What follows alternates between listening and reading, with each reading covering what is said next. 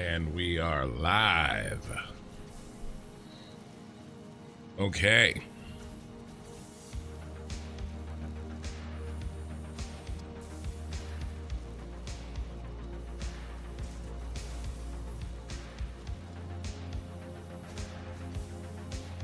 Everything's looking good.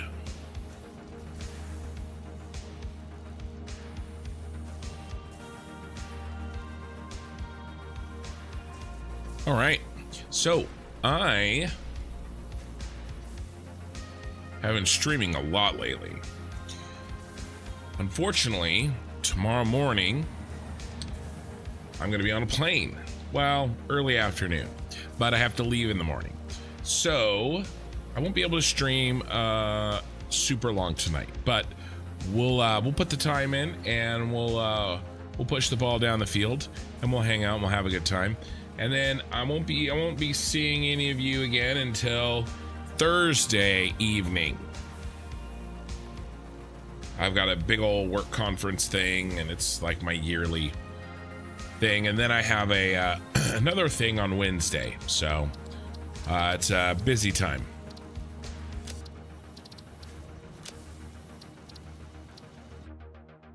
But I'll be on the Discord.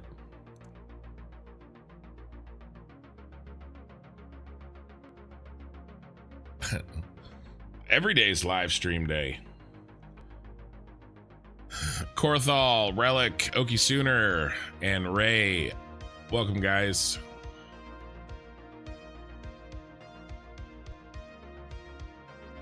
Coldsphere Gaming broke his streak. He was the first one to say, to type something in YouTube chat for like a week. Yeah, I know. Don't remind me, Okie Sooner. He said, yeah, go kiss the ring. Well, you know, for now, the ring pays the bills. So maybe one day. Look at that. It's so funny. I definitely do have this tendency to think about and kind of wrap my mind around. And I think most people do, but maybe I do it worse.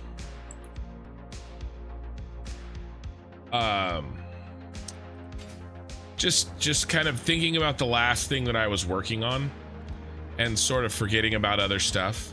And so my brain is kind of locked in trying to finish off Factorio, but then I jump into Satisfactory and I'm like, oh, I've missed you.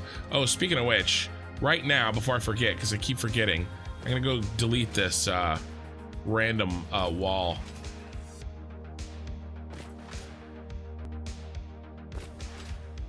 So I'm looking forward. I am very much an all or nothing kind of guy. So, and I've known that about myself for a while.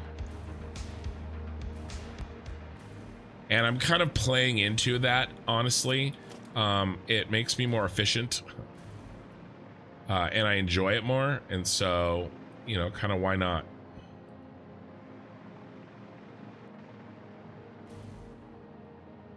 So we're getting a lot of Factorio right now, but we will soon get a lot of Satisfactory. And then after that, we'll be getting a lot of something else. Giggity. The last nub there. There we go.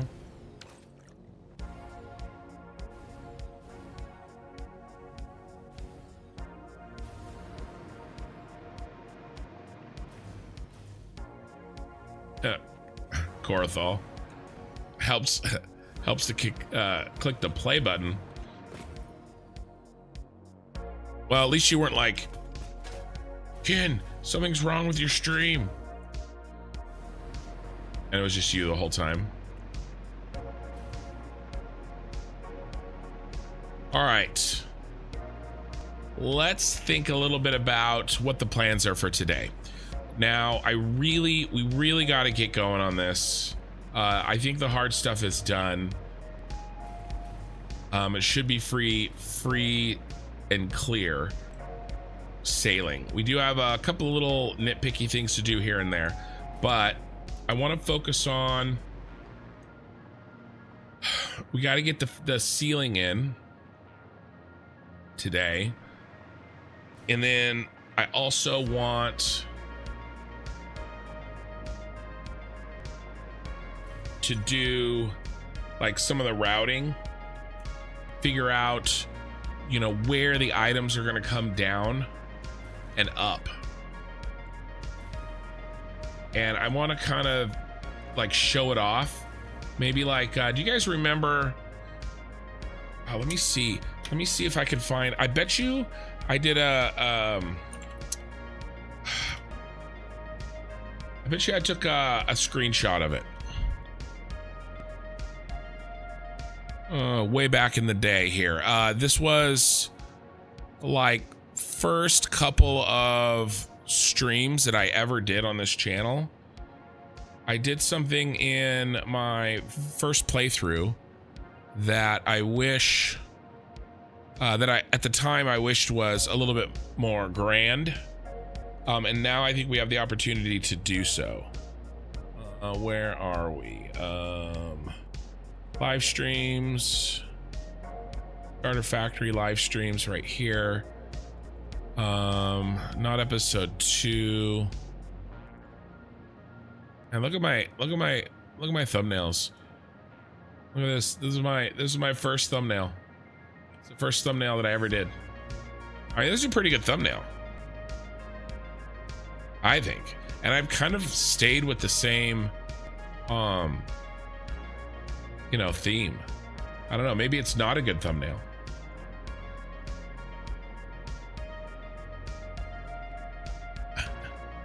So this is there's a lot going on here. I do a lot more simple thumbnails now. All right, what are we looking for? It's like,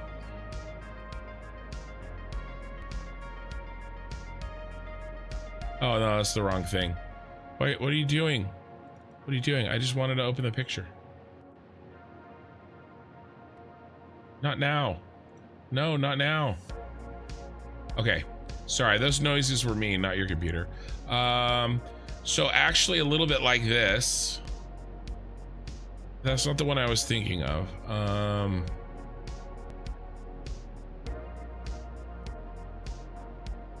Where is it?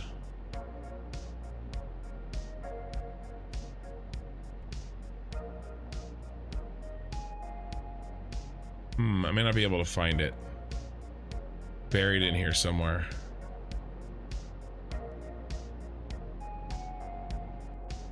A little earlier maybe. I'm gonna look for like another 10 seconds.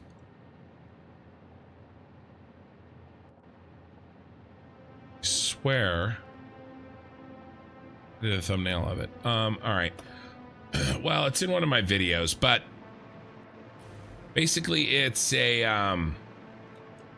it's like a kind of like a glass waterfall of belts, but kind of prominent, you know, that you kind of like walk through. Hey, Sammy Viking. Yeah, you've been messing with the computer. APED talked to you into resetting Windows. Yeah, I saw some of that. Well, hopefully it works out. So Korthal, hey Jimmy, and Lynn is here too. I'm thinking like we got the trucks here, maybe in the middle, right in the middle, and we showcase and we drive around it.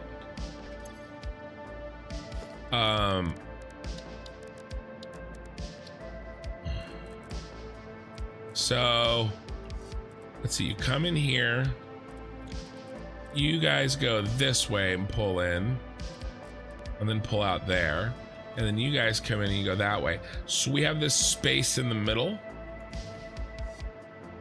that I think would be fun to do stuff with.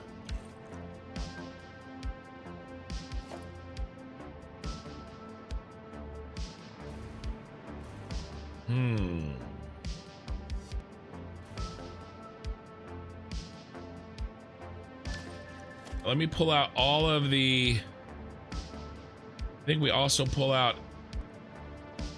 a lot of this that is squared off in this direction, and we lean into the diagonal direction a little bit more.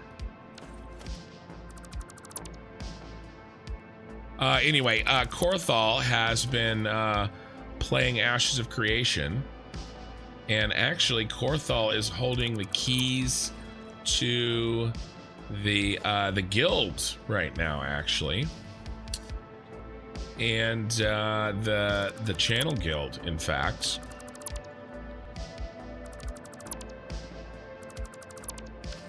But unfortunately, and again, I use him as a cautionary tale.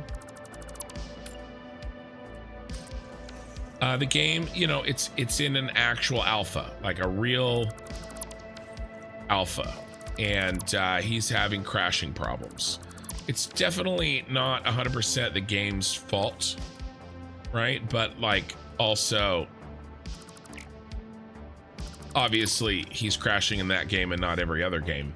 So, you know, it's just a good example that when we do switch over, when I switch over to playing Ashes of Creation, you know, it's just a good reminder that it won't necessarily be for everybody. All right. Or at least you're gonna have to, you know, we're gonna have to put up with some less than ideal conditions, because it is, you know, it is an actual true alpha.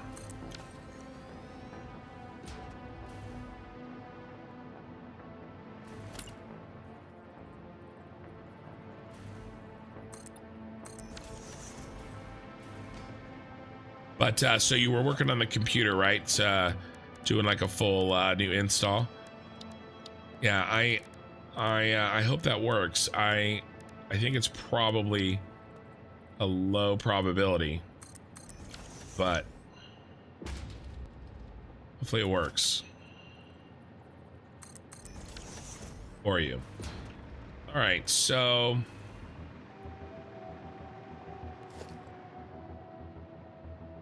cut this back to, I'm thinking we do some paint. Oh, by the way, my voice is definitely, it doesn't hurt, but it's a little scratchy for sure.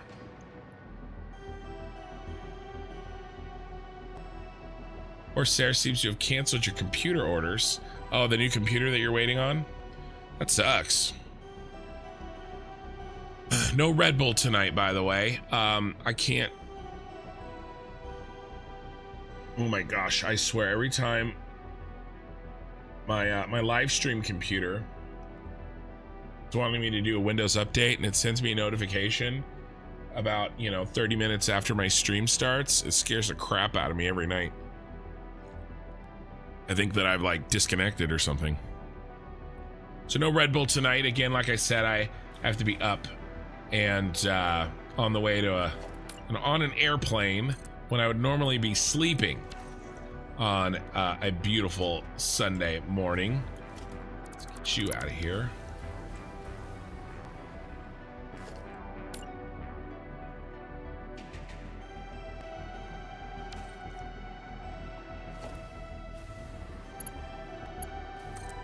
So no Red Bull.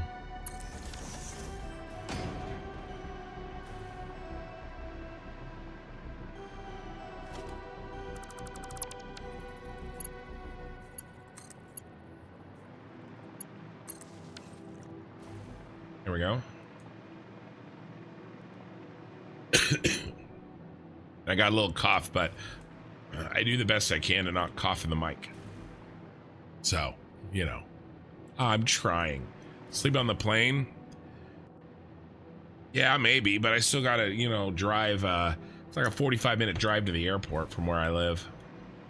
Yeah, like 35 minute maybe.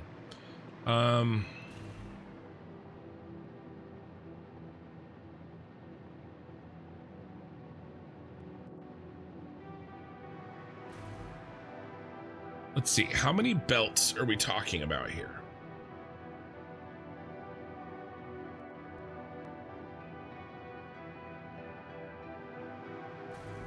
And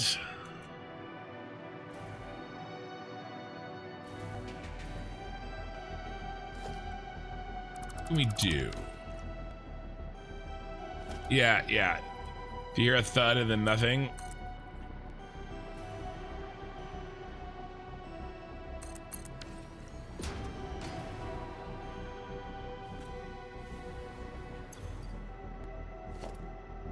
Bum bum bum bum. What if we can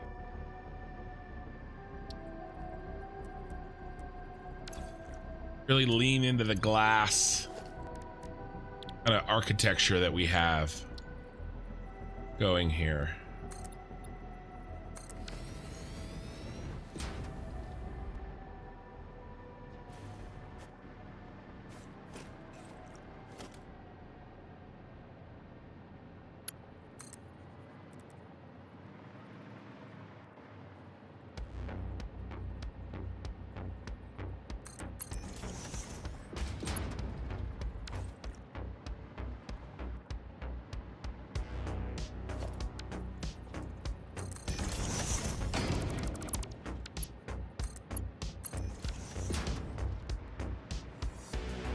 I wonder.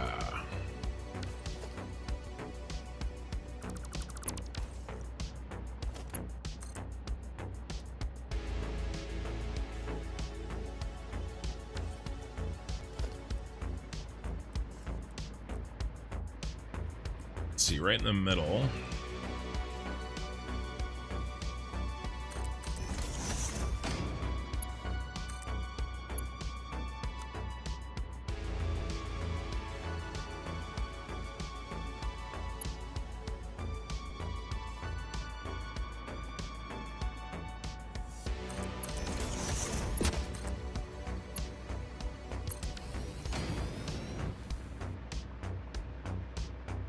Kind of running this as a test. I'm going to run some items in it and see what this looks like.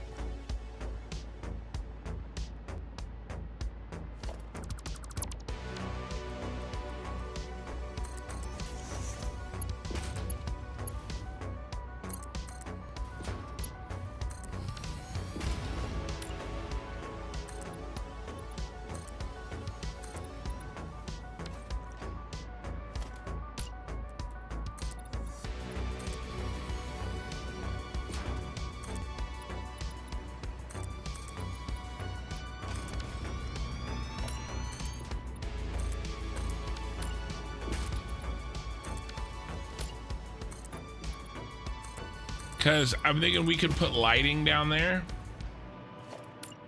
and if I could run the belts down there, I think that'd be really cool.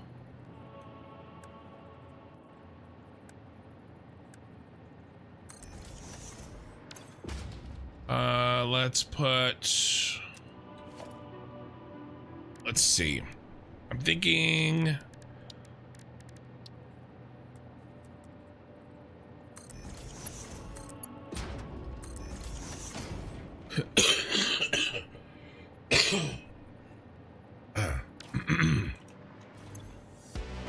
Times.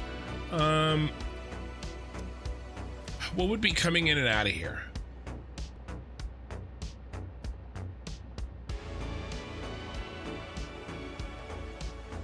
Copper, probably copper. Got to move a lot of copper. So we lean into copper only. Little tall to be driving on.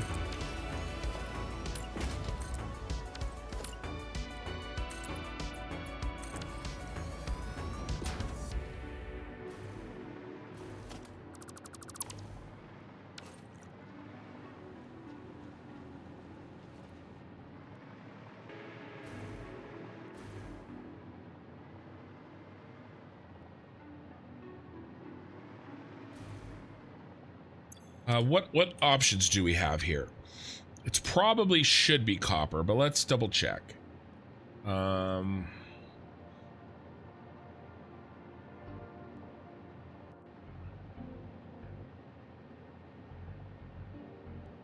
Who's getting all the copper? I think heavy modular frames is. And well, I'm saying copper, but I mean wire. So concrete, wire, and reinforced industrial, or reinforced iron plate. So the wire is definitely the tallest out of those. The reinforced iron plate is fine. It's short. We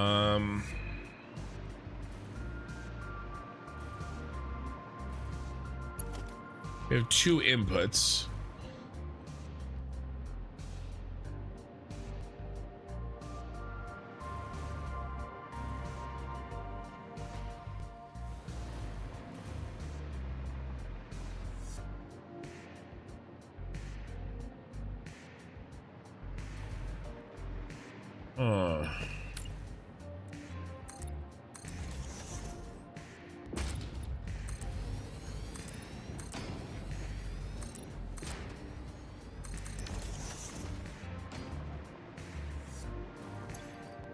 I don't know. I don't know if this is gonna work.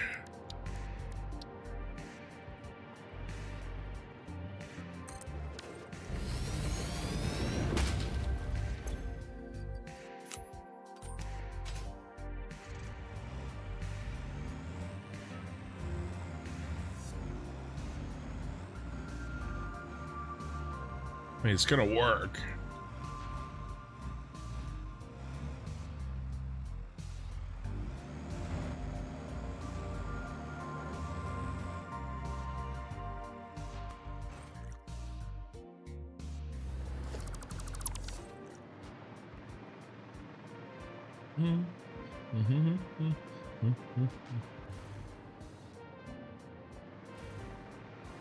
We go up in the middle.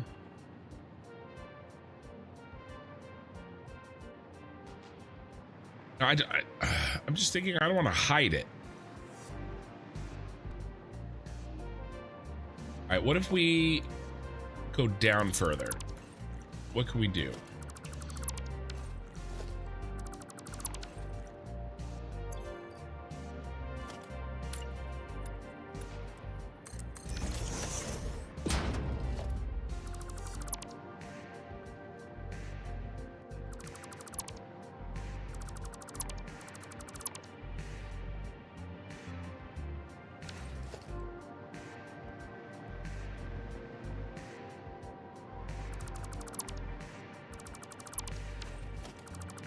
Sorry, doing a little experimentation with design work here. But, you know, I'll make the mistakes, so you don't have to, right? That's how this works.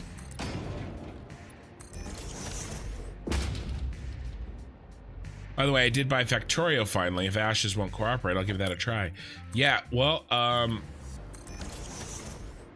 I don't regret playing it.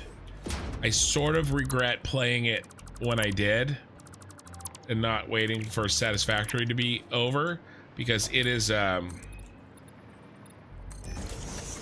it's definitely a commitment. Well, I mean, the way I play games, it's a commitment because I get thinking about something and I can't think about anything else. So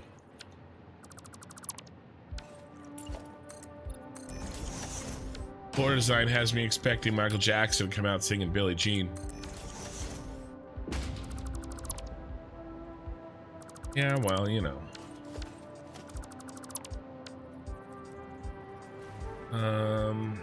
Yeah.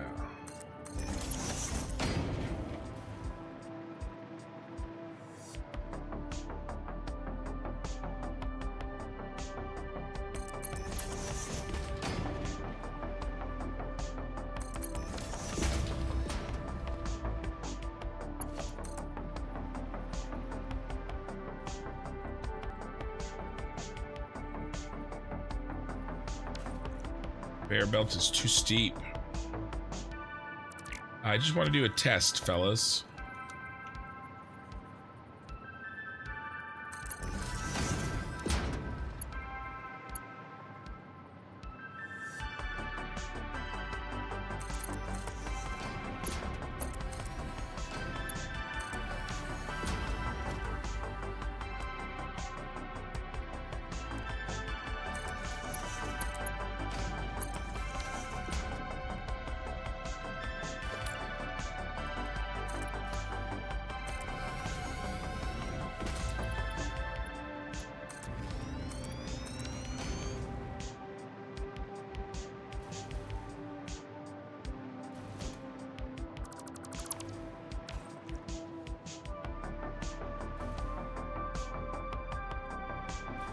All right, we're gonna have to light it. That's looking better though.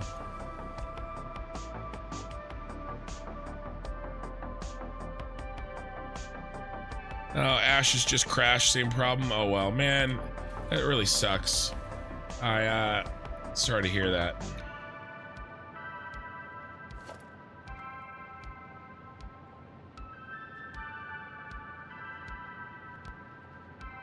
Factorio has a frantic pace. Well, I may, just because, and that may be true, but just because I may play Factorio at a more frantic pace doesn't mean that everybody would.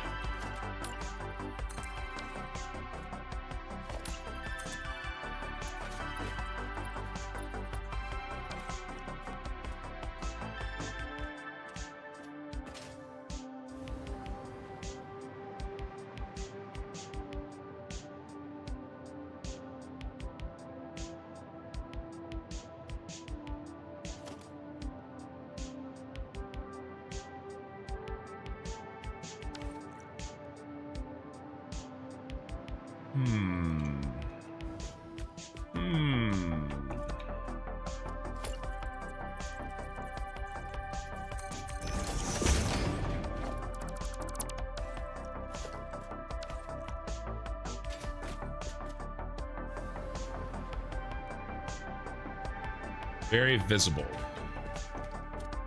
What if we go there?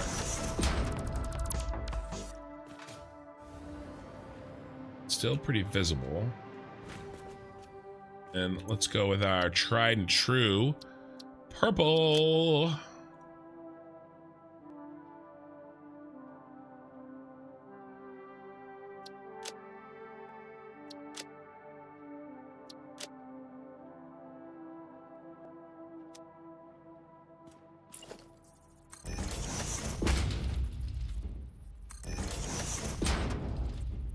So we're just doing testing right now.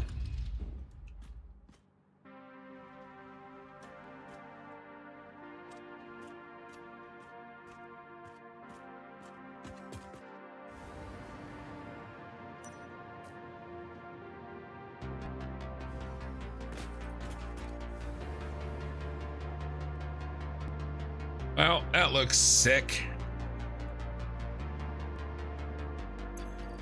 If we go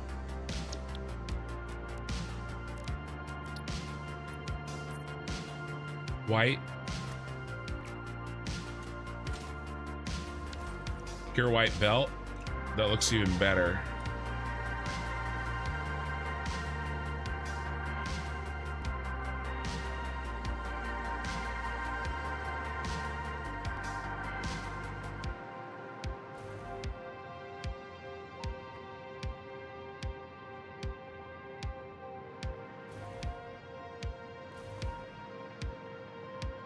Yeah, the shadows on the floor is interesting.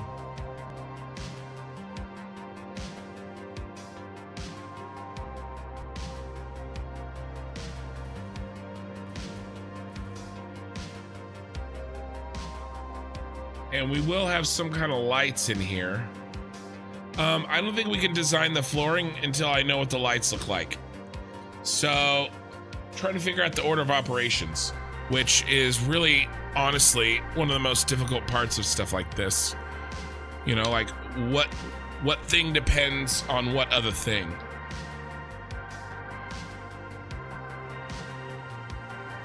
Because if you don't figure that out, you're gonna end up doing work and then having to delete it because something else depended on, you know, what you were doing.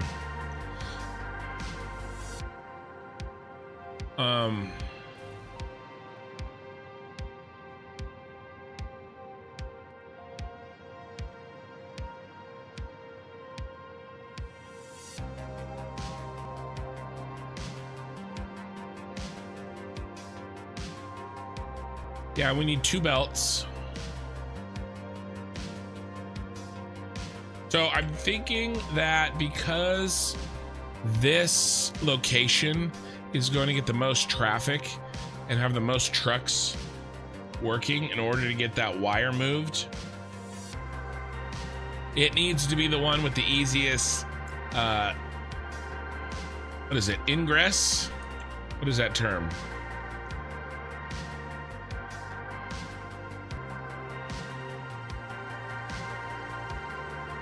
Ingress and what? Egress? See, we're learning new things. Yeah, ingress and egress.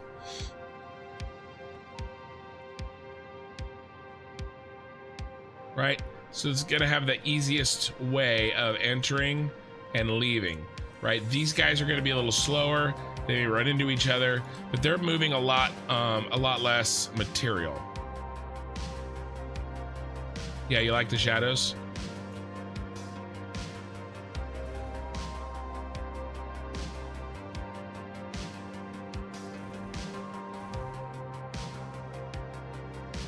All right. I think I know what I want.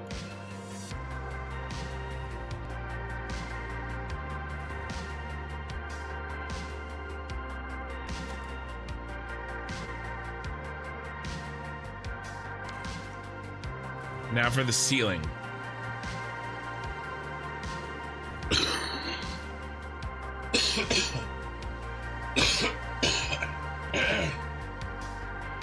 Don't mind me, I'm just dying.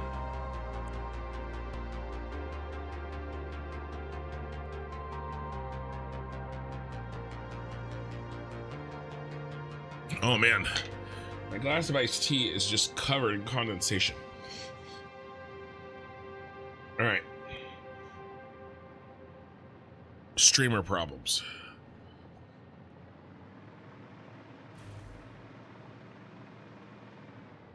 All right, do we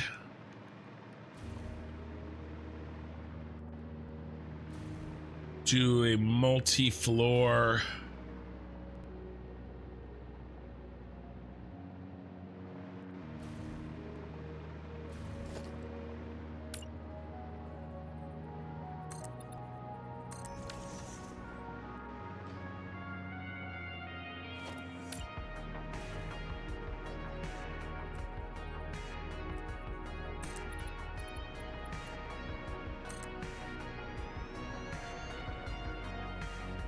Something like this.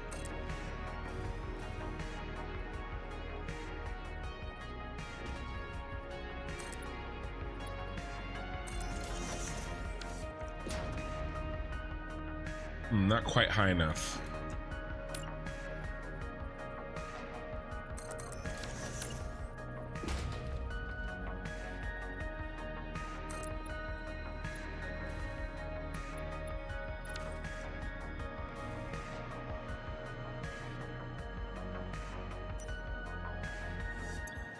Let's see.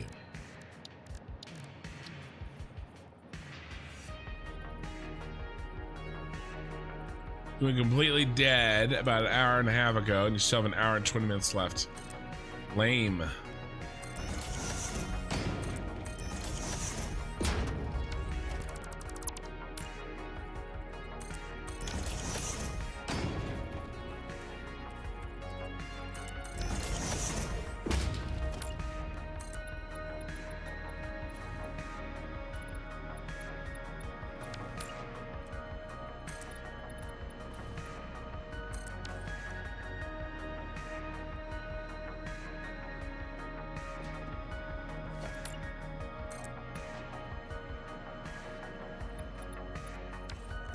That one's higher. Okay.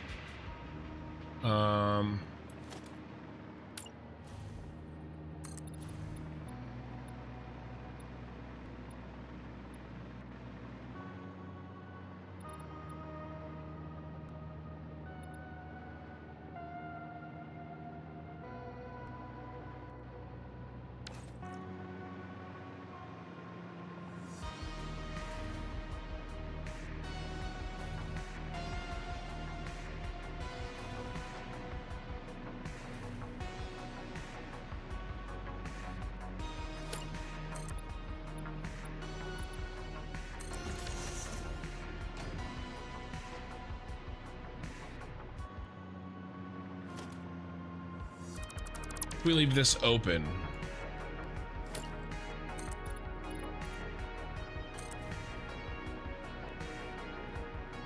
Heading out, we'll be dozing off while reading the first part of Wave Kings. And Relic, remind me, I can't remember. Have you read those or not? You're not streaming when I come. Have a good trip. I may be. I enjoy, man. But let me remind me if you've read those or not.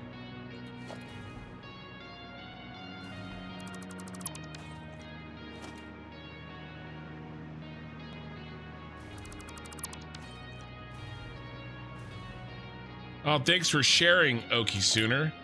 Refresh your drink and cut the damn wart off your thumb. Yeah.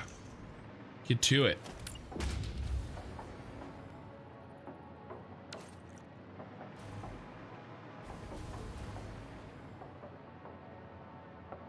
What if we do crazy stuff? I like crazy stuff.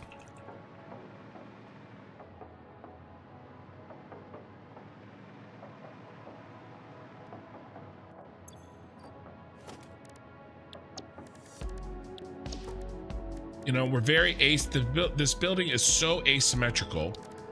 You know, I'm trying to lean into kind of the designs that we already have.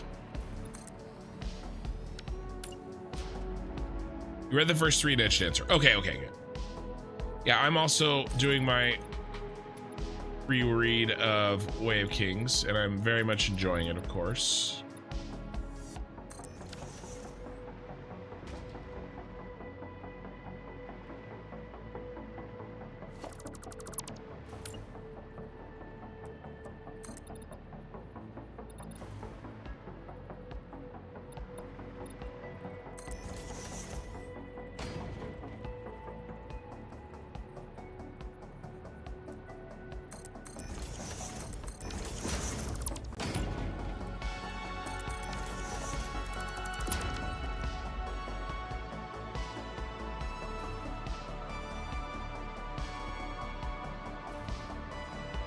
The heights almost work out. We could go one thing shorter. That'll make it worse.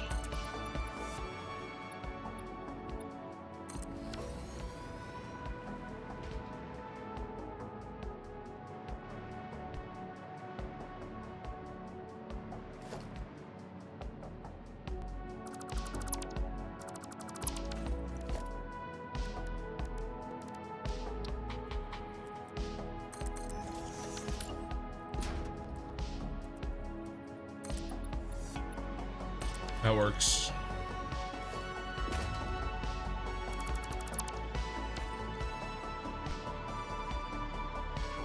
Maybe we don't do that. Let me just do 2 heights.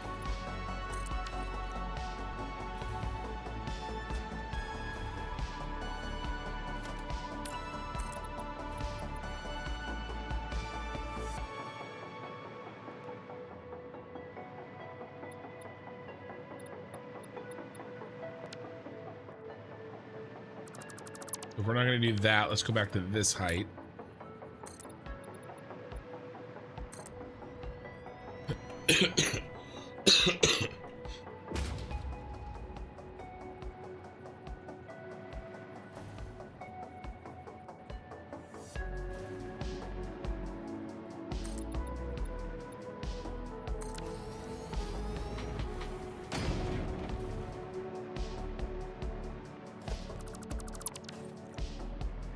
Let's have to figure out how we're going to do the lighting.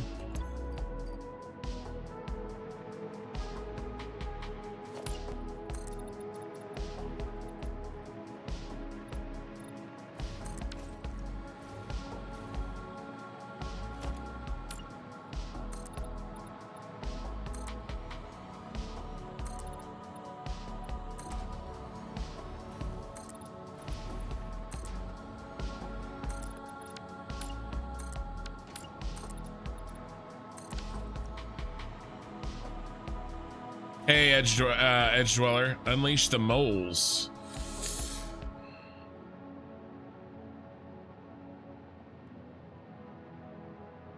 The moles. I like a good mole. Moles are one of those things that's very hard to make at home.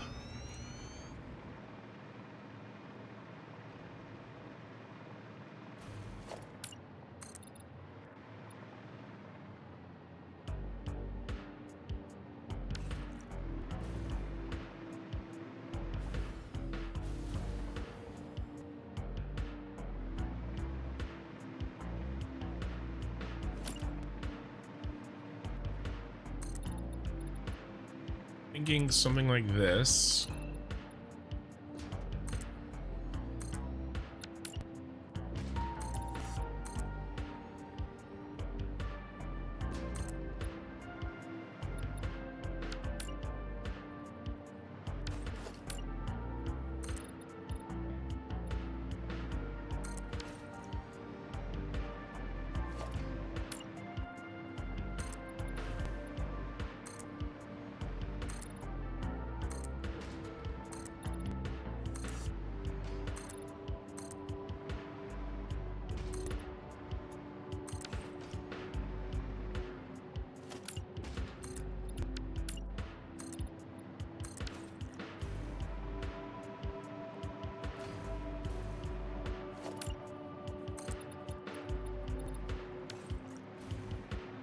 Yes, maybe.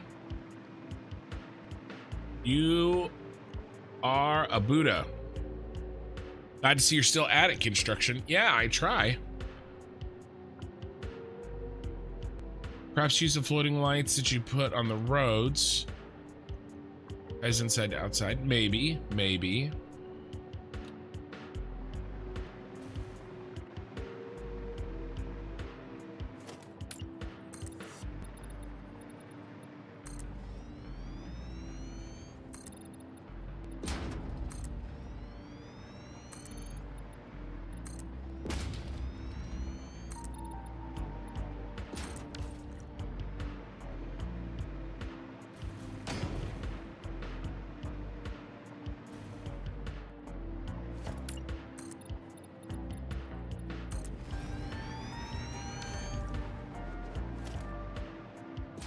Don't like that glass sticking up.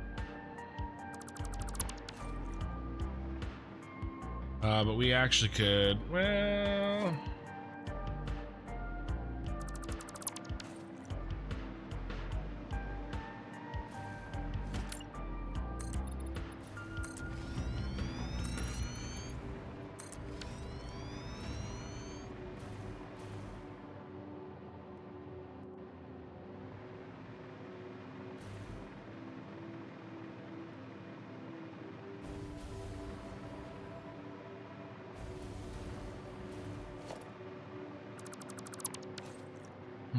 You followed you when you were, I followed you when you were building the Star Wars world. I remember you talking about this build. Yeah, I do try to stick with what I say I'm gonna do. Sometimes it takes me longer than I intend, but I do try. Sometimes I get distracted by things. Factorio.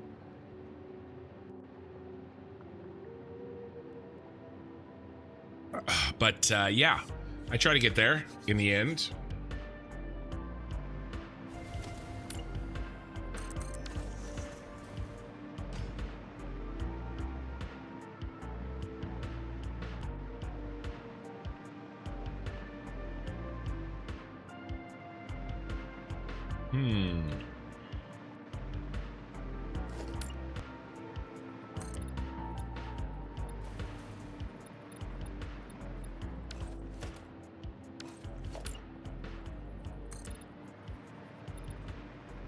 Oh yeah. Oh yeah.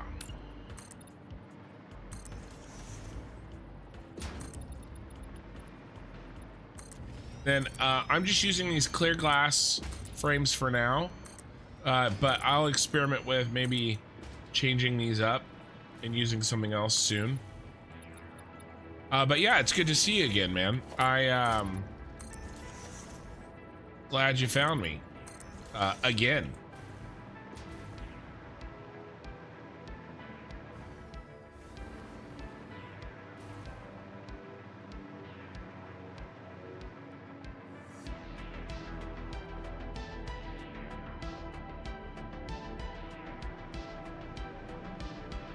And then maybe we leave this area open until the next floor up.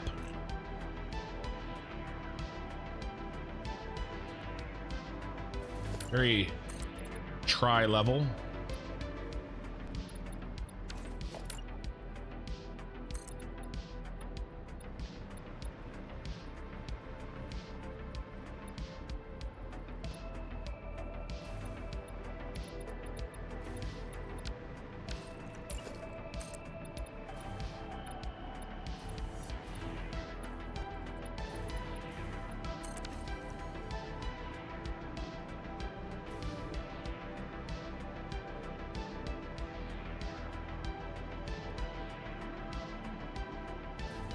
You know, just really lean into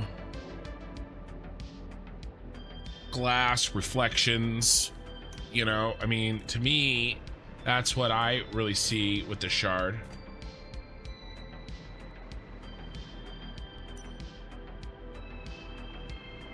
All right, I bet you we could fit a light in there.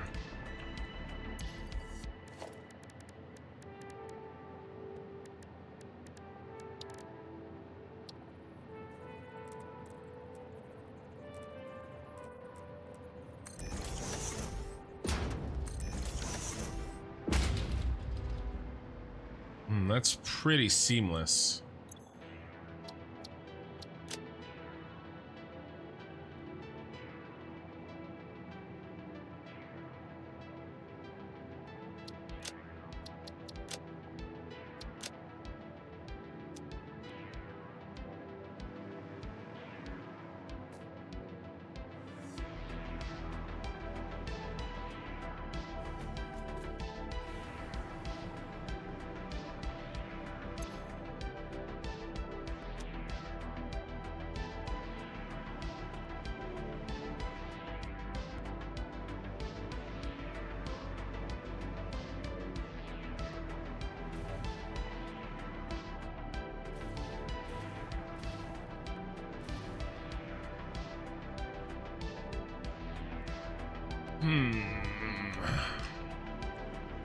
If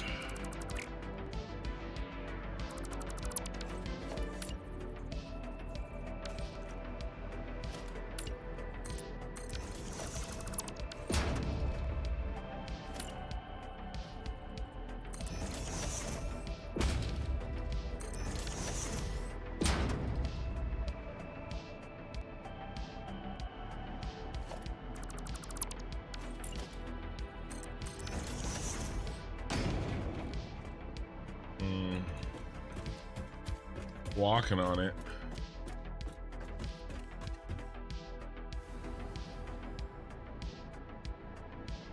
Yeah, no, kind of a miss. Cool if I could go halfway up.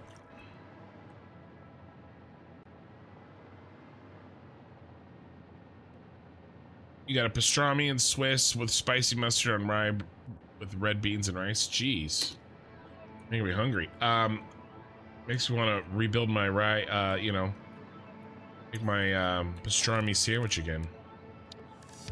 My homemade pastrami. Let's see. I'm about done. I've about made up my mind here,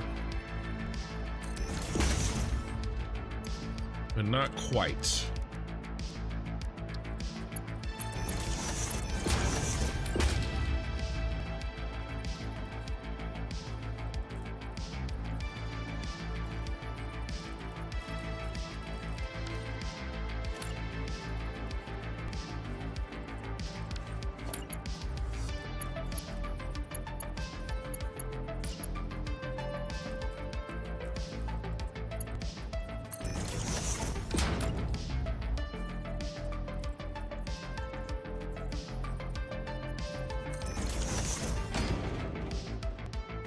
That's the half I was looking for.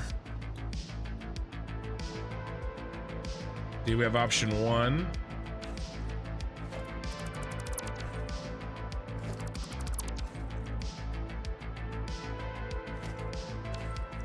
And then right in the middle. Just look like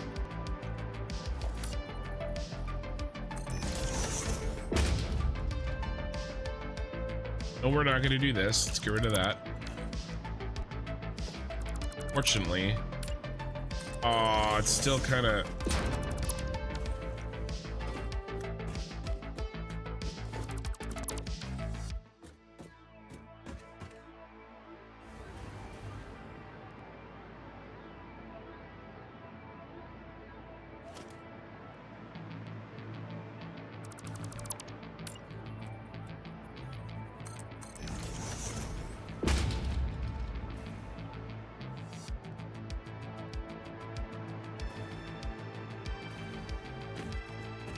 I mean, that's pretty cool.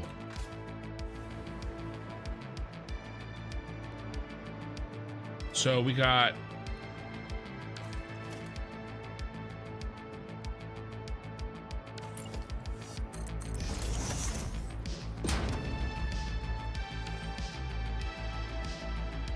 these two options, I think, for lights. I like this. It feels more integrated.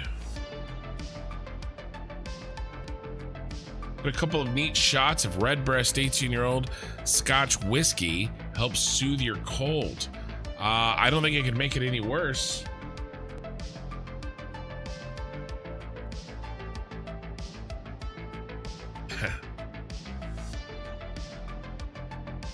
I don't know, maybe it could.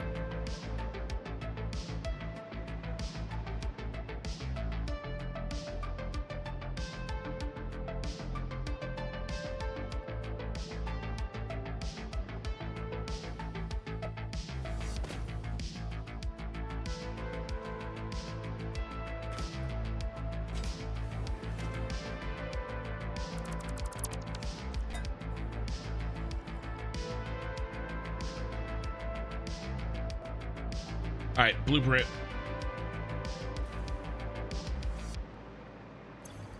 Light blueprint.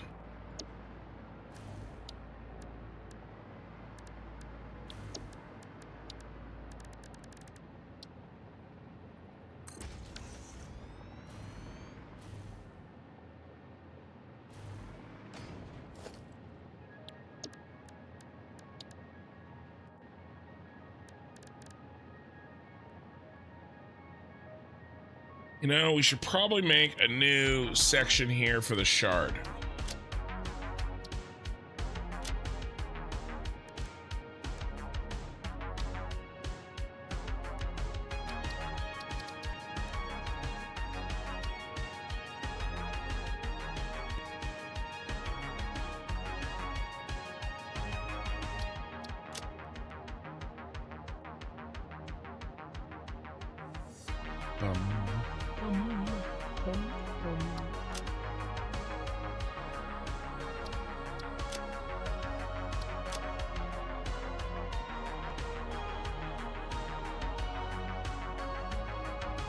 Beans and a stack of meat. Protein overload.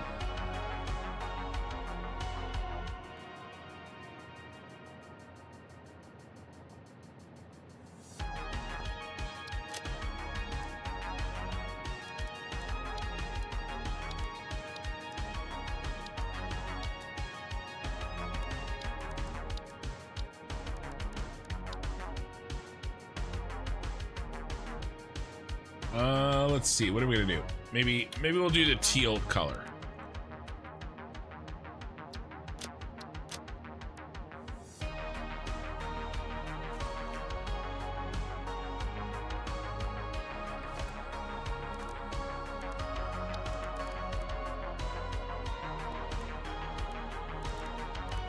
Let's get the glass down.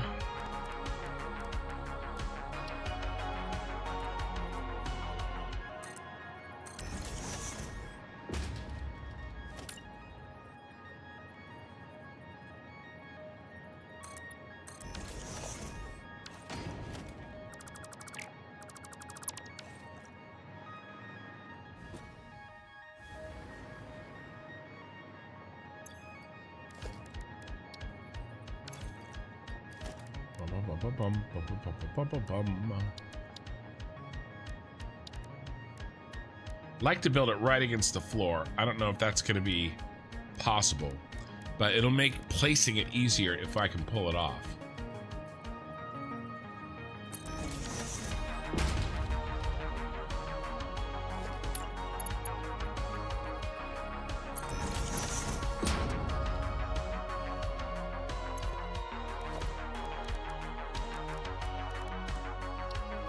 Had red beans and rice from a food truck in Bourbon Street. Best I ever had. I've never been to Louisiana.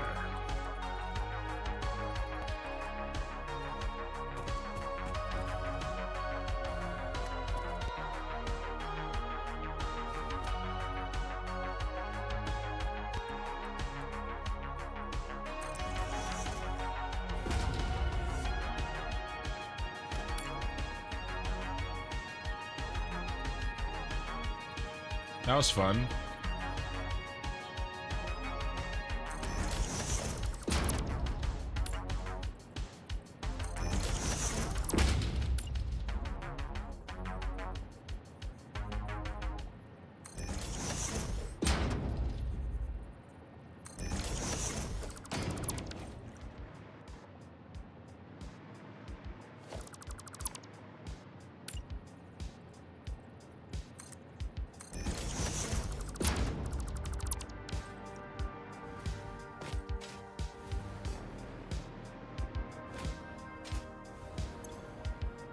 That was awesome. Let's do glass. Let's do ceiling, light,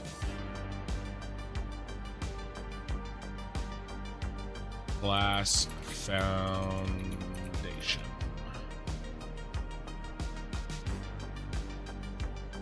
How do you spell ceiling? I have no idea. Ceiling light for inside, glass foundation for the shard. Arc 1 BP. Bucket list item. I've heard the what are those donuts called?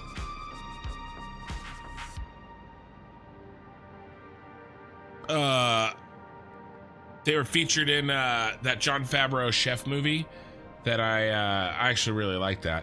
I'd like to do that whole thing, like go down to Texas, right? While I'm down in Texas, head over to Louisiana for food there too. I just need to do a tour, a food tour of the United States. You know, I need a Philly cheesesteak in Philadelphia. I need New York pizza. I need Texas barbecue. I need Kansas City barbecue. I need Oklahoma onion burgers. I need Louisiana food. Yeah, beignets. Yeah.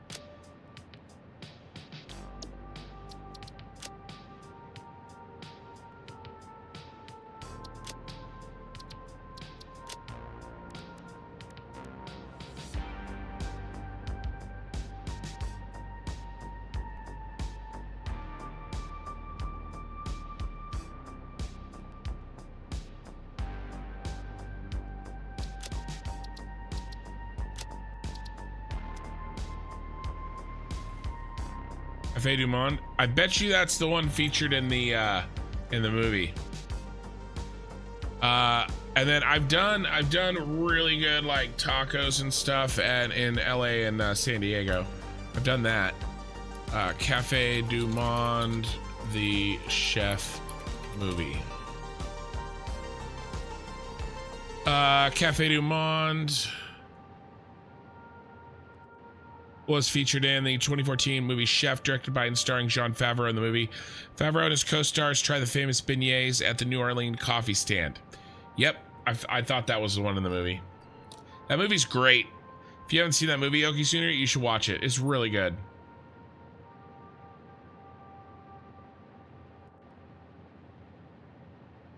And then he did a Netflix series where he did cooking. No, I wasn't affected by the fires in Cali. When they were, we chatted about them a bit on the stream when they were happening, because a lot of people asked. I'm in Northern California. Where are you from? You are Buddha. I'm from Northern California, and I am, you know, best Mexican food I had was in Japan when I was stationed in Okinawa. Well, I can't speak for that, but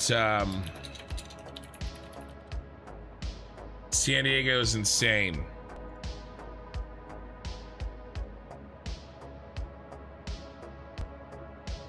So yeah, it's basically,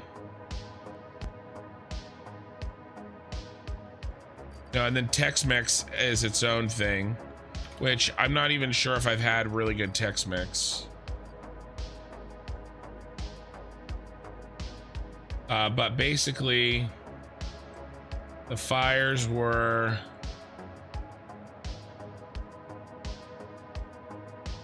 now most people watching right now are probably still from the United States, maybe from Australia. Europeans, they get up still a little early for them. So like right in here, kind of northwestern Los Angeles. There were some other ones over here too, but the big one, the Palisades, was there. I live like up here. This distance right here, it's about 6 to 8 hours to drive, depending on traffic. So we didn't even see the smoke. We're that far away. Oh yeah. All right, yeah. So you're Bedcley, we're up. That was an engagement farm just to get you Europeans to check in.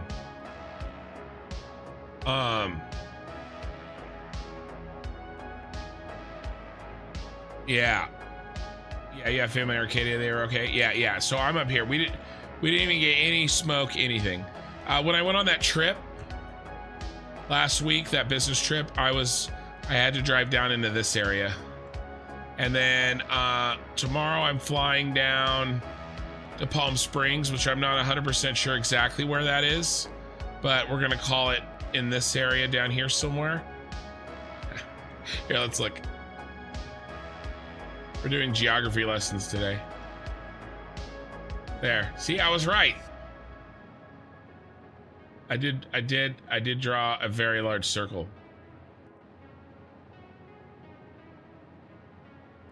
Although, to be fair, it was basically in the exact center of the circle. So I'm gonna be in Palm Springs tomorrow, and then I fly back up early Wednesday morning, and then I have to drive immediately, like a couple hours later. I have to drive from up here down to the Bay Area to meet another client there, and then drive back Wednesday night, and then I'll be streaming Thursday. So I'm gonna be all over California in the next few days. But yeah, nope, very safe from the fires. Didn't affect us, didn't affect anybody that I know, really. So yeah, very good to go.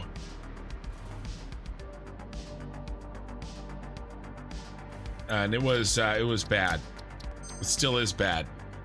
I was actually watching a press conference that looks like the mayor fired the fire department, the head of the chief fire department, and the mayor's taking flack. It's a mess down there. So, and then because the fires happened, and then it rained like crazy, and there was huge mudslides. So, you know, it just sucks.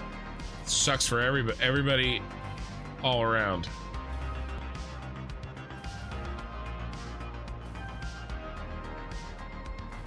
I didn't leave a way for me to get in.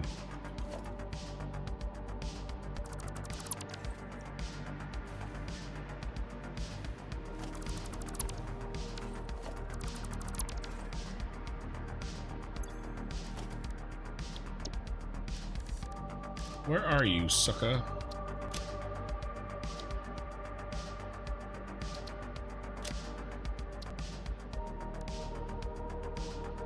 The shard.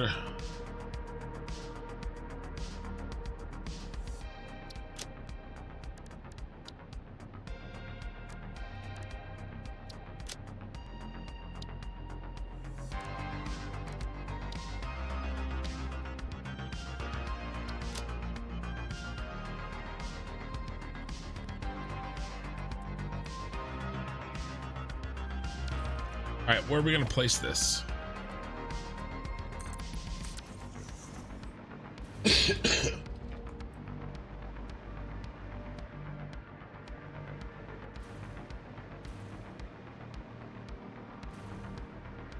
Be like, no.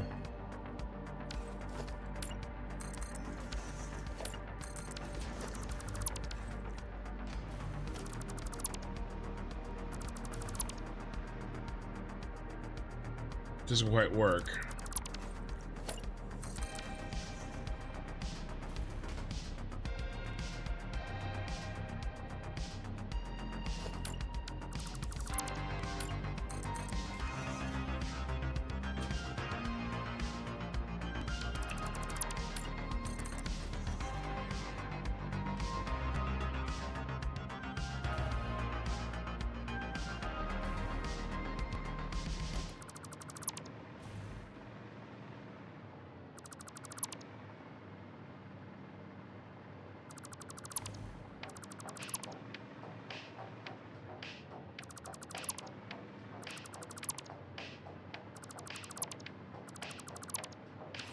It works if we cut it off right here.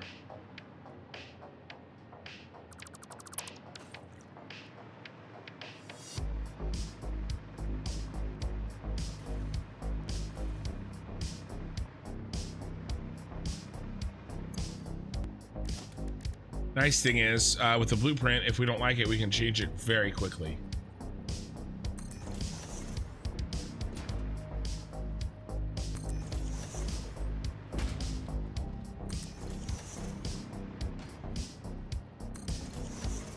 And then I like doing general white light and then accents with our special lighting. You know, I wasn't really that big of a fan of what I ended up doing. I mean, it's fine for what it was because it's a little kitschy, right? But like the pure red light over there that we used in the Fixmas factory. Oh my God. It, I don't know. It doesn't look very good while you're in it.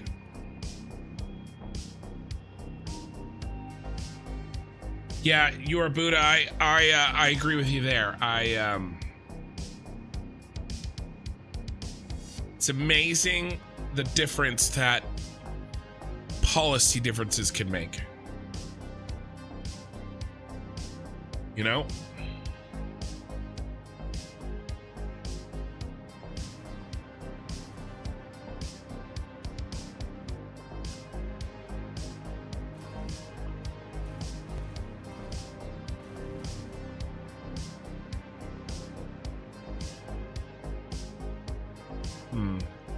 Yeah, now we got to figure out, you know, we got to work around this.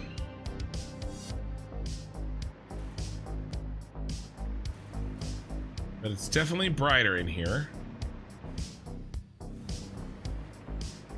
You know, just general light. Let's do darkest time of the evening.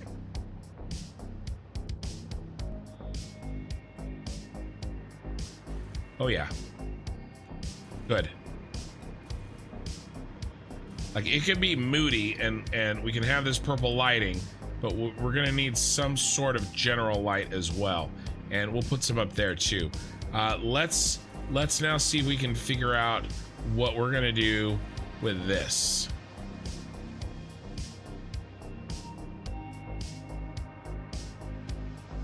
probably too big.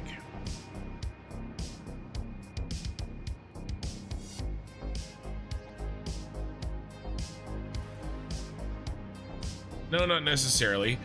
So how many belts do we need?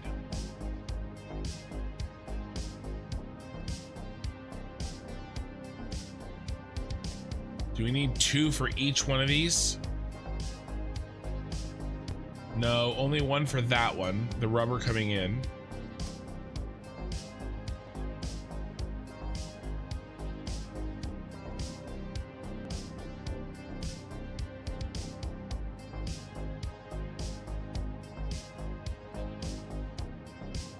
Yeah, not just the brush clearing, but water management as well. You know, while I was on vacation, I went down through Monterey, which is south of the Bay Area, and on the way back, I drove through. I was down here on at the peninsula, and I drove through.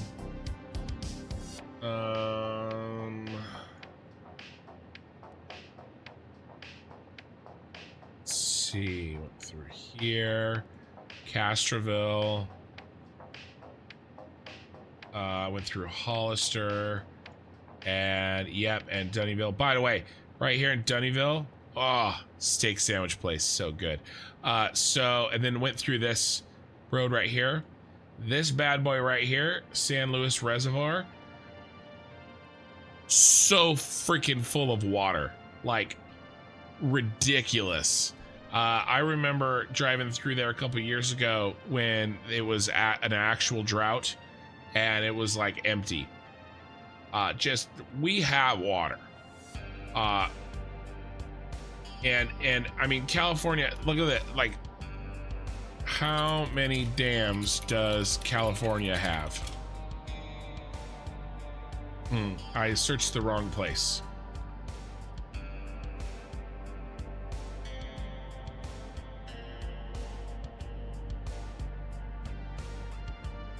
$1,400 named dams, 1,300 reservoirs. It's ridiculous. The water storage network. How about this? How many miles of canals does California have? 4,000 miles of canals. Okay. And you know, for all the Europeans that are definitely awake, 6,400 kilometers of canals in California. Like, the water management is so freaking complicated. And you know, anything that's complicated and, you know, run by, and I don't want to start any fights, but you know, it's bad. It sucks. Arizona gets most of its water from the Colorado River. Yeah, I mean, all of ours, you know, well, Southern California gets all its water from Northern California. So, but that's an inter-California fight. So, you know, if I'm messing with somebody from LA, that's what I like to say. All right. How many belts? 1. Let's look at what we're moving again. Definitely need 2 for the truck station headed to the steel plant.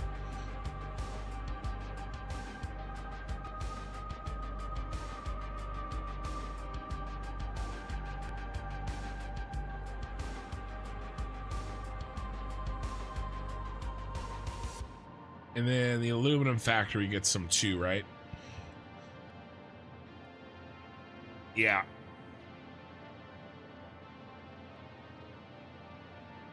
Oh, we just won the steel plant.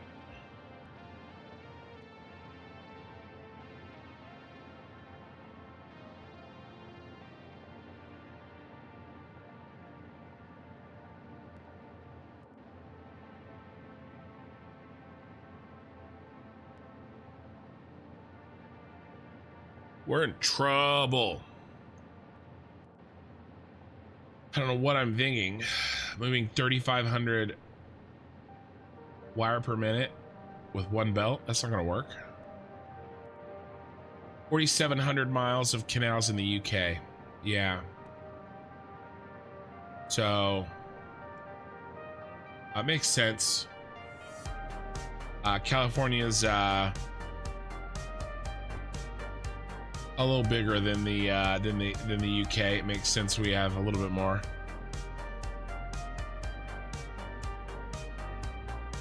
It's the 1,200 dams or whatever it was, 1,400 named dams. That always blows me away. The infrastructure is just crazy, and we need more. It's not enough. We need more, and we need to manage what we have better. But like everybody does, right? Yeah, I mean, we're in trouble here.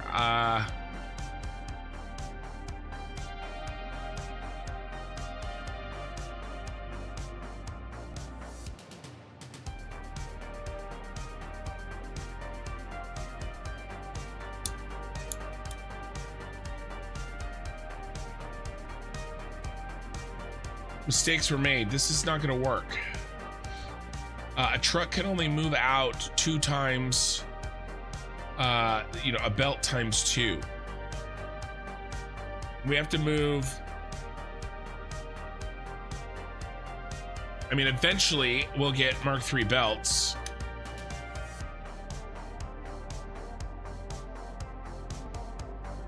I mean, this wire per minute is the big challenge. Yeah. Yeah, the water's just spread out into so many different little areas, you know? But yeah, the reservoirs and the dams and the canals and the pumps. We pump so much water, like up mountains to go back down the other side of mountains. Hold on, I gotta blow my nose.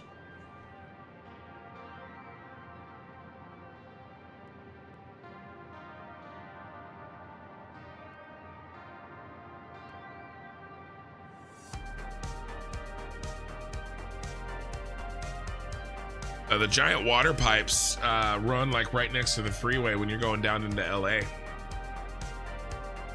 Okay. How are we gonna do this? I should have thought of this earlier. I kind of dropped the ball. Divided by 780. That's five belts, guys, of wire.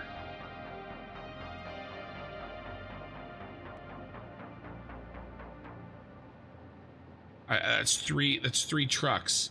Now, if now one thing that I wouldn't mind doing too bad is California have a lot of water towers. Good question.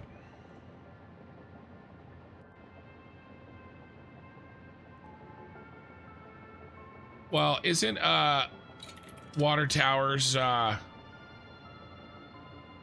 due to a lack of readily available comprehensive data, the exact number of water towers in California is not publicly known, but it's safe to say there are thousands of water towers spread across the state, serving various cities and towns, with a number varying depending on population density and water infrastructure needs. Yeah, so I mean, in my mind, and maybe this is true or not, I don't know, but water towers are a very local, you know, your town has a water tower, right?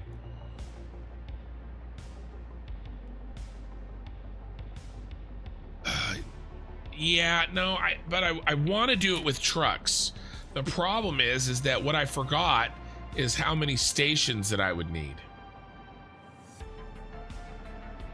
I was like, oh, just one station. That's not gonna work because there's just not enough holes. Now, all we have to do is move this up, right? Well, we could run them on each side. I mean, we have the room. We may have to rethink the center column. Because this is rubber coming in, okay? And then this is gonna be the aluminum factory out and general storage out.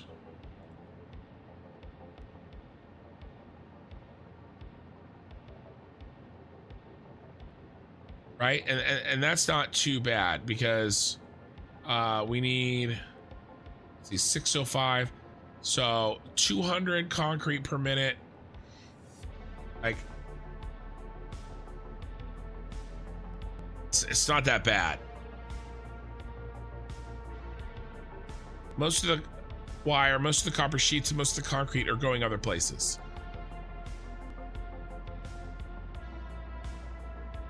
So a truck station to carry everything to the central storage is fine, right? And then we have a truck station for the copper sheets.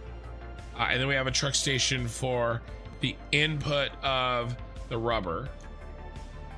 Those are those three things right there. So that means we have the rest of this space to try to deal with these three inputs. Well, they're outputs in this factory, but they're inputs in the other factory. For storage, we said there are mountains, so kind of redundant. Well, I mean, there are, but I mean, locally, you know, I mean, California's huge, right?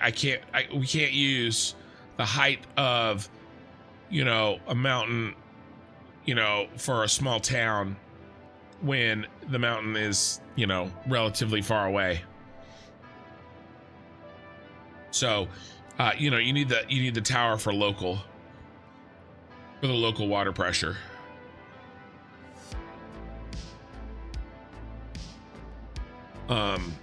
I was mostly talking about, here, I'll show you. Water pumps into LA over Grapevine.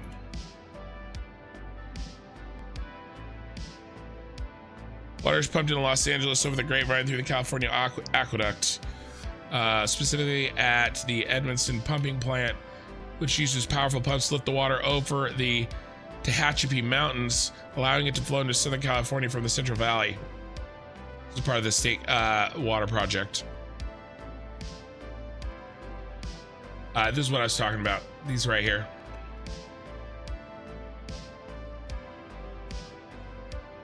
Aqueducts at the south end of San Joaquin Valley, taking pumped water uphill over the Grapevine. Look at this.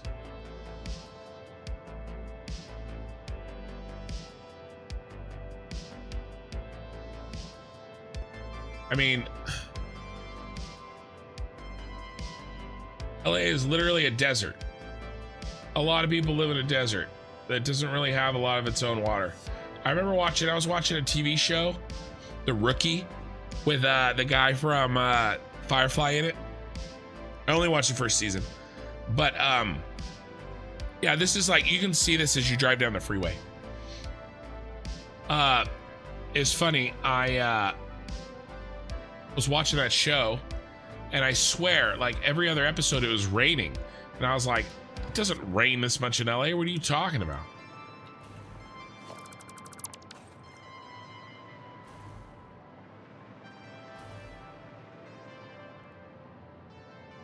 All right, another option is we design for when we have Mark V belts, which I'm sort of leaning toward. All right, so if we design for Mark V belts, let's say 3520 divided by 1200. That's 3 belts. And then the concrete fits in there too. So then we only need 2 truck stops. All right, so if we count on Mark V's, we need 2. If we don't, gonna be 3520 divided by 720. We need 3. It's 1200, right?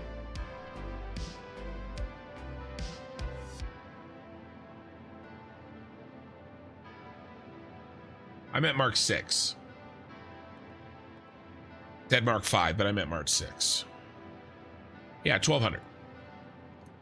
Oh, that's the question. If we go 3 truck stops, we can move the entirety of it immediately. If we go with 2, then we'll need to wait until Mark 6 to fully get everything online.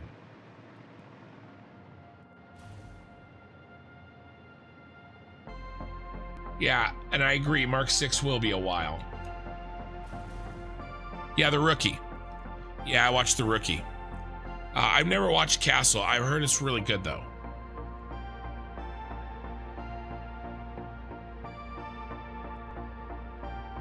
I love Firefly. Such a good show.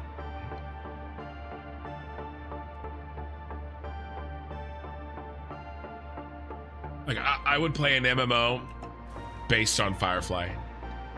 Or at least felt like it was based on Firefly. So I still like this idea, especially since we have to move so much. All right, let's go with the 3 truck station setup.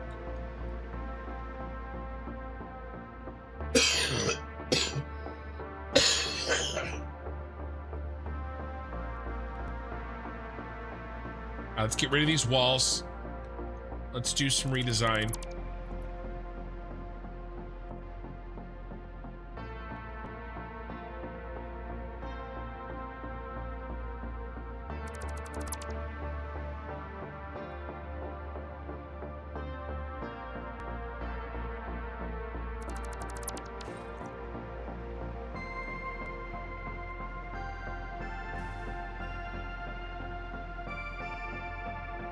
Yeah, the space and economy structure in Firefly. Yeah, I like the whole vibe.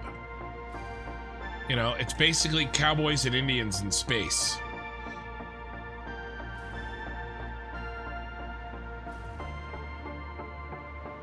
Did we or did we not have a truck stop?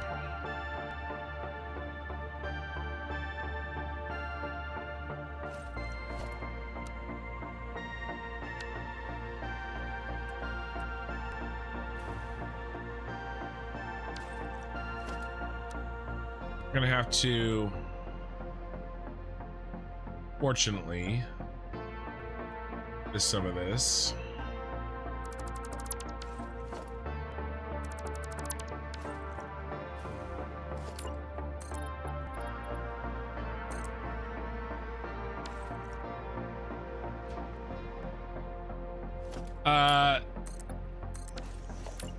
Yeah, I did,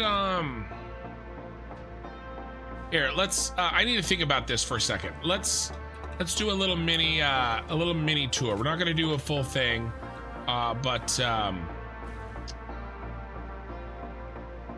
yeah, sort of. I broke my starter factories into a couple places.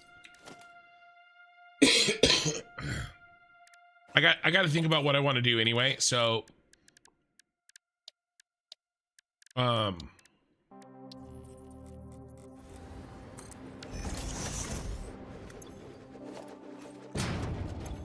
let's go on a little trip.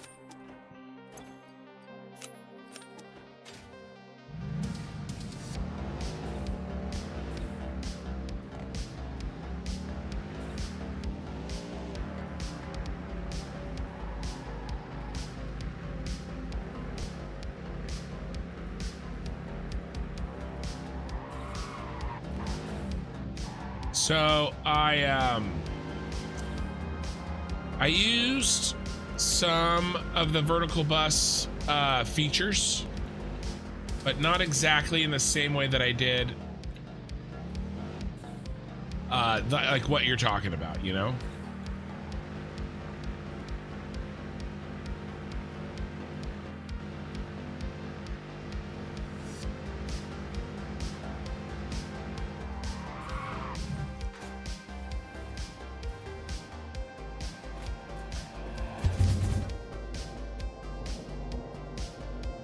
Let's take the hypertube cannons out of here.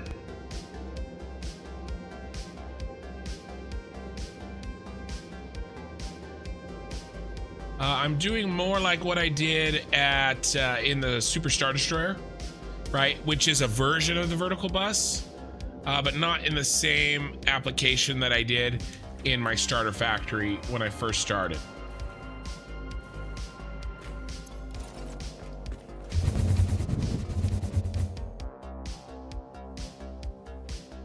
So where I really used it to like the most effect is the power plant.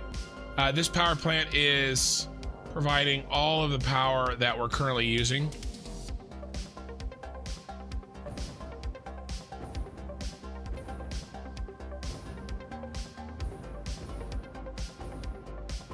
I'm pretty happy with how this turned out. So, you know, it is sort of based on a lot of the design that went into the starter base vertical bus, but it's much more focused, right? Like the starter base vertical bus was just kind of like, you know, item vomit. It was just, you know, like blah, everything in one place. Where this is more focused and specific and direct.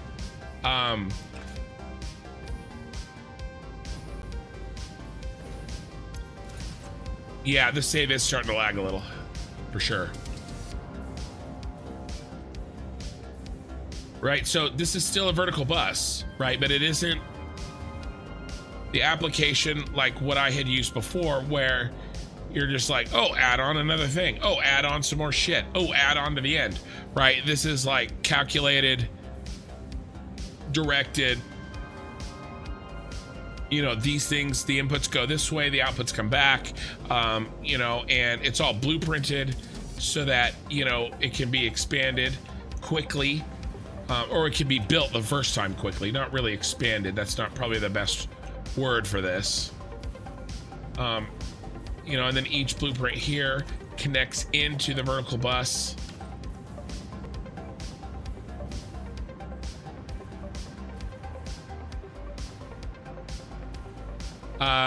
Spaghetti, if you're talking about the hitch while I was flying, that was an autosave.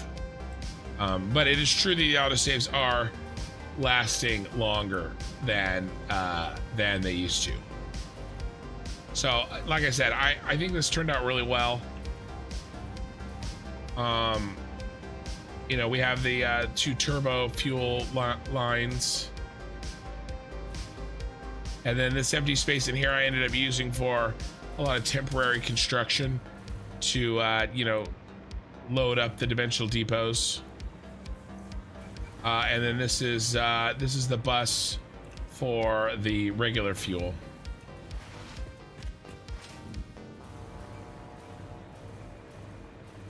So I really like how this factory turned out, actually.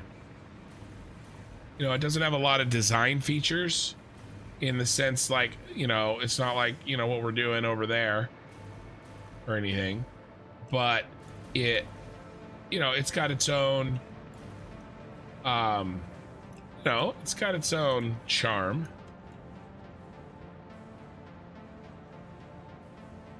God, this game looks good.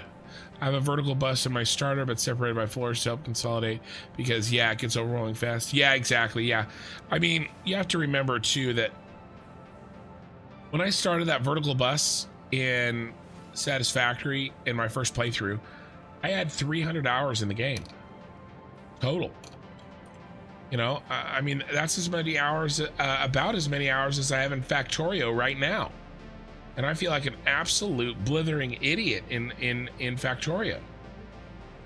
Right? I mean, and now, you know, I'm at just under 2,000. Right? So,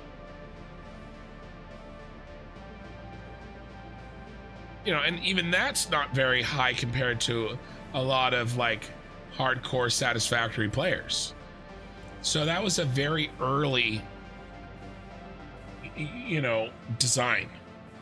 that needed refining.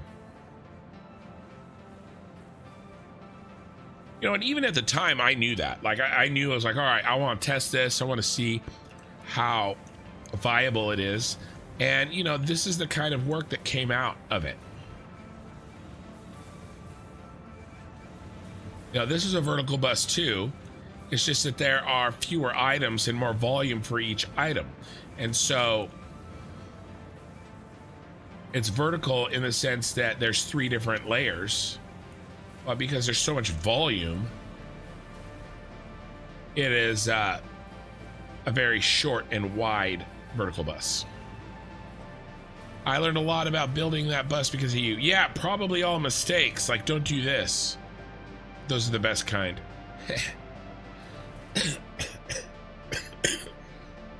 Laughing right now makes me cough. All right, let's pop back over to the other buses real quick.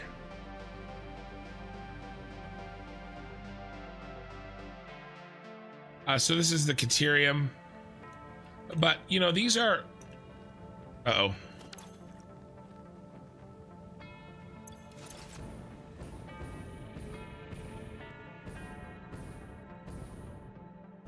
Ooh, scary.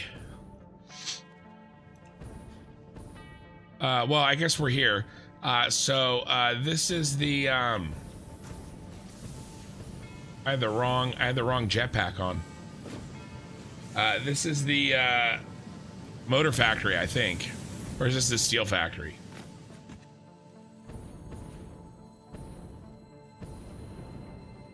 This is the motor factory. This is the motor factory, the starter factory. Again, I put this together in like 4 hours. 2 hours to like design the blueprints. Like an hour to build everything and then an hour to route the belts. This went together very fast.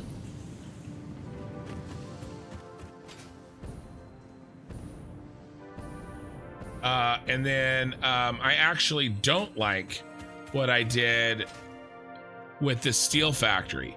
This steel factory is kind of an old school factory where you just line everything up and build it. This doesn't really have buses. And I kind of realized that I'm never building a factory like this again.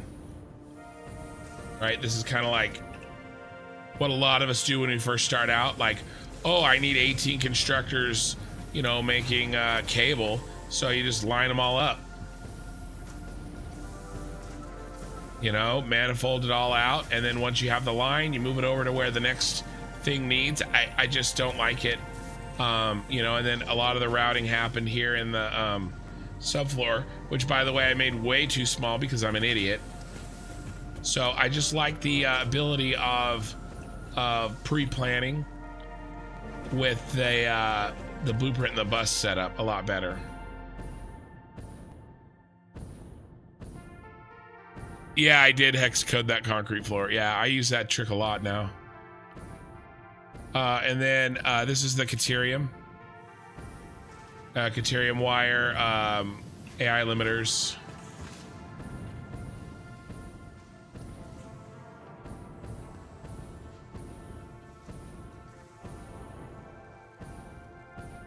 And then I did all gold on this one, or the Caterium finish, the new metallic finishes. You know, but not really any lights, you know, nothing fancy, just platforms. You know, and this is sort of the centralized hub. This is the true starter factory right here. This is what got us off the ground. I'm still using the copper over there at the same, while we build our giant city in the sky, baby. God, that building looks really good from a distance. The Nakatomi Plaza really turned out well. It looks so like corporate-y, like California, which I mean it is. So it's good. It fits in well. So yeah, there you go. That's the quick tour of everything, how it started.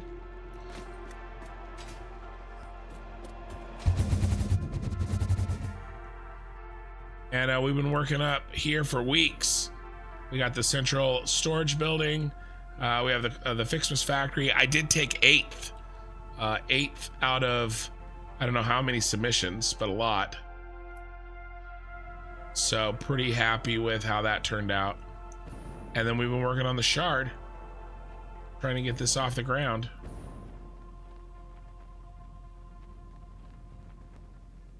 And then lots of hex coding here for the Fixmas factory. These are Fibonacci spirals. And we have our very own snowman summoning circle. They're using snow, that's just snow.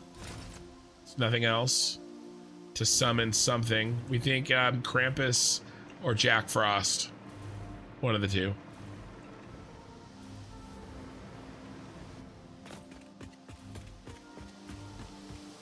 I like how the snowblowers keep working,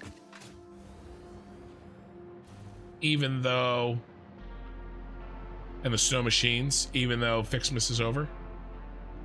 Yeah, so I actually made map using Excel, well, Google Docs of the city. So here's the city plan. That's the Fixmas factory that we're in. Every tile is, or every square is a tile. Here's that main freeway we drove down, and we're gonna drive out of there. This is the central, this is the circular building in the middle. I'm gonna run over, I'm gonna pick up my Explorer, and then we'll drive down this way and pick that up, you know, and come back in. So I don't know, it really ends probably about right here. So I could probably, let's see, I would say, what is that? Let's call it 165 to we'll call it 330. So 330 minus 165. Well, that's 165. 165 times 2 is exactly 330. That's ridiculous. It is. Okay, great. So we'll call it 165 tiles by 165 tiles, right? If we think we can get this about square, which I think we will.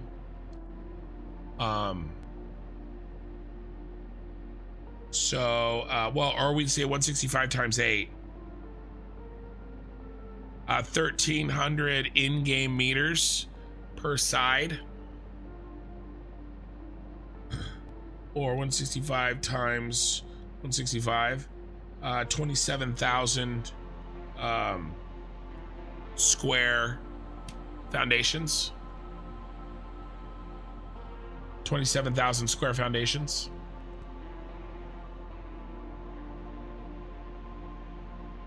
So, yeah.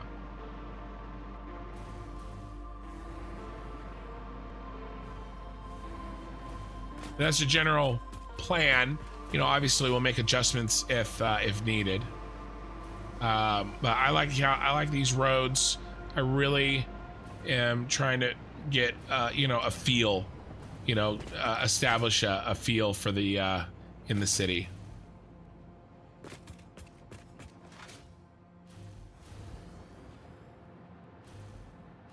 Where did we park?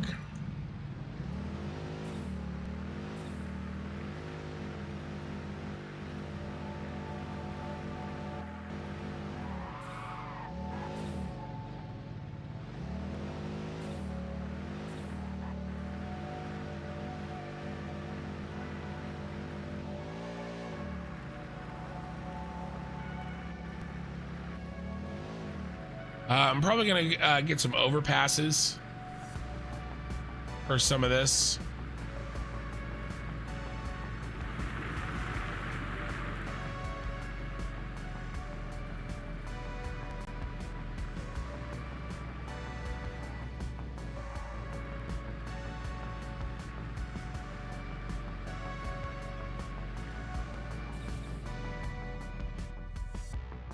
I kind of take it at an angle.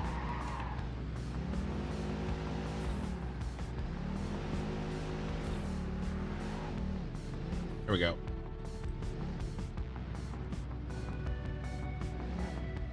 Come on, get up there. I don't care what you smell.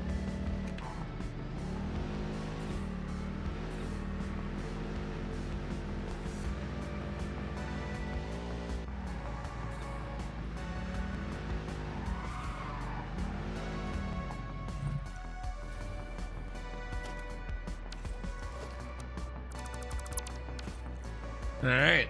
So there you go. Quick little tour. Yeah, you're welcome.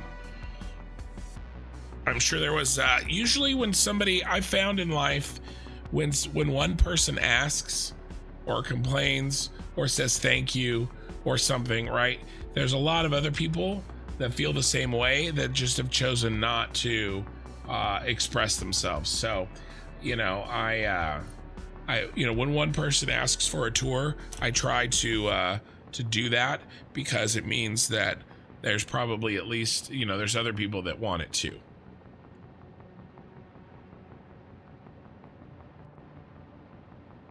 So you're welcome. And I'm sure there are plenty of other people that hadn't seen that stuff. All right. So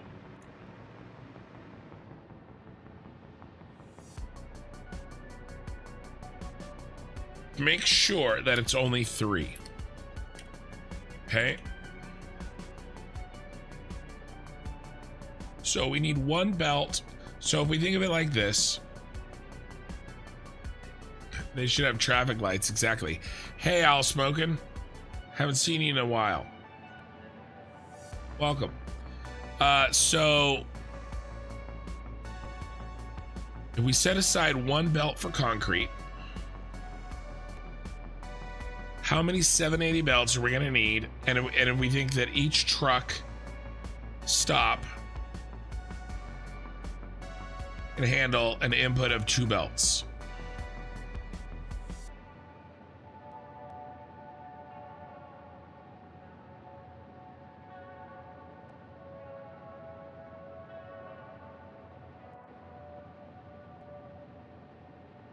So 3520 divided by 780.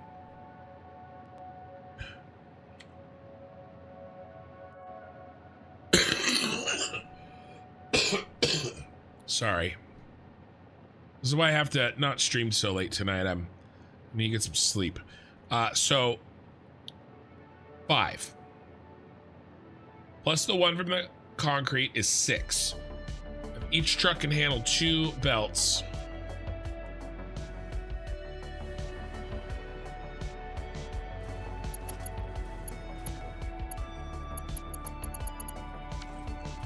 then we need 3 truck stations.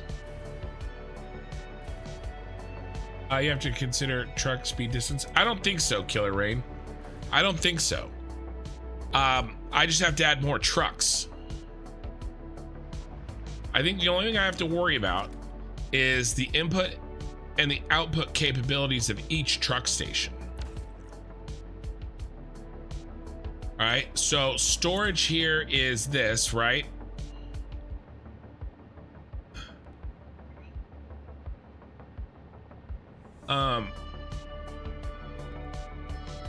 And there's also stack size, but it doesn't really matter that the stack sizes for wire are 500 and concrete are 500 when more trucks equal more crashes. Well, yeah, definitely. That's what we're all here for. But it is one reason why I'm making so many roads, so I can spread them across, so I can spread them out. Right, and that's why I have so many different ways of routing. You know, I mean, like for instance, back here, you know, the rubber truck is just going to use this up here. Right now, it's true, this input and that output is going to be very busy. Probably more busy than I realized. You know, in reality, I probably should have put these 2 up there but you know, I'm not going to redo that. Hopefully it can handle it. But it is true. The nice thing is that, you know, a truck can carry more wire than it can carry motors because of the stack sizes. So in reality, the bottleneck is this. And then, you know, if I'm not moving, you know, let's say, I'm just gonna make up some numbers here so we can think about the math, think about the process. Let's say it takes 10 minutes round trip. That's too long. 5 minutes. 5 minutes round trip. We come in, we pick up, we go around, we pick up our fuel from the gas station. We go over here, we drop off at the steel facility, which is right here. Okay, and he'll probably come through, turn here, go like that, go in, come out, come back around, reload, go into the gas station, do it again, right? Let's call that 5 minutes. You're thinking about the cubes? What cubes? Oh, the sugar cubes. Yeah. No, yeah. Well, I mean, you know. Same concept, they could just hold more. Speaking of holding more, so 5 minutes, right? That's what we said. All right, how many spaces?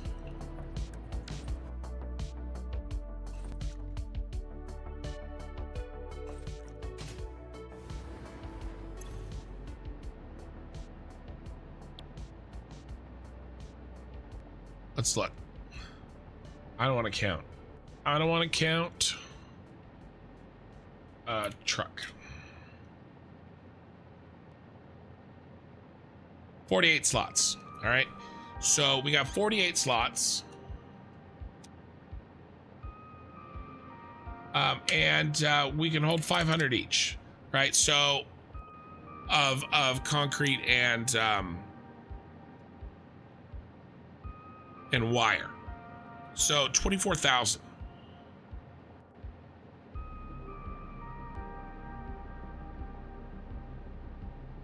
It's a lot.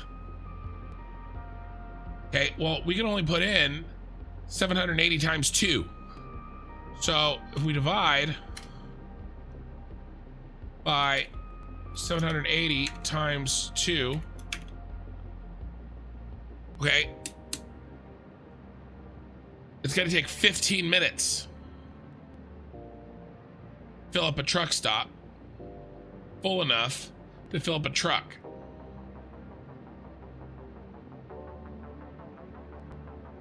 Well, we already established that the trip only takes 5 minutes. So these trucks are only gonna be 1/3 of the way full.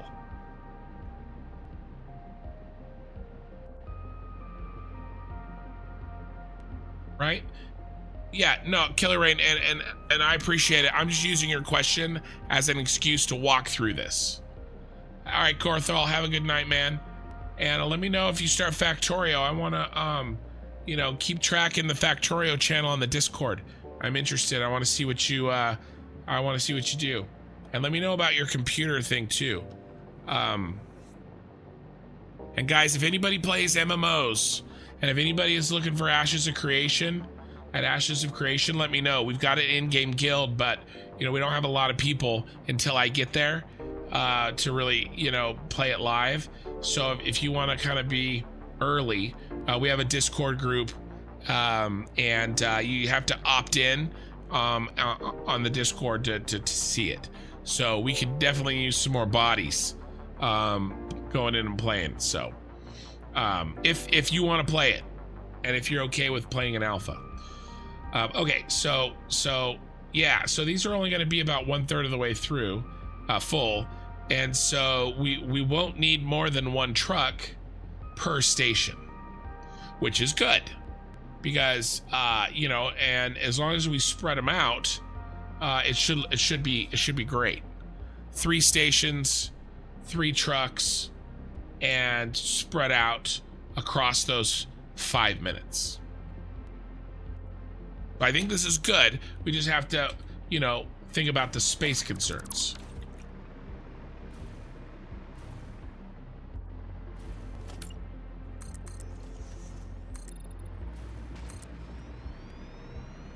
But yeah, no, as always, Killer Rain, I appreciate it. I'm more using your question as kind of a jumping off point, more than anything. For me as an excuse to kind of walk through it for myself, as well as walk through it for anybody, you know, that's watching. You know, devil's advocate or whatever. All right, so how much space do we need?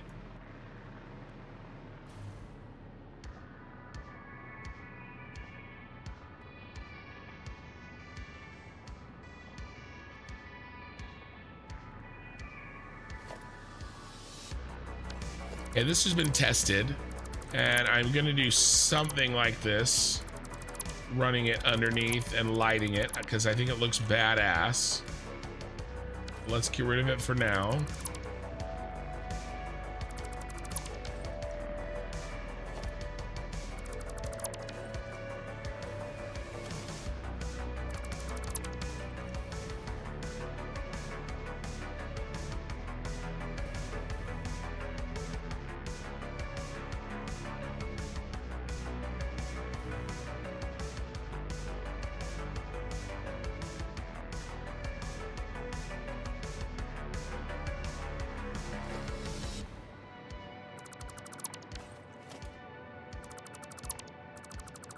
In a way, having less space may end up being a good thing.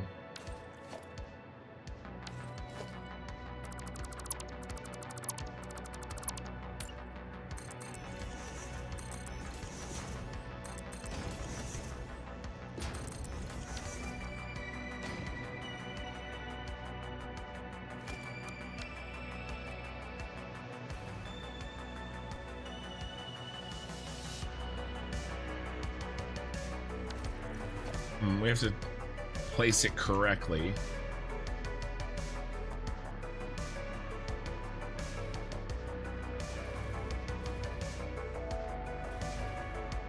Few spaces in between.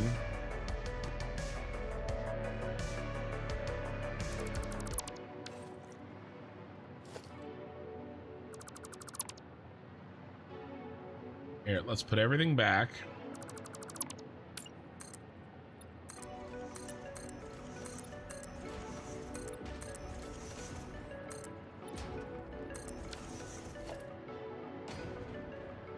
And then we'll carve out what we need when the time comes.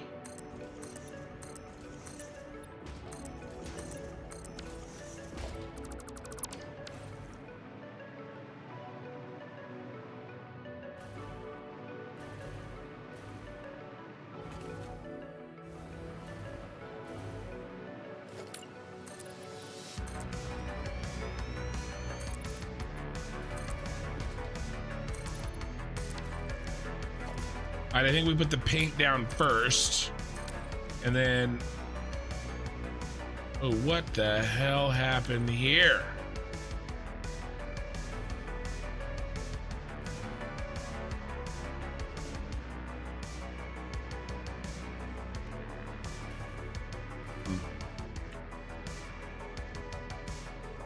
We gotta, if they don't line up, then we've got to use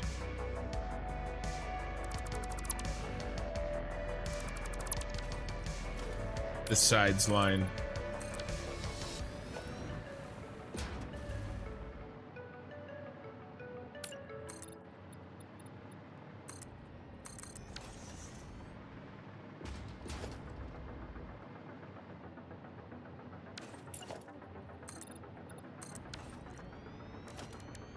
All right, painting time.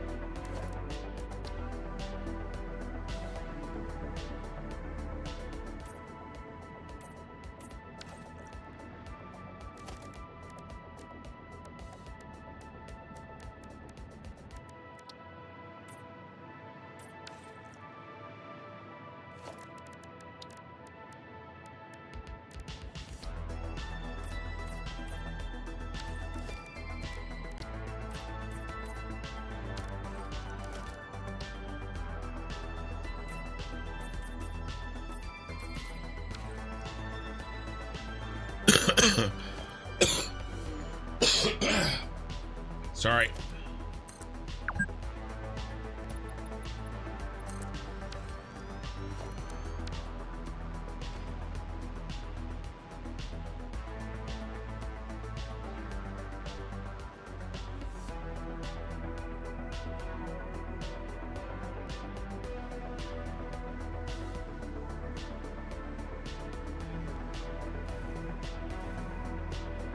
Ouch.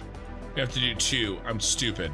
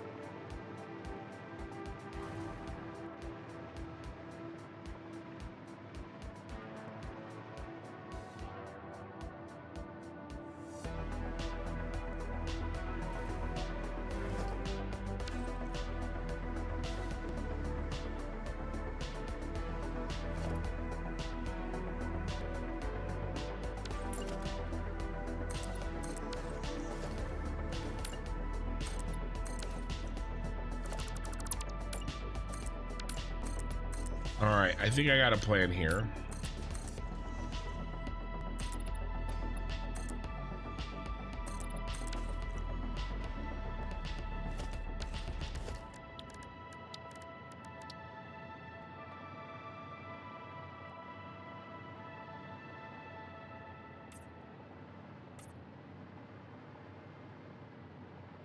One, two, three. 1, 2, 3.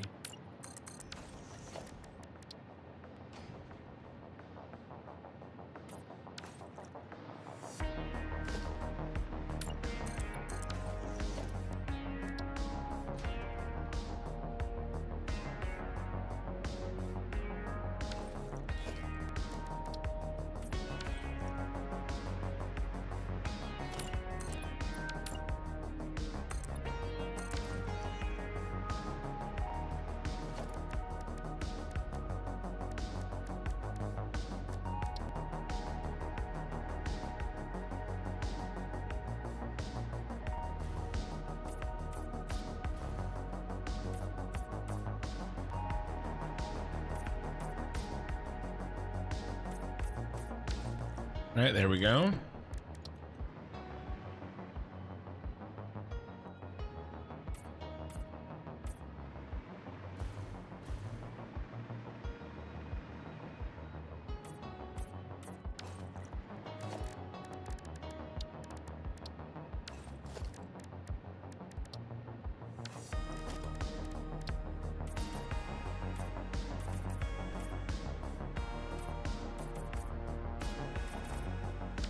Hey, Brent, Ken, what you working on there?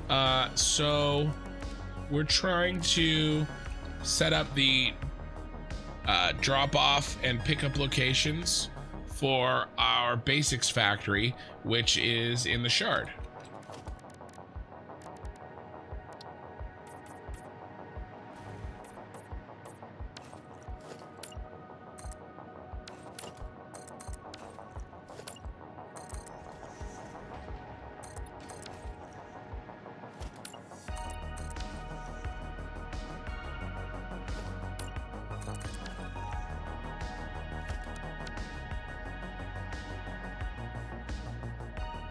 All right, and then right in the middle,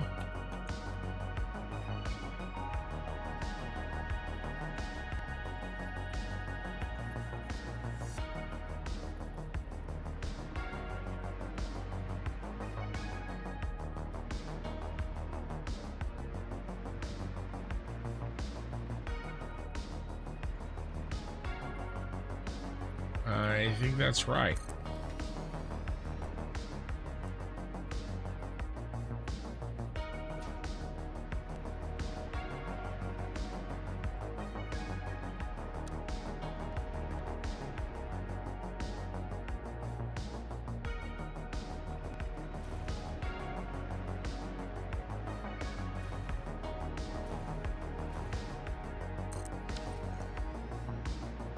Yeah, thanks for the briefing. It was a quick one.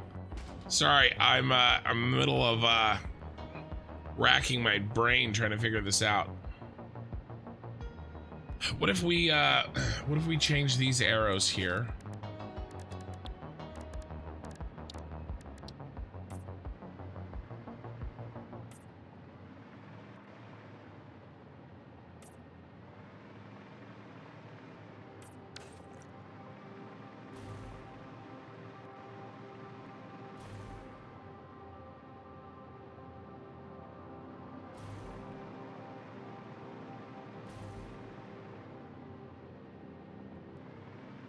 But the big problem that we're working on right now is the fact that I have to move so much wire, and these truck stations can only have 2 belt intakes, and so we're limited on the amount of throughput that the truck station can handle.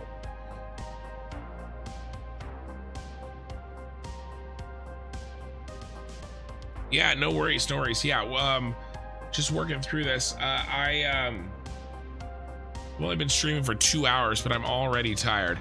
I'm not feeling great, and I have to be on a plane. I'll be on a plane. And oh, what time is it? I'll be leaving the house in 12 hours. On the way to the airport. So, or actually, yeah.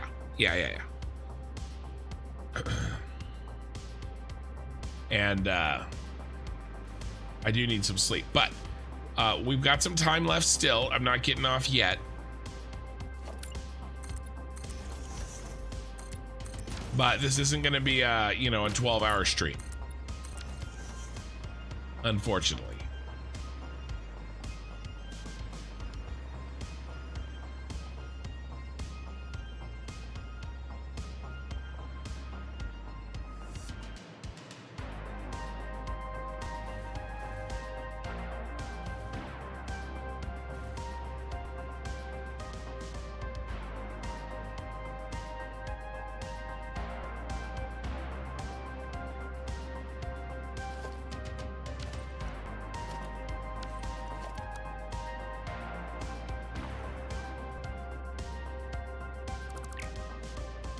This leaves us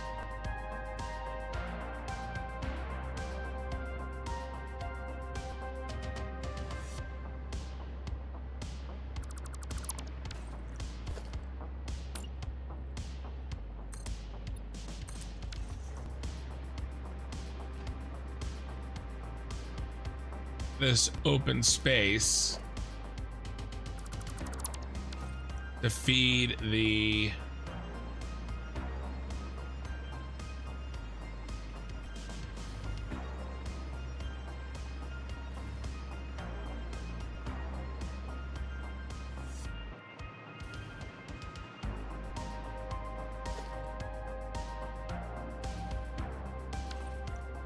machines like I was thinking.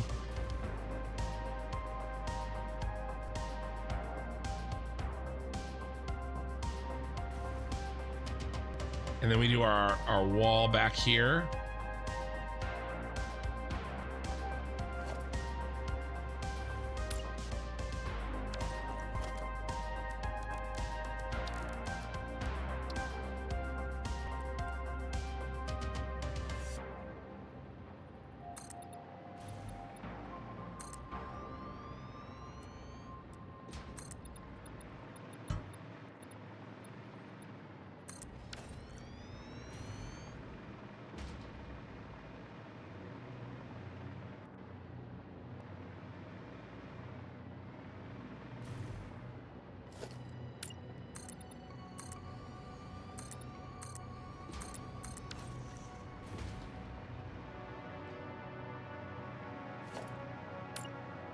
Yeah.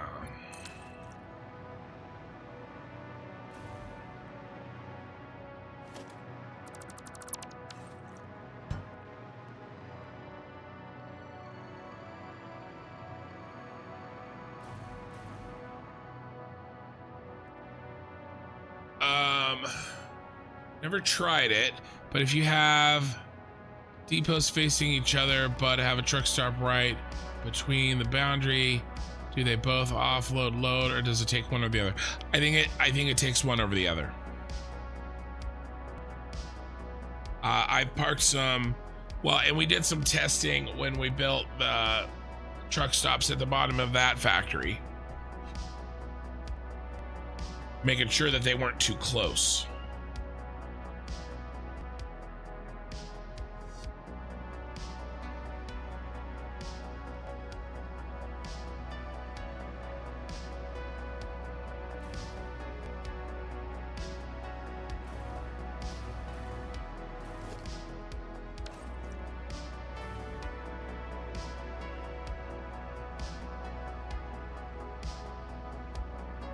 All right, we need 6 belts.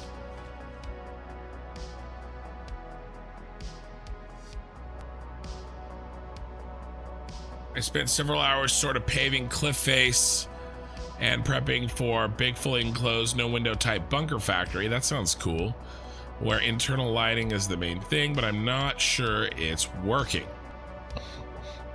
Well, what problems are you having? Oh, and Okie Suitor earlier said he posted something in Discord and I got distracted.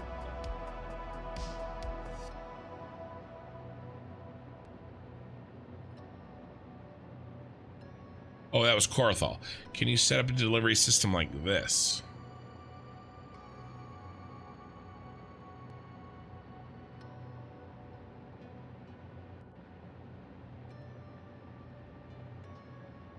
And then he left. Crap. Eye in the sky. I just saw your text. I don't know how I saw Brent's, but not yours. Welcome, Eye in the sky. Yeah, Corthal already left, I think. He was asking about, can you set up a delivery system like this?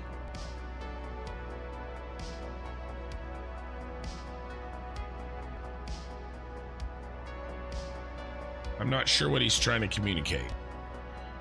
Ultra, take some medicine before you go to bed. You're sounding a little rough. The people on the plane are gonna love you. Yeah, I know. And I am taking medicine, but I'll be all right. I got a bunch of cough drops, which work really well for me. I'm just not using them right now because then you guys would hear a bunch of mouth noises. So I don't know, maybe that's better than the coughing. You know, I actually could probably do it where you wouldn't hear anything. Now, although now I've told you, I do plan on cough drops, and I'm gonna take a really hot shower before I get on the plane. And it's a short plane ride. It's 45 minutes, so hopefully I'll be all right. But yeah, my voice is a little rough for sure. First time I'm trying to build the space first rather than building the factory and then wrapping it. Yeah, it's tough. It's tough getting the amount of space right. Definitely, I would say for somebody, you know, starting off, you want to build the factories first, and then build the machines first, and then build the building around whatever the amount of space that those machines required.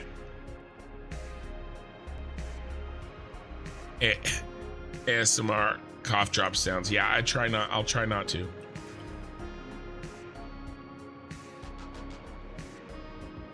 I think everybody's belts are gonna need to go through here.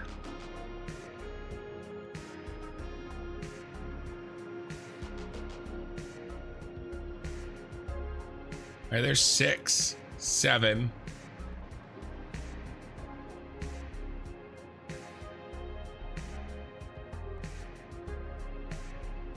These need 2.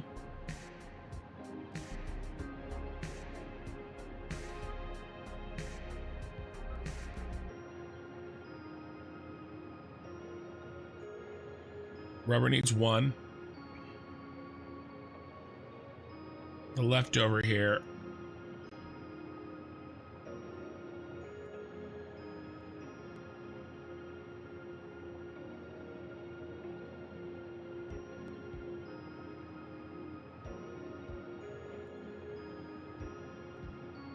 This copper sheets just needs 1.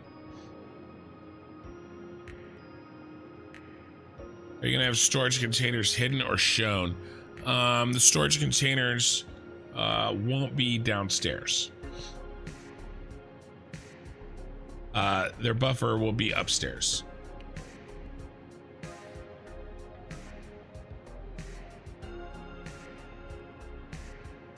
Or the source of them will be upstairs. I don't think we'll need a buffer for these, like a train does, because nobody's maxed out at 780 per minute.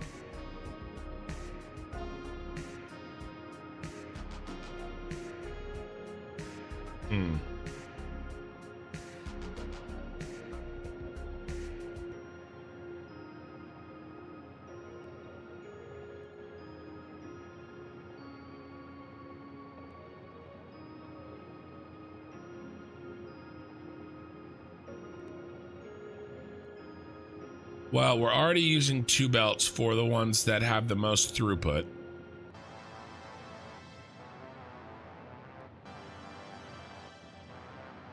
I don't think that the shutoff time when we're loading is gonna cut our throughput by, what's 517 divided by 780?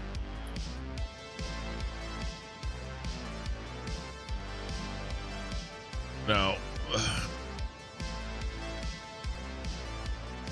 33%. Right, we only need 2/3. In this case, we only need 2/3 of a Mark V belt. So I don't think the extra 1/3, we're gonna miss the, I think that'll absorb the shut off time. I don't think we need a buffer in 2 belts like you would normally need to get 780 out of a train.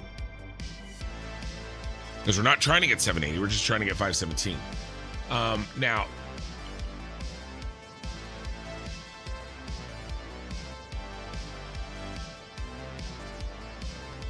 this,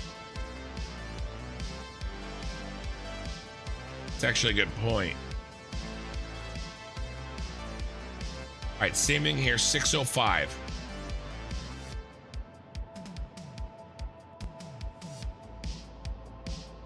All right, so same concept. It's just 605.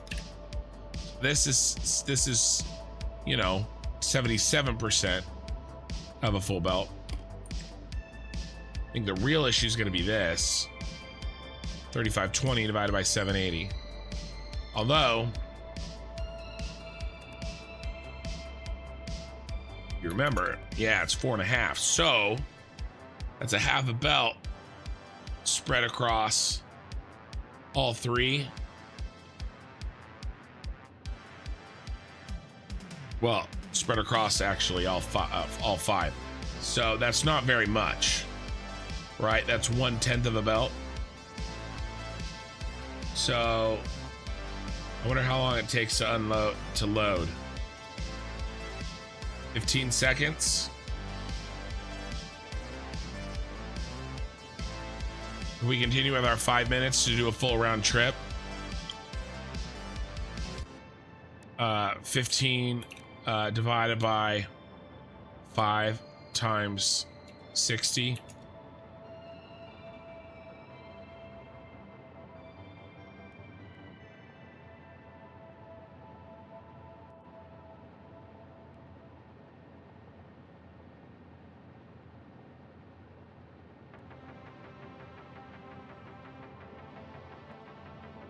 That's 5%.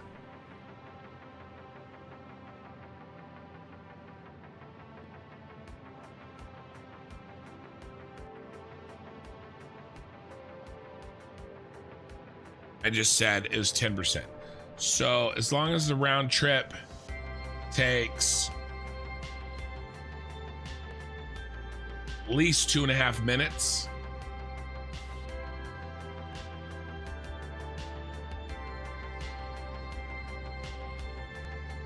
you should be okay. And the tractors, I don't know. I don't really like using the tractors. Although it could be nice to change it up. You know, have some guys building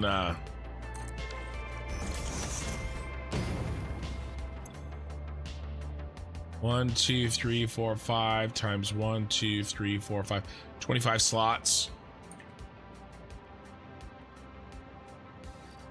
So they have half the capacity.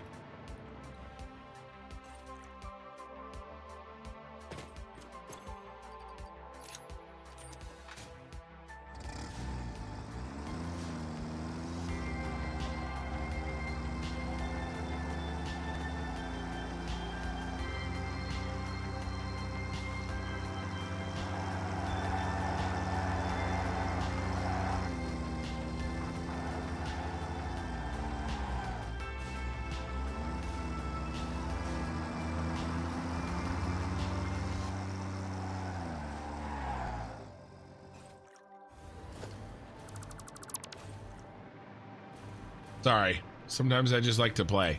Load and unload is set by with truck duration. Actually start loading for the arm animation. Set by you. Seem to remember liking 12 seconds. That's why I went with 15.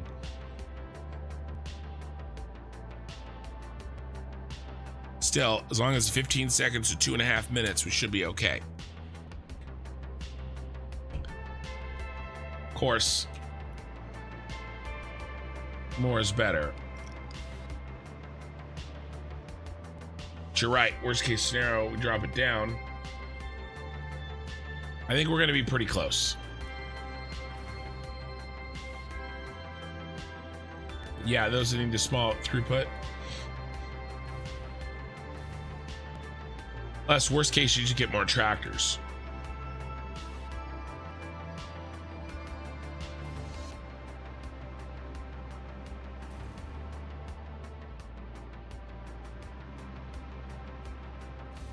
It would look cool to change things up for sure.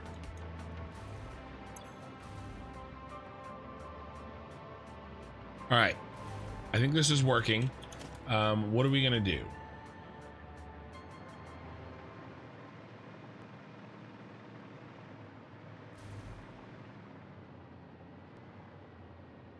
One, two. Let's make sure everybody else fits in one.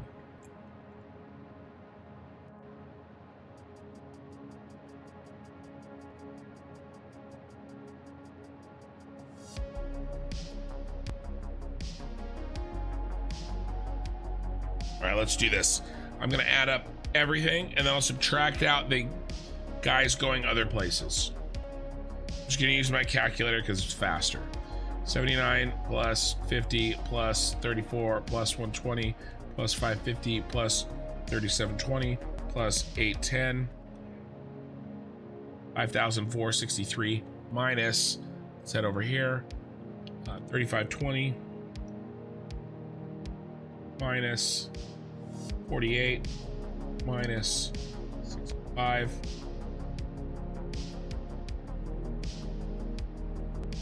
minus 517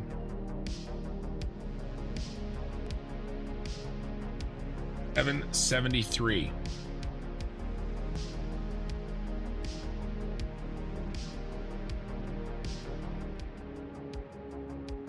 Very close to 780, wouldn't you say?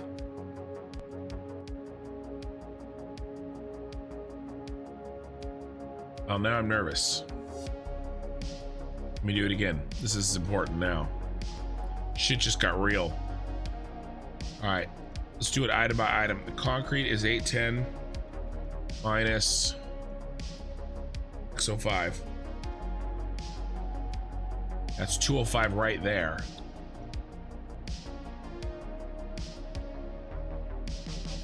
plus 30 for the reinforced iron plate, plus 50 for the rods, plus 34 the iron plate, plus 120 for the cable. Okay, 37, 20 minus, it's 200 for wire.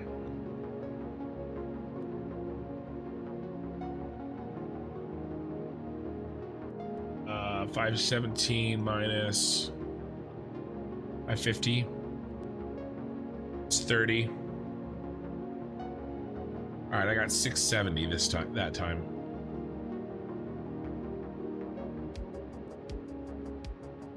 Must have fat fingered something. All right, let's try it again. 79 plus 50 plus 34 plus 120 plus 550 plus 3720 plus 810 minus, this matters. We have to make sure this is right. 605 minus 3520 minus 48.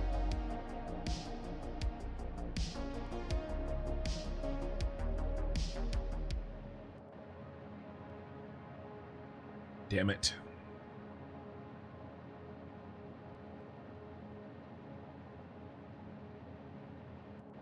I definitely fat fingered it that time.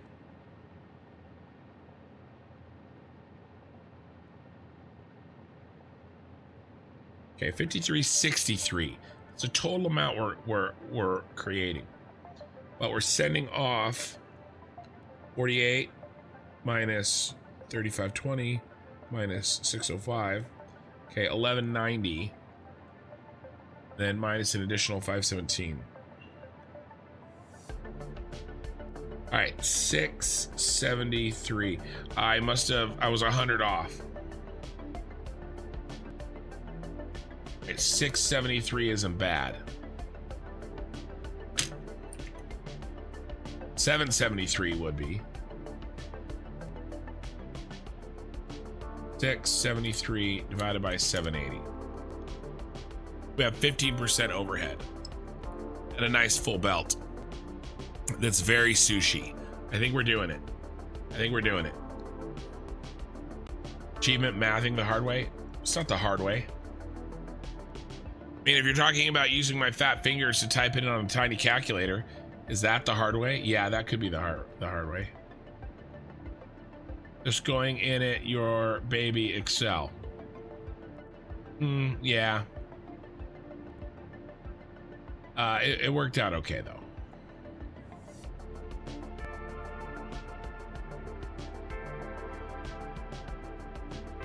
I definitely want to do that.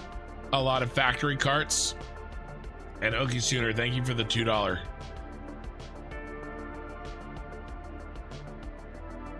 If you're ever out in California, Okie Sooner, stop by and I'll make, let me know, and I'll make my pastrami.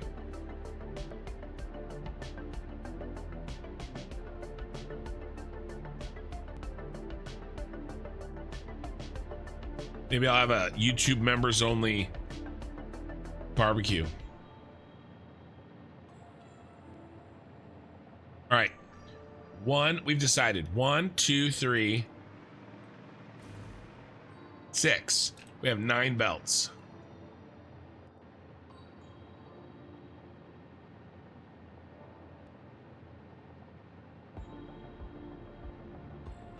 Using the typical accountant calculator.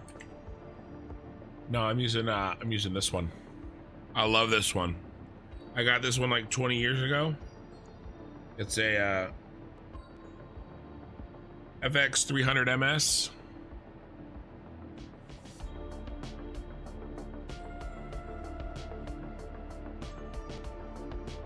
This bad boy right here.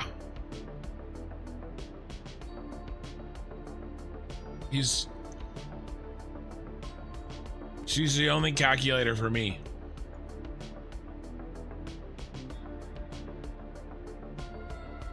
It has a ton of storage space, like digits up at the top. I love this thing.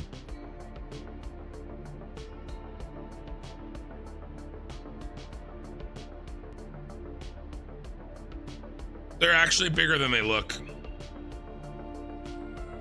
But I definitely did fat finger it. Okay. 9 belts.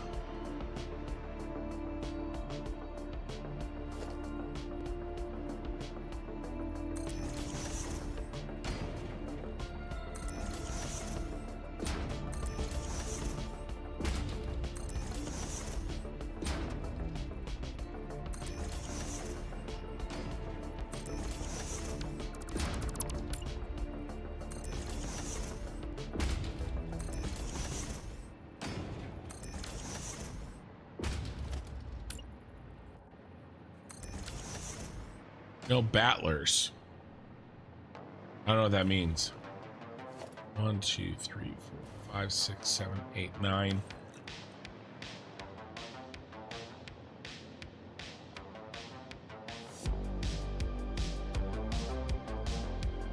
Eye in the sky. Where'd you go, man?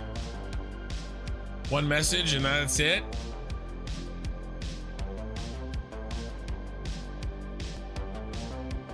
You'll have a subfloor everywhere, so no chance for a glass floor. Have the red forest as a visual decoration underneath. Yeah, unfortunately with the subway.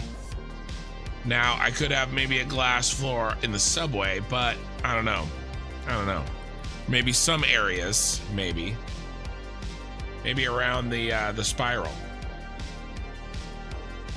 He has the meats. I do have the meats.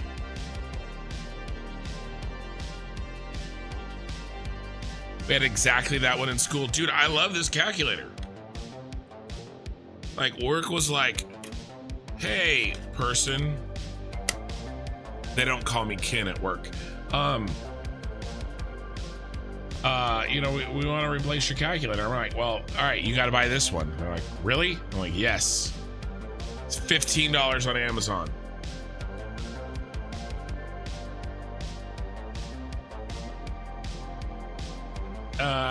TI-84, dude, I remember those. I think they had like a yeah, the TI-92. The TI-92s were like,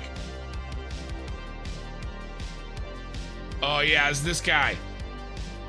Yes. So when I was in high school, man, this was the shit. The TI-92s. We had people, you know, writing programs and playing games and writing, like, you know, drawing like pixelated boobs and stuff. Cause I mean, you know, it's a bunch of nerds in high school.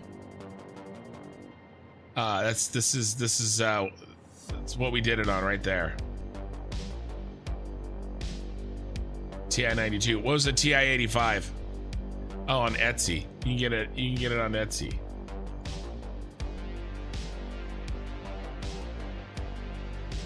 Yeah. That one still looks like a calculator. There's 84, 89.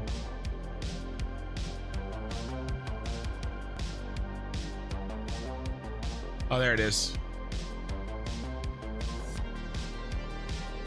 Yeah, the 92s were like, I went to a relatively affluent high school. I was by far the poorest kid at my high school. And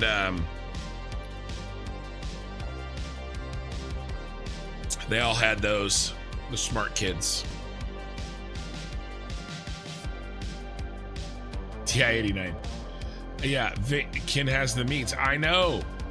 Ving Rhames. I don't understand the Ving Rhames reference.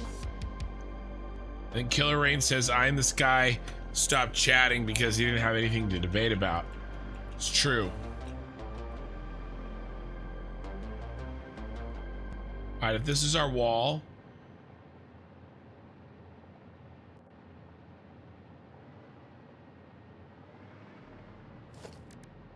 I'm assuming I know the answer to this, but I don't think I've ever actually tried. So we're just gonna make sure that you can't paint ceiling, glass ceiling. No, you cannot. Jimmy, here's a joke. I gotta read it first.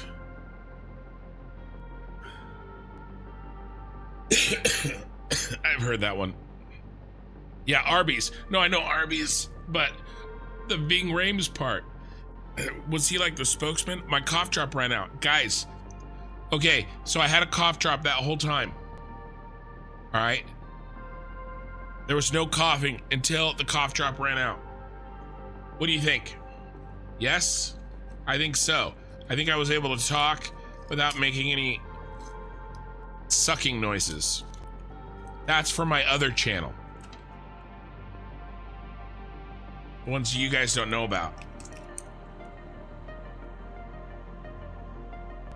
Yeah, Arby's. No, I love Arby's. I just don't get the connection to Ving Rhames.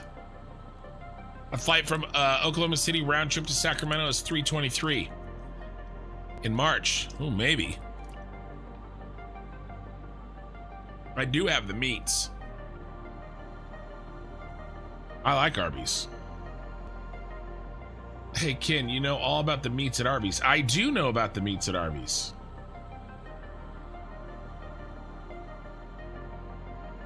Yeah, I think the cough drop did work. I always can debate their mere existence of insert here or something. Yeah, yeah. So whenever I think of Arby's,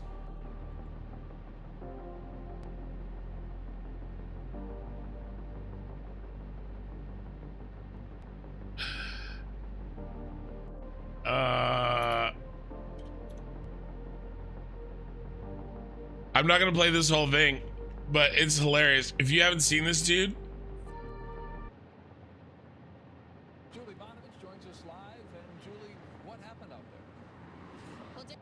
all right, hold on. I got turned up.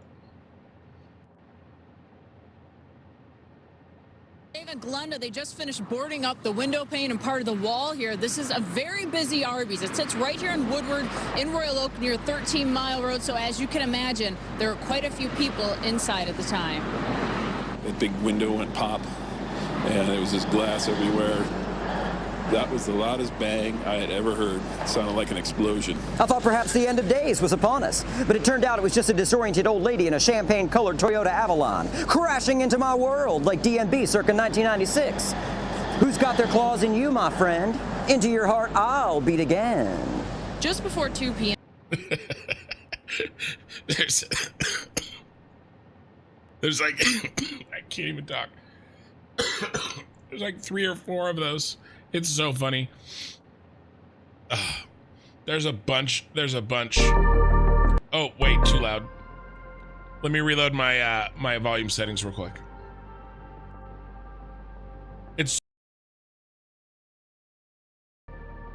There we go. It's really funny. If you look it up yourself and watch it. Yeah, and okay, so Ving Rhames did the voice. All right. I didn't know Ving Rhames did the voice for Arby's. That's new to me. Do they still have the all meats sandwich? They do, and I've had it. Double quarter pounder? Double quarter pounder is McDonald's, bro.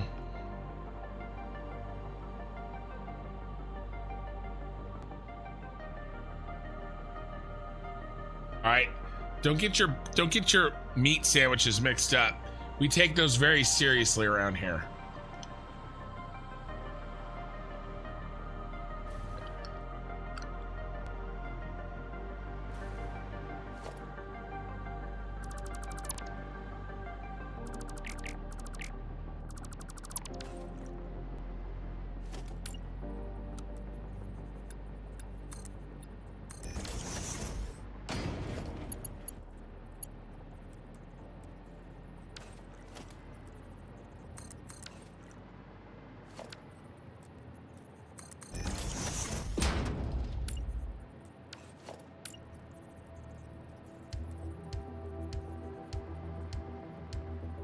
Yeah, I don't know. You might be way off. Who voiced We Got the Meats for Arby's? Okay, Ving Rhames definitely did We Have the Meats. And I remember him in Mission Impossible.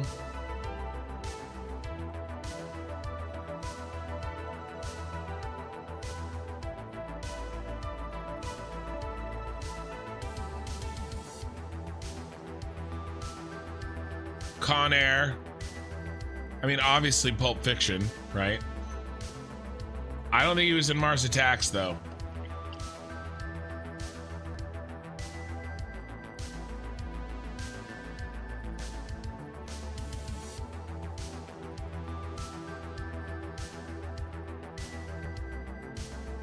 Did not know he was the We Got the Meats guy.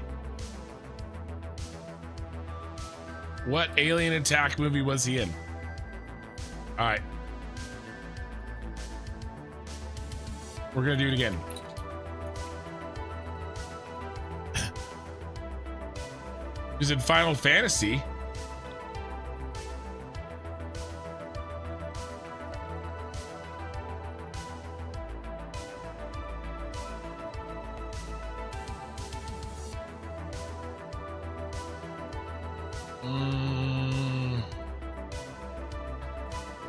I don't know about any alien movies.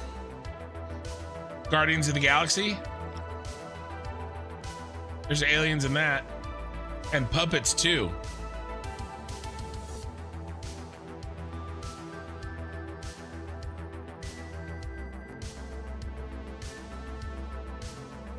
Gravity. Oh, that's a TV show.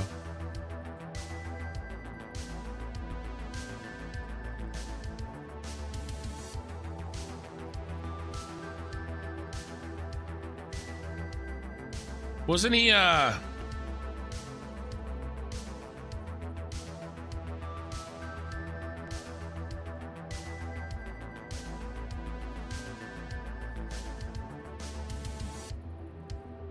Dude, I love Con Air. Con Air is such an awesome, terrible movie.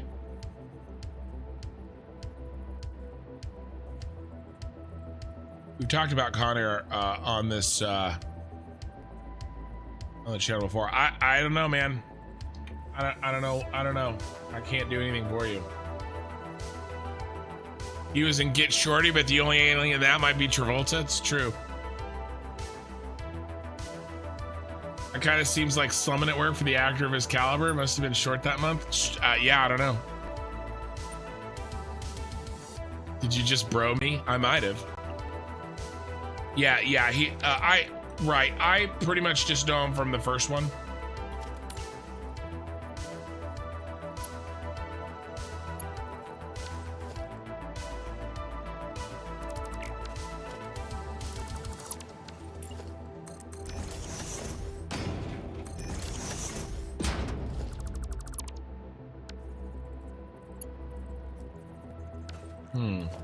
You know what we really just should do?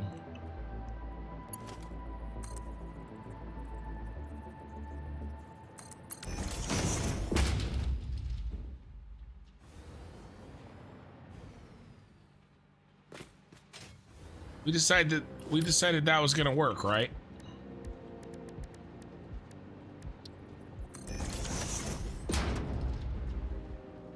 Yeah. All right, we won't use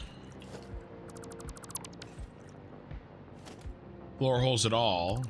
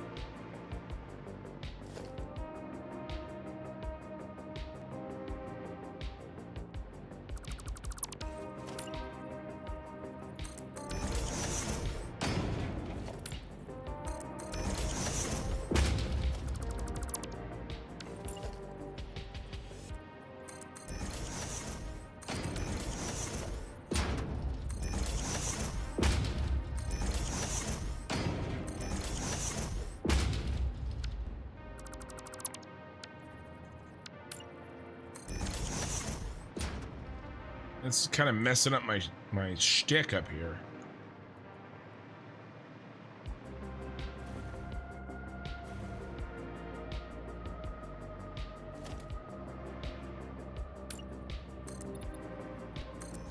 I'm all the way up.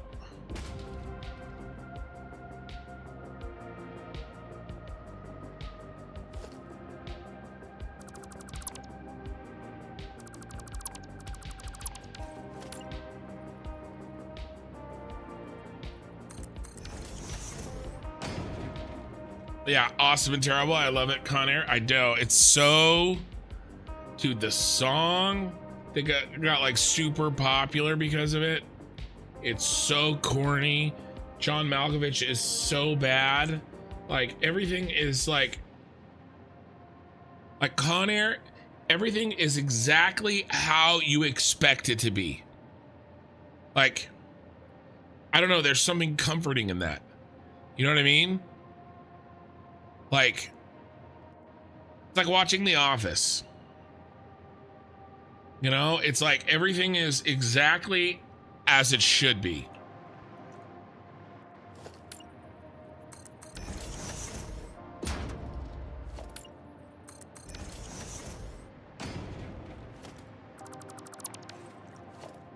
Plus, it's also just really funny to see Chief O'Brien swear like a sailor.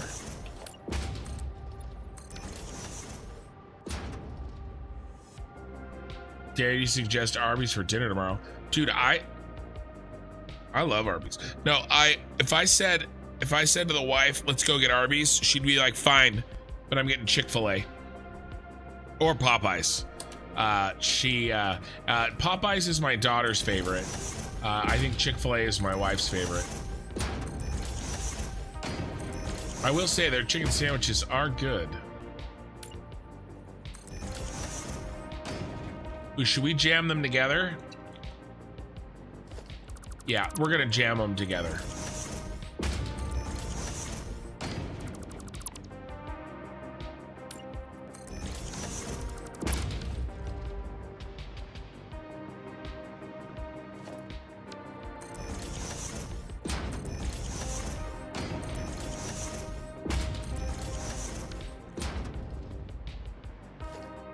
One, two, three, four, five.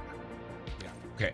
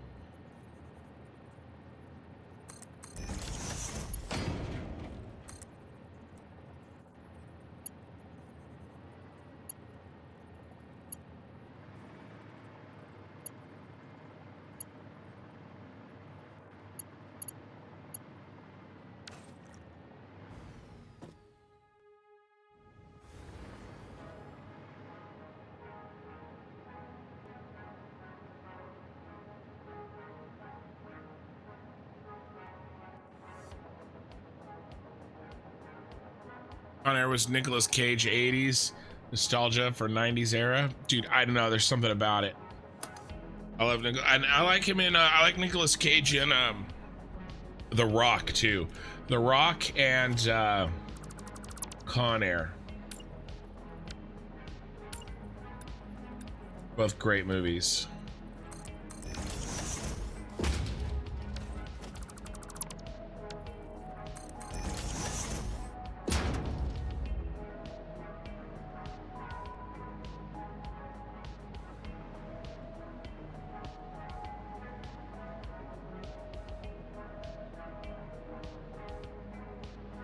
Wanted them to all face the same direction.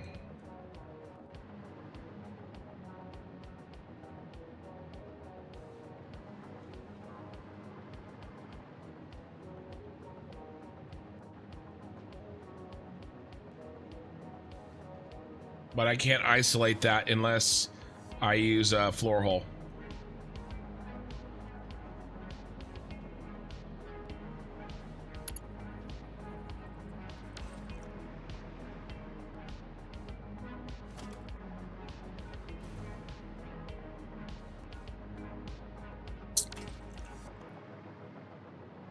All right.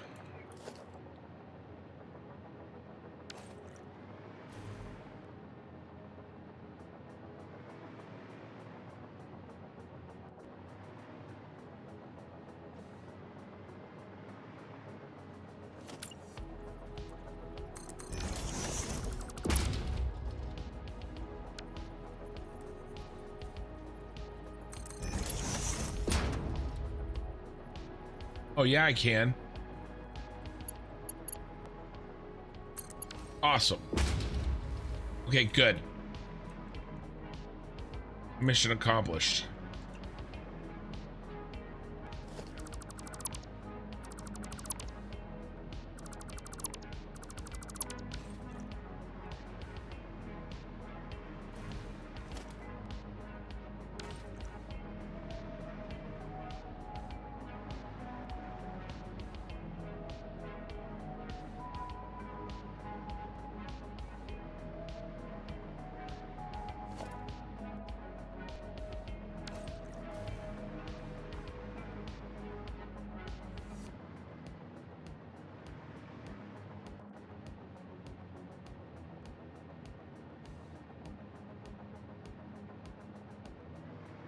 And the rubber.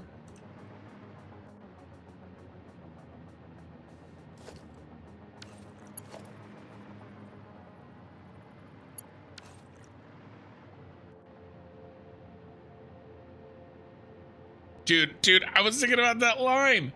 Your best. Losers always whine about their best. Winners go home and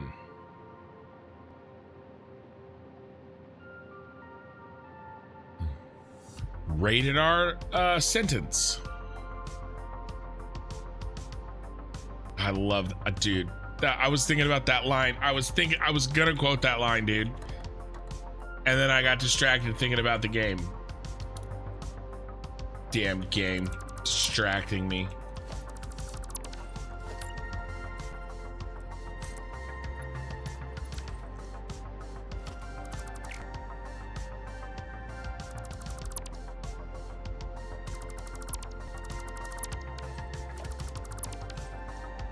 All right, Linda, have a good night. Hopefully you've gotten some rest.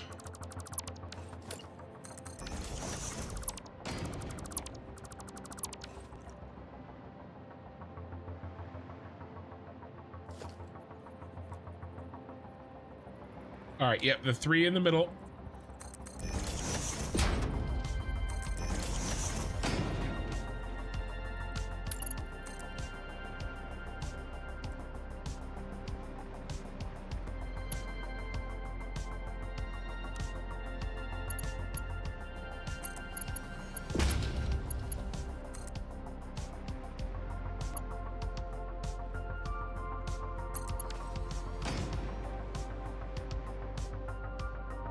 Which way should I have him face?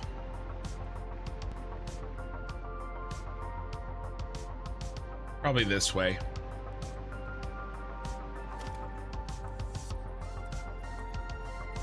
All right, and then 1, 2, 3, 1.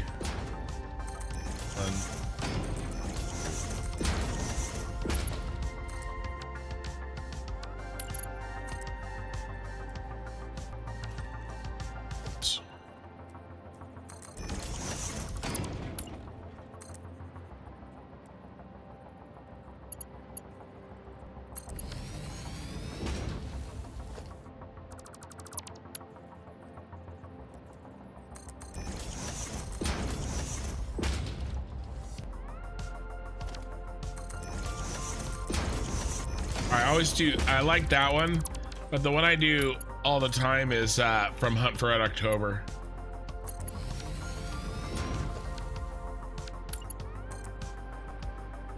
Some things in here don't react well to bullets.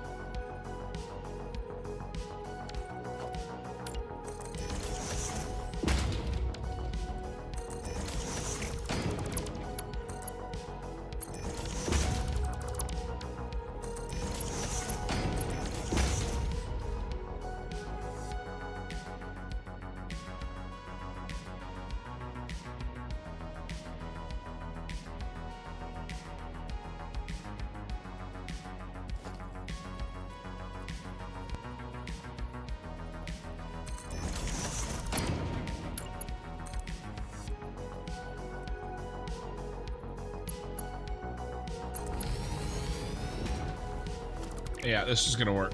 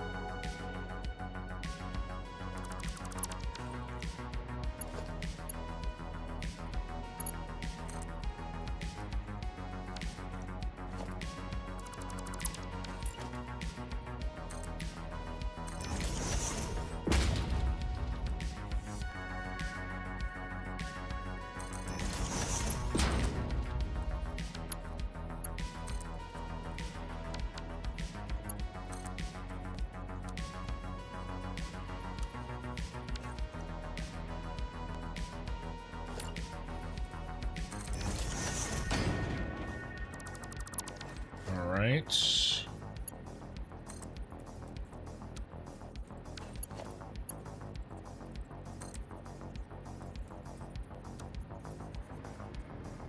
Come on, get on there, you.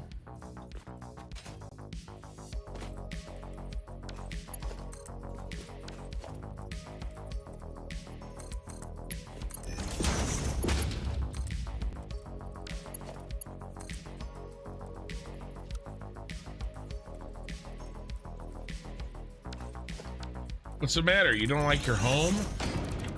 Are you too good for your home?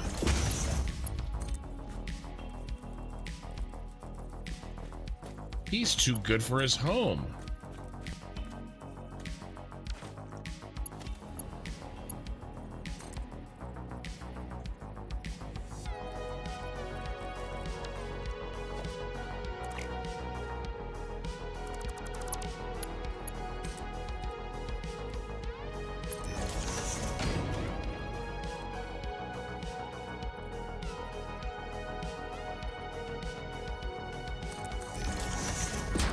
Is it a half nudge problem?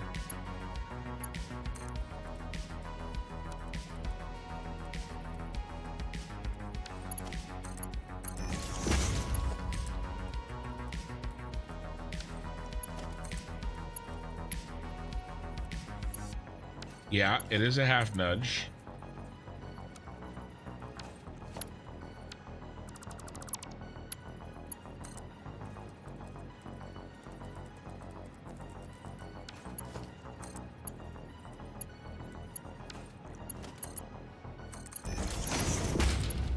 There we go. Had to block the top one.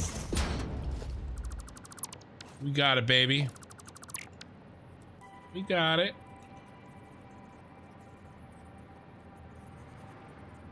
Well, half nudge.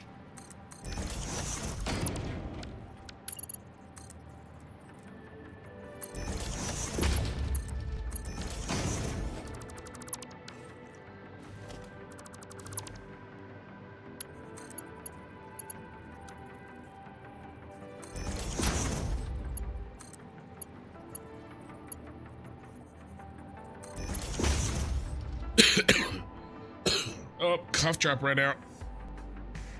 And it's pretty effective. This is what I'm gonna be popping in my mouth on the plane.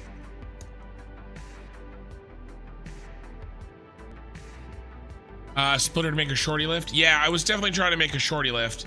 I just have a different method. So you use a splitter, huh? Usually I just use a stand.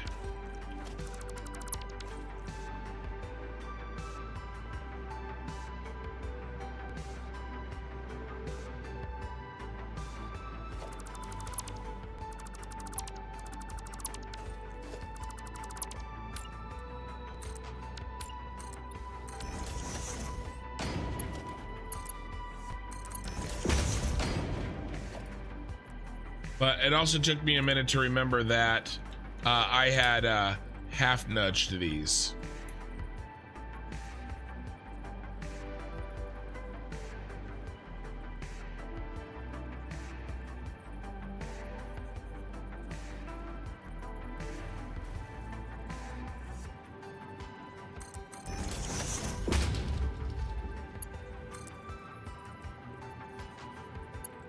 Good to know.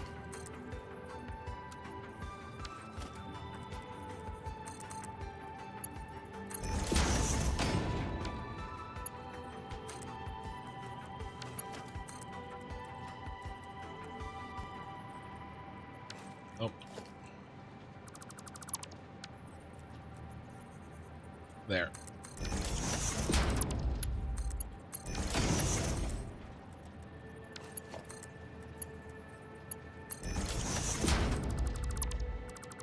Shorty. God, that makes me think of does anybody watch Shane McGillis? Or more specifically, he made a TV show on Netflix called Tires. Basically, think The Office, but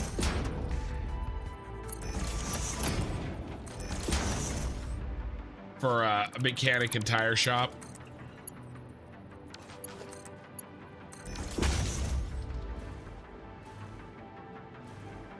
Pretty funny.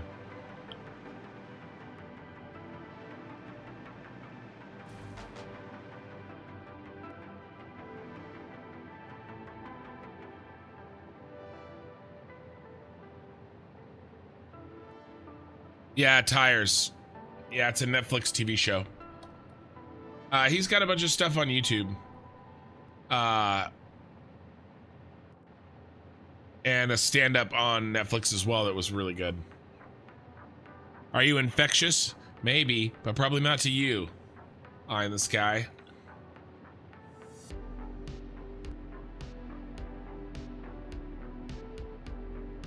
Yeah, it's pretty funny. The first episode, the guy who's the manager, who's his cousin, Shane McGillis's cousin, he's trying to do like this weird, like, well, basically he accidentally ordered too many tires and he doesn't want to have to pay the restocking fee, so he's trying to sell more tires. And to do that, he's like trying to do this really awkward, like, make his tire business, like, make women feel safe to go to his tire business. The problem is Shane McGillis is just like making like really inappropriate jokes the entire time, completely undermining his attempt to change like automotive mechanic culture. It's really funny. He even brings in a reporter, like a newspaper, like a local newspaper guy, to write an article, but Shane McGillis just keeps making those jokes. Shane Gillis, yeah, not McGillis. Shane Gillis. Oh, there you go. Should be McGillis.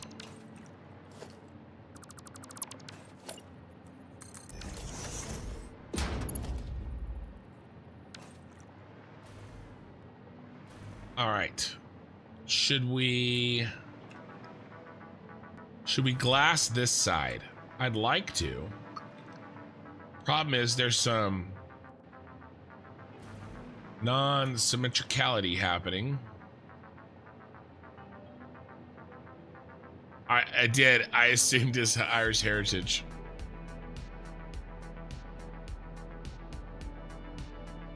Oh, you weren't asking. True.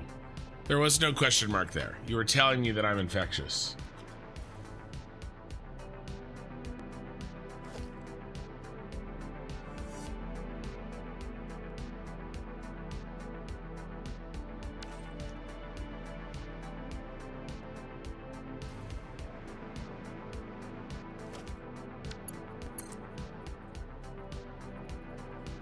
I don't think so. I think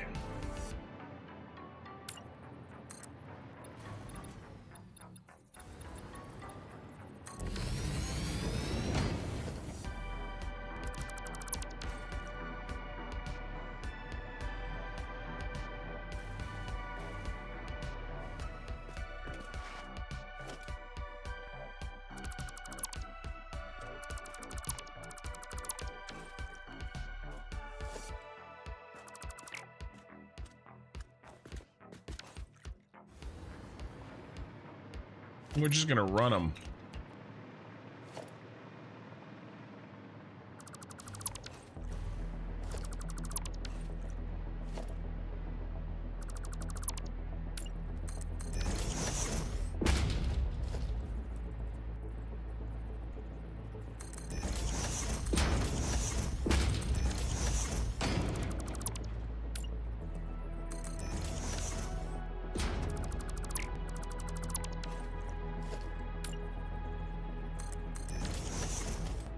Said you don't have those services. Well, you know, sounds like you just need to sail the 7 seas.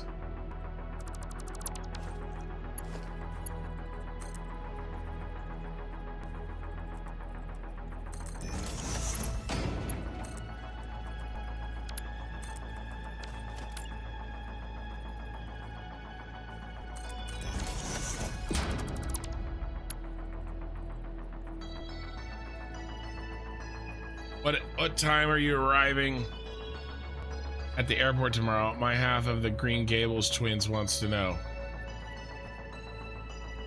I didn't know that was you. I had no idea that that was you.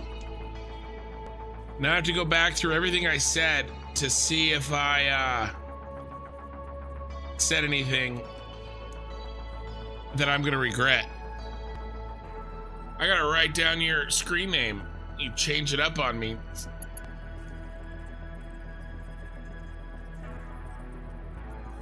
I didn't know that was you. Golf Papa X-Ray. First time Twitch chatter. Hey kid, you know all about the meats at Arby's? Yeah, I answered that. Do they still have the all meat sandwich? I thought about that trip that we had when you mentioned the all meat sandwich. That guy is a voice perfect. Yeah. Kind of seems like someone at work. You might get a story that might be John Travolta. Dare you suggest Arby's for dinner tomorrow? Now that makes sense. I was like, what are you talking about?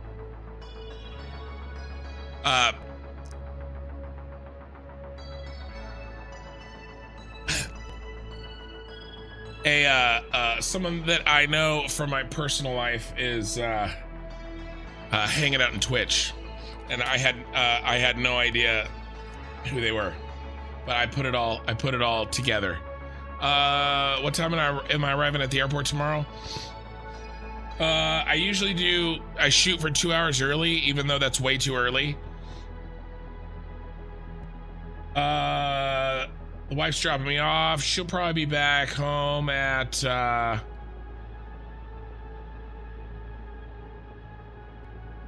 probably like, I don't know, 12:31. She'll be home 12:31, I think.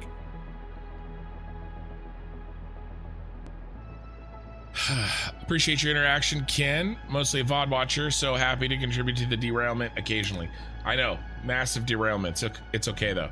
You already pay for some streaming services. I can't take them all. That's fine. You don't have to when you sail the 7 seas.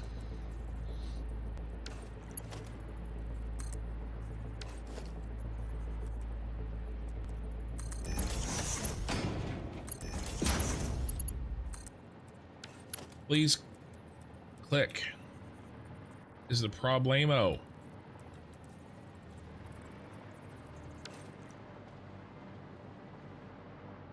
Why?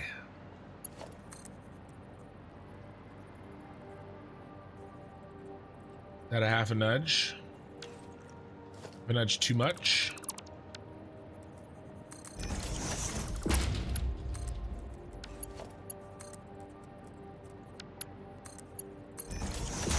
Oh, the other way.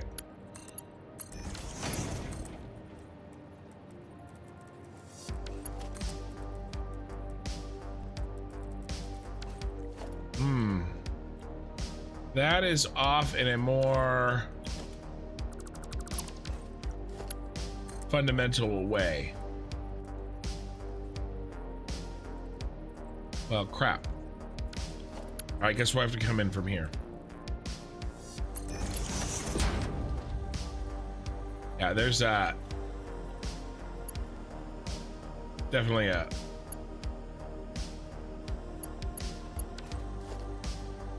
bit of a twist. What a twist!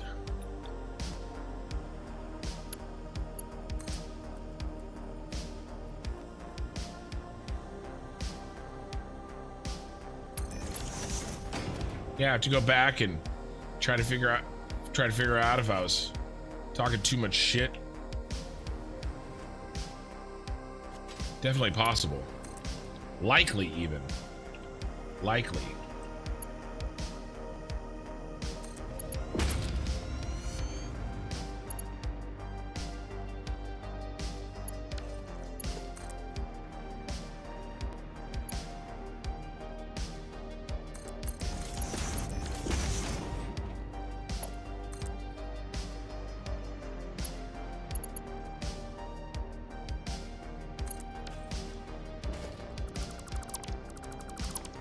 All right.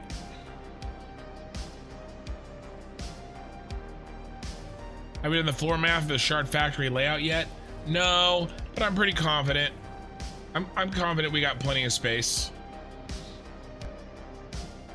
But yeah, no, I'm shooting for noon arrival for a 2 o'clock exit or 2 o'clock liftoff. But I'm not gonna cry if I'm a little bit late. That makes sense. Yeah, noon at the terminal. Yeah, we can get some food. I don't think there's an Arby's though in the airport.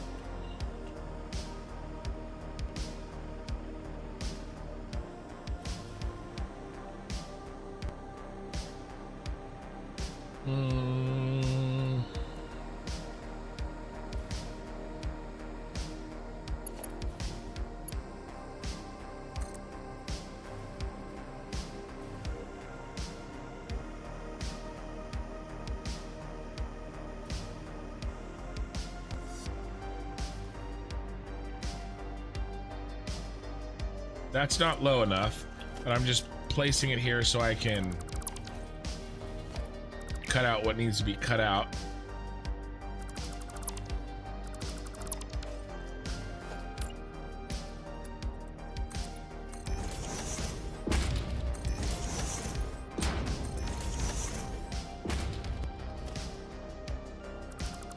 Right, now I gotta go back.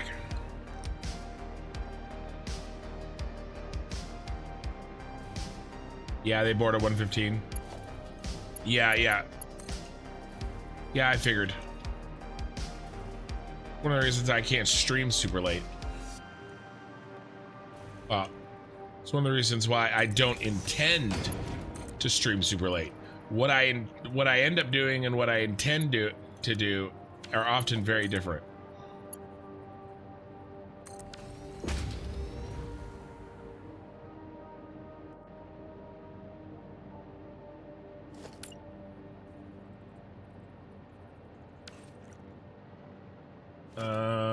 No. Nah.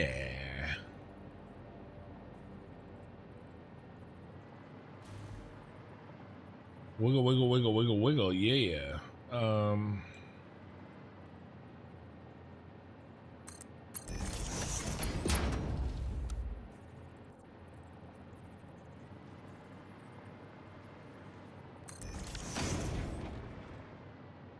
So I think I'm going to just cover this up.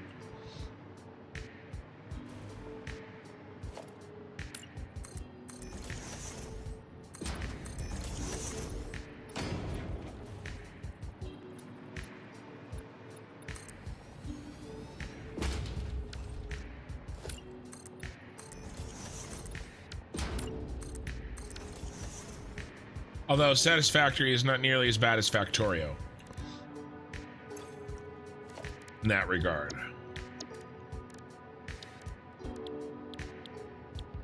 Of wanting to make me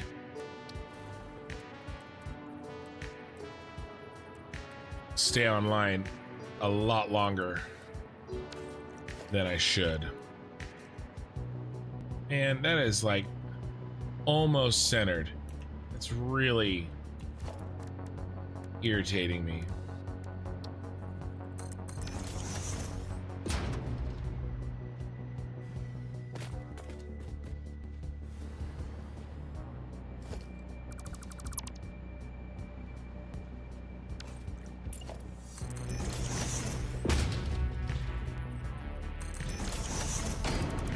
We're gonna try it one more time. Then I'll drop it down.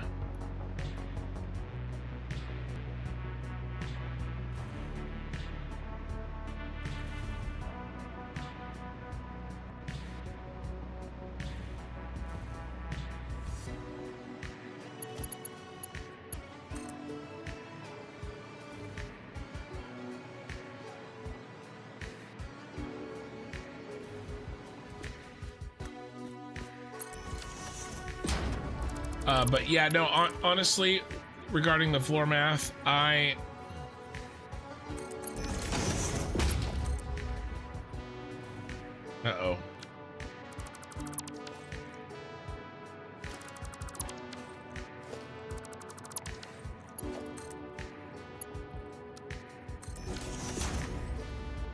I'm confident I can make it work.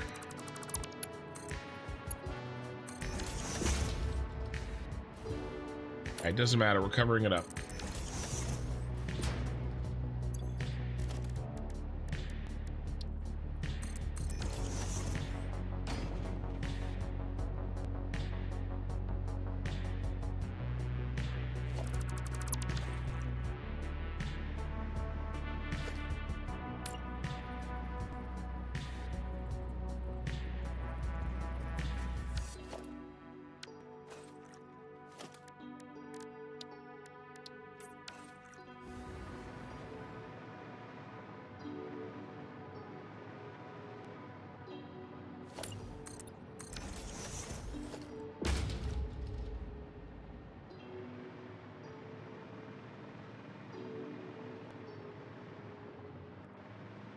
Yeah, good enough for now.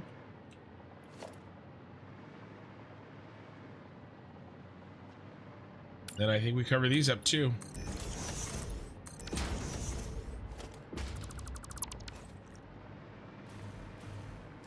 I think we cover all of this.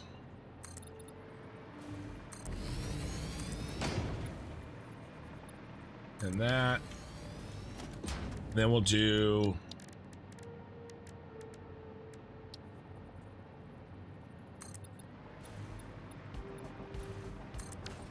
this. Okay, cool.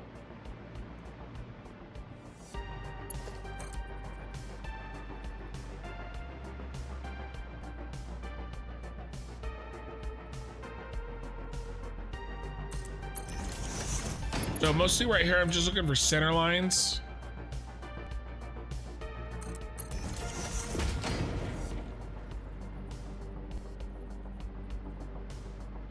And then I'll let the oh,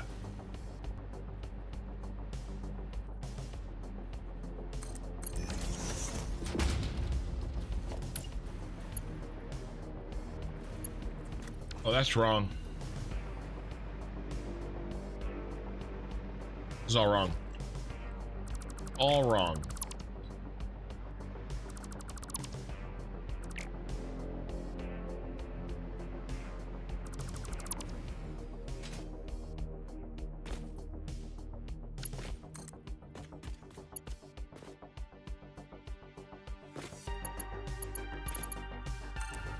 I accidentally deleted my power. That could have been hilarious.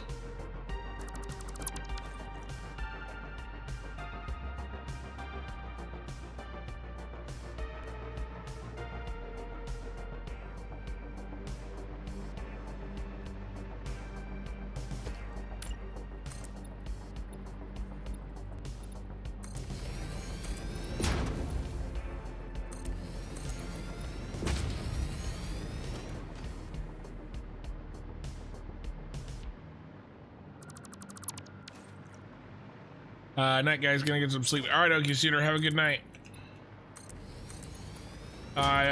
Next stream is gonna be Thursday night,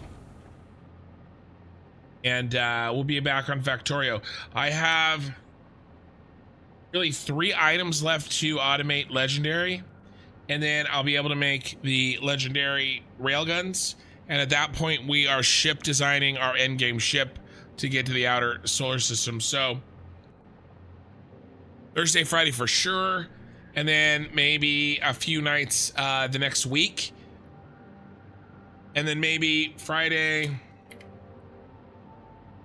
Let's see, Friday the I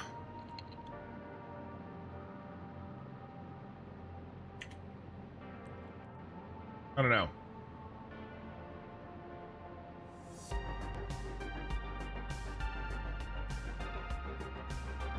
Fourth. Because our last Factorio. And then March is all Satisfactory all the time. March and April for sure. Until we finish. And then we'll crack on to the next game, the next adventure.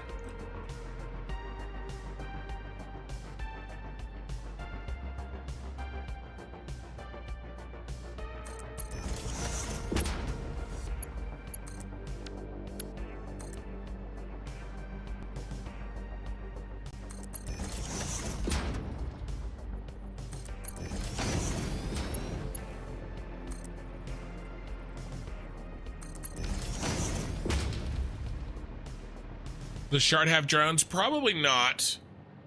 Probably not. I'm not planning on the shard having drones, no. Yeah, have a good stream. Yep, see you tomorrow.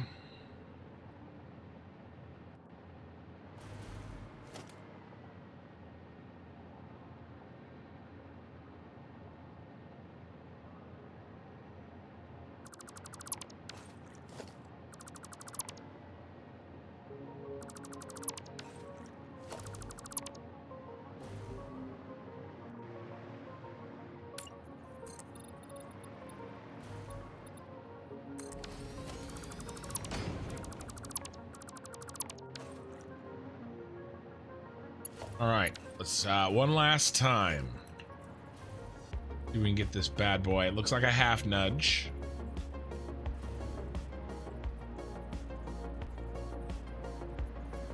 Yeah, and then 1, 2.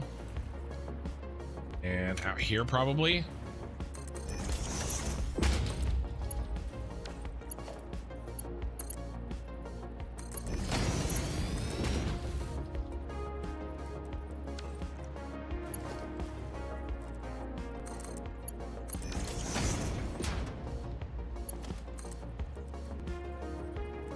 Oh, get in there.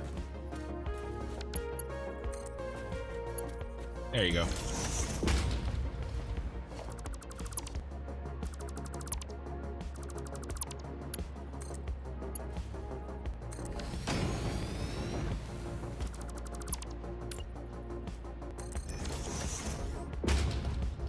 A march through Satisfactory, if you will. Yeah, why don't you go back to watching VODs?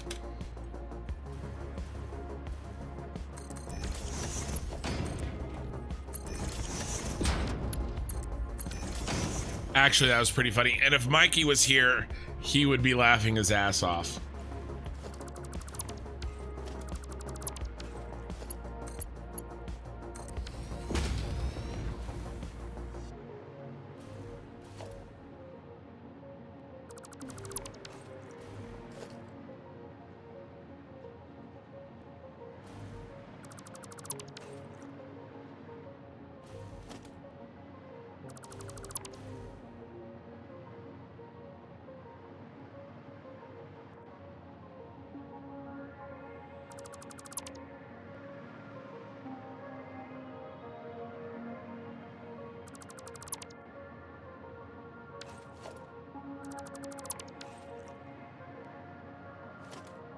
Noted.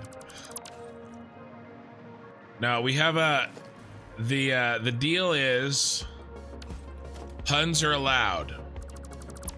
I am also allowed to talk shit about them.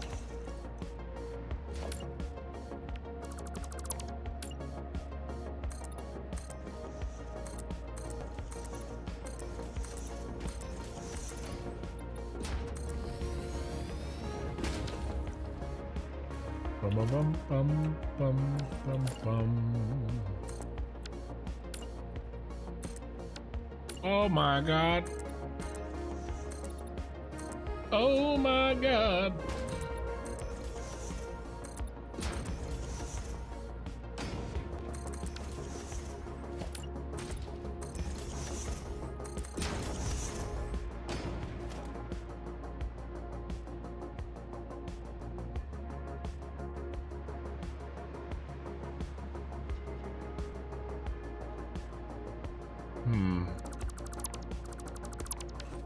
Need the floor space.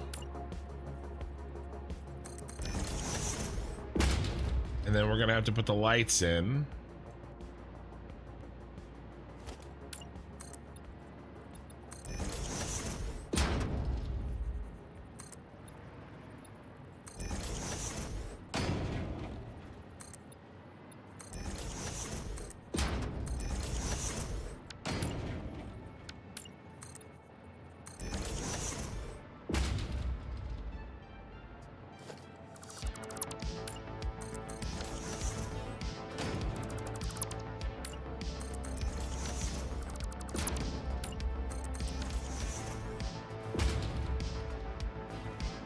Bum, bum, bum, bum. What do we turn?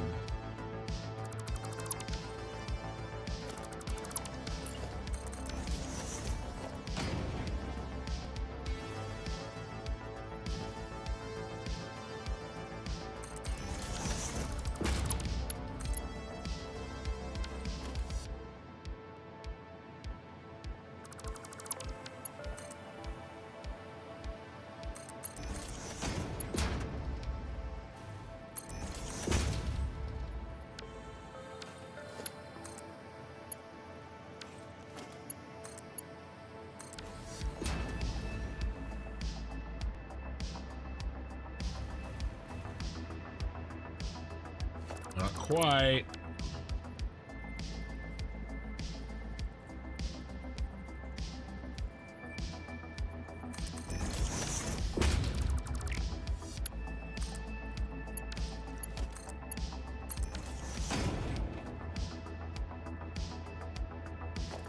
Dang it.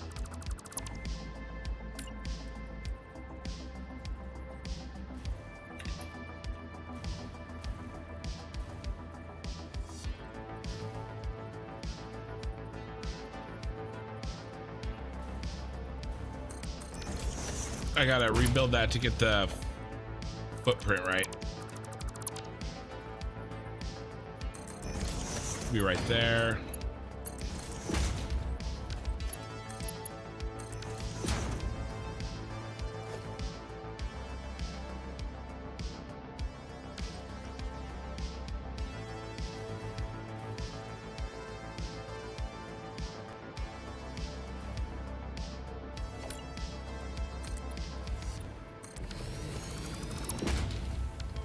Well, we're gonna want him to match.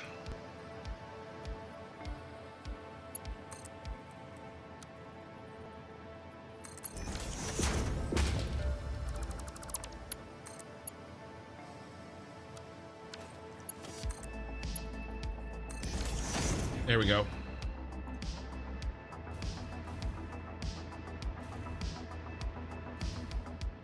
You acknowledge 8th place for Fixmas, but legit, was that cool or what? Yeah.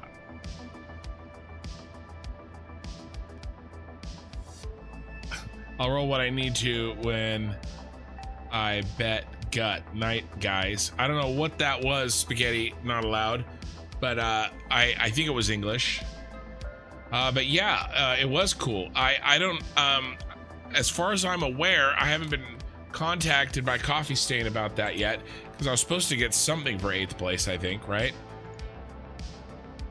I don't know, maybe I should check my Reddit chat. There is something here. What is this? Maybe they did contact me. Hold on. Requests. Mikkel, Coffee Stain Studios. Holy crap. That was 3 weeks ago.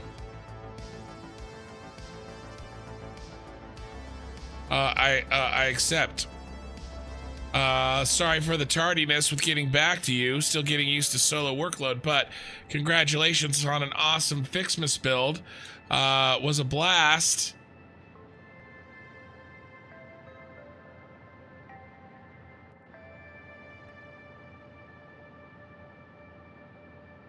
Was a blast to see what you cooked up, and trust me when I say that deciding on the top 10 was a merciless task, so big kudos to you and your build. As promised, here are 3 satisfactory keys for you to share and spread. Well, I just showed them, didn't I? I'm such a noob. You run into issues with any of those keys for whatever reason, don't hesitate to shout back at me. So, well, there you go. So we'll chalk this up to me being an absolute moron. But you know,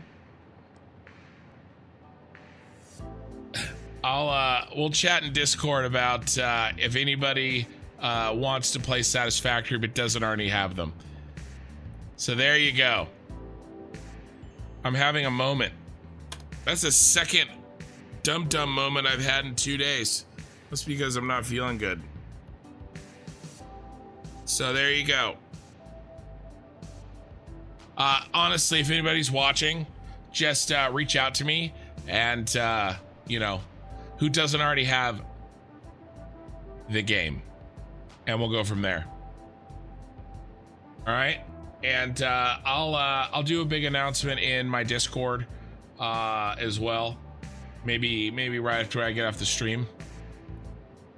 And we'll see if anybody wants the game that doesn't already have it. Most people that watch me already have the game.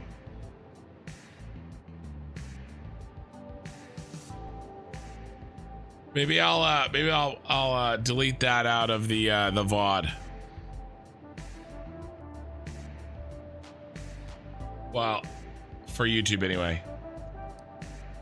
Dude, I don't know what's wrong with me.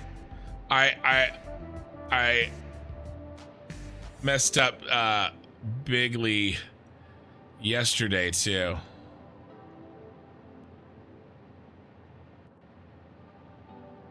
Ruin, you don't have a key? Can I have one? Yeah, I mean, you don't have the game? Yeah, message me on Discord.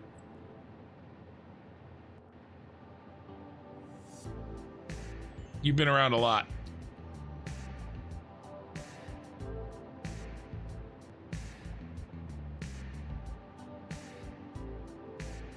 Yeah, I don't mind the people that actually are watching me live getting access to those. You know, but let's do it in a controlled way, not because I'm an idiot. You know, if possible.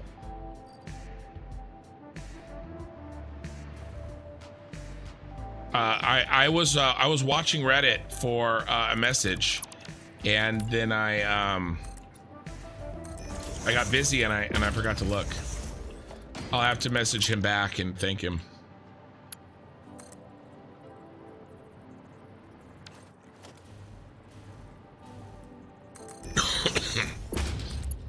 Oh, cough drop run out.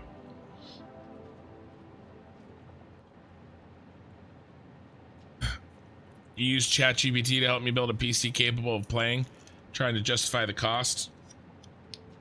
Yeah.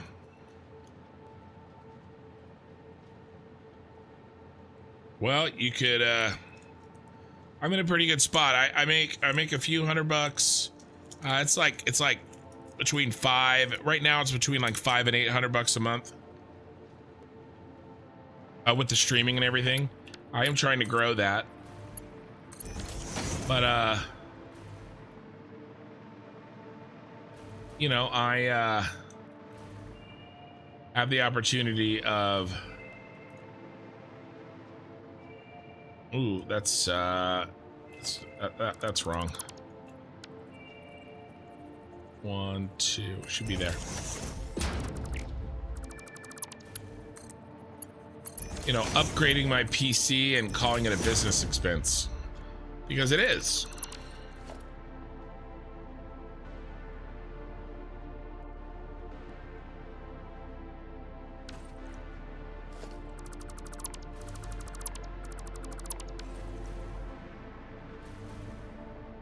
You're bad? No, you're fine. You didn't do anything wrong.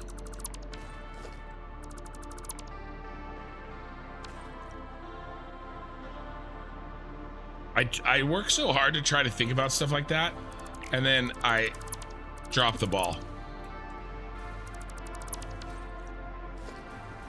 I'm a pretty casual guy in general. The whole, like, hiding is not the right word, but like,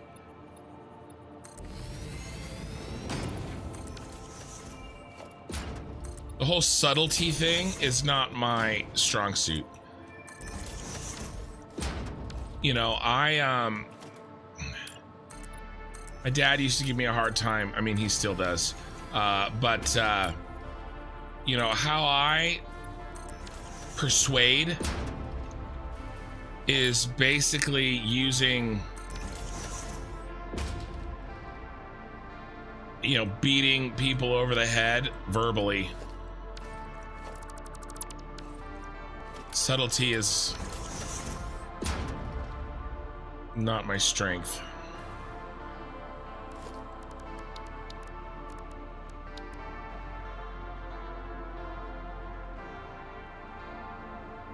Oh, kicking with the homies, yeah. No, I am. I'm relaxed. I spend a lot of time doing this because I enjoy it. You know? And it definitely is like hanging out.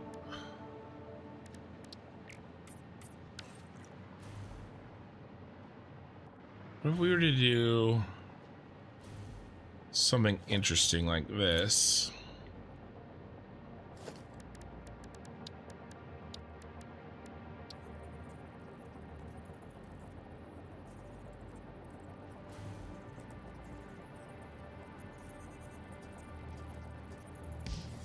Yeah, thanks, Ruin.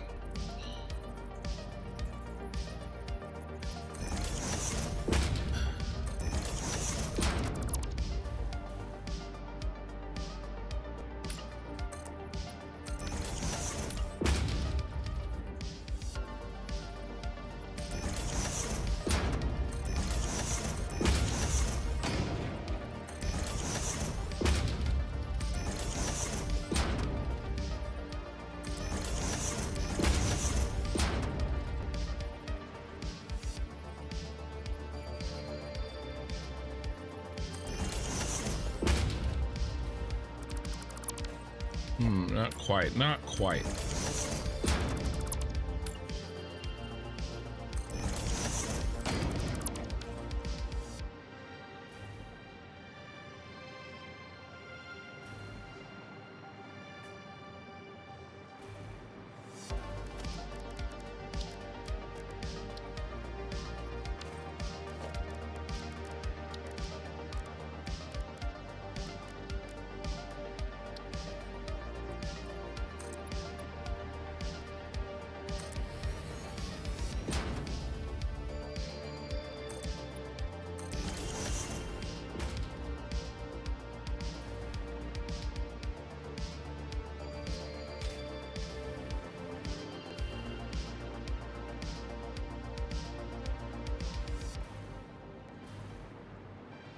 We need white. We need the light bouncing off things better.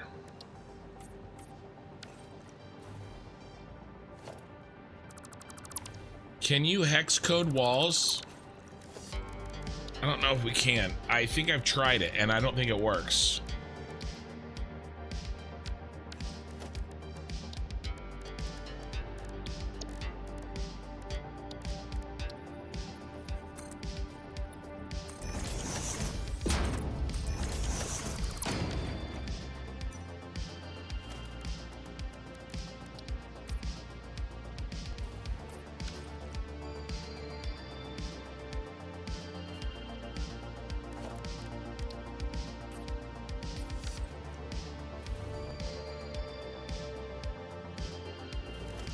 Let's try.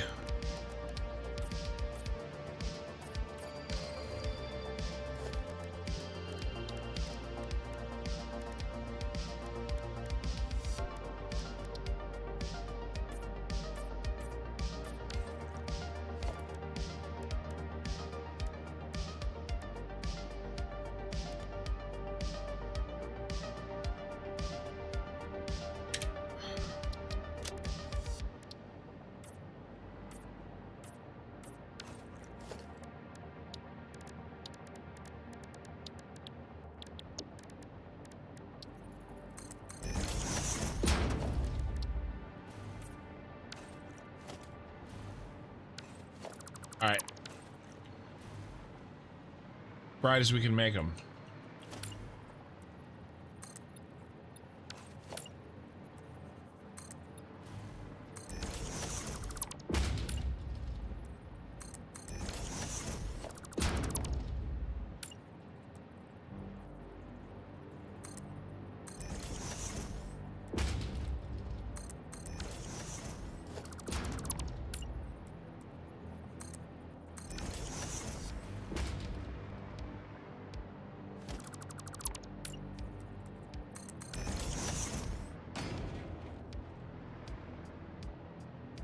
The signs inlaid in the road barriers, just a chef kiss in this build.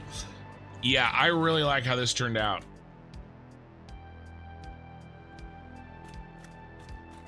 And I use it way too much now. I use it out here.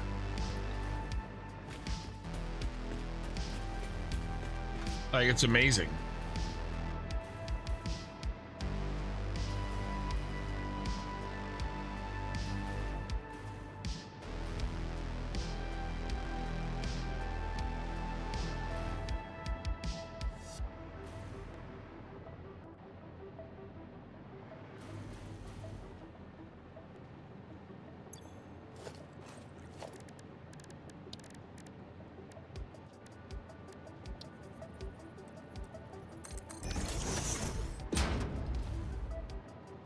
That worked out.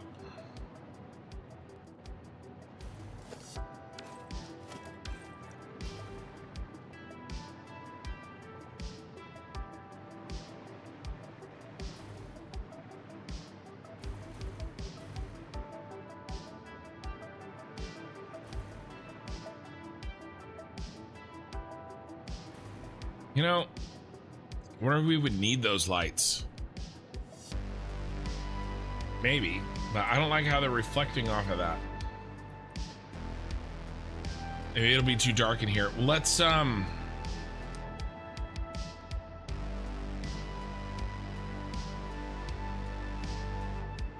there's a better way to do lighting. Let's not worry about that. Let's get this floor done, and then we'll go from there.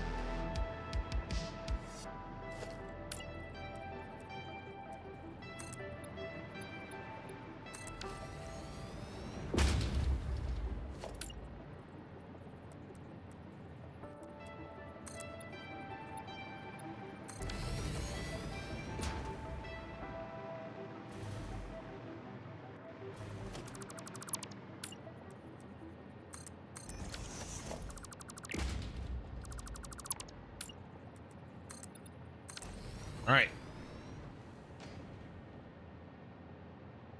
It's a perfect blend of these worlds.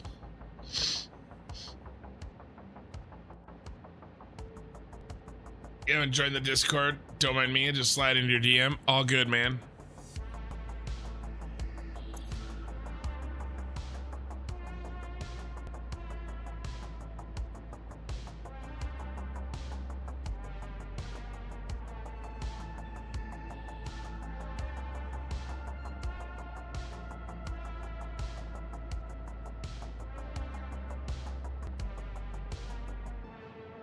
All good.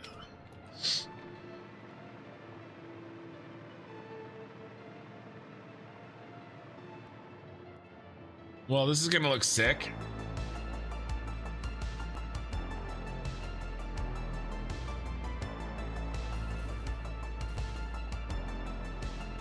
All right, let's make a blueprint for those lights.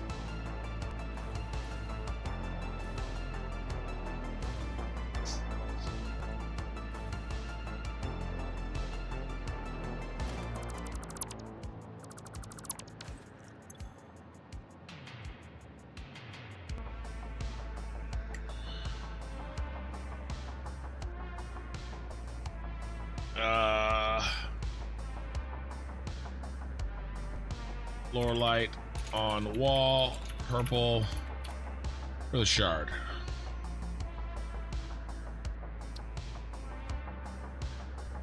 Wrap.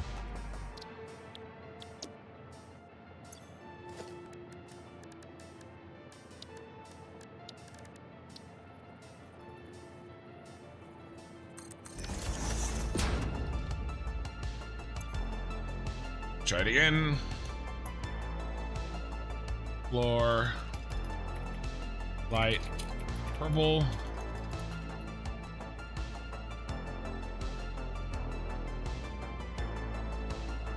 All right. On wall purple.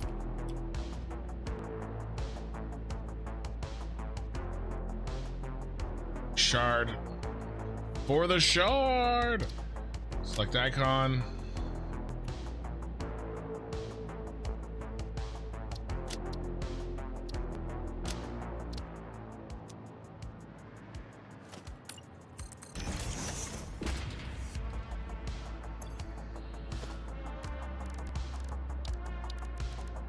All right, what did we do? We did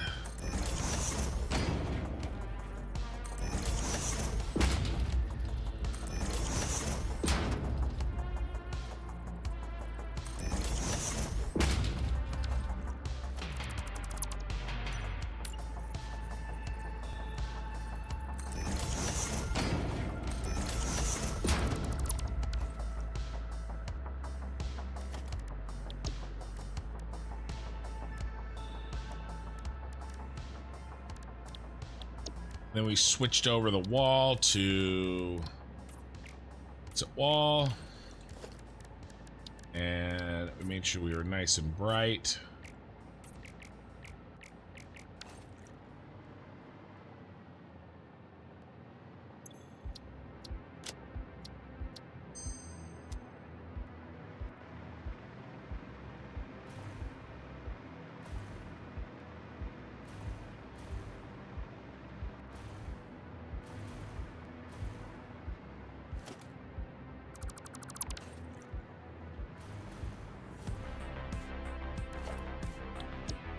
And then let's set this thing. Oh,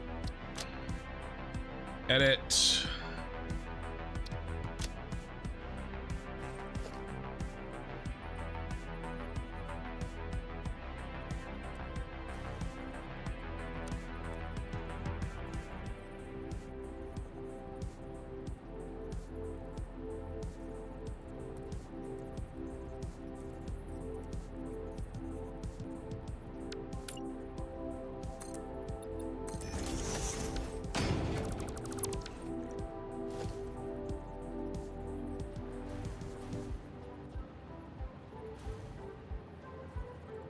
Huh.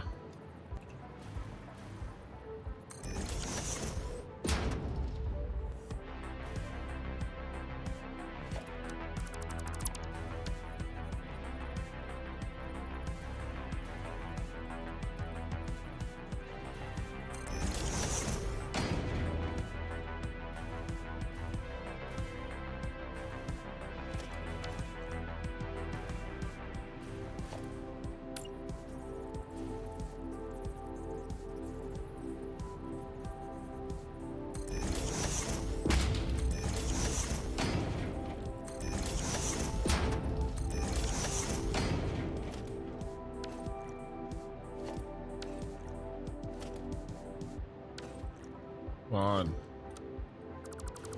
Oh.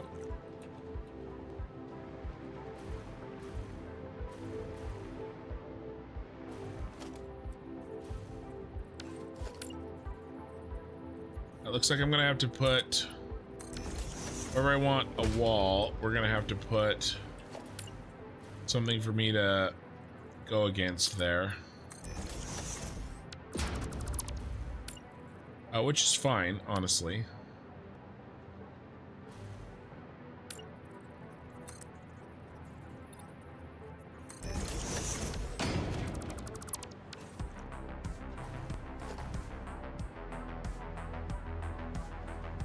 Bum, bum, bum, bum, bum, bum.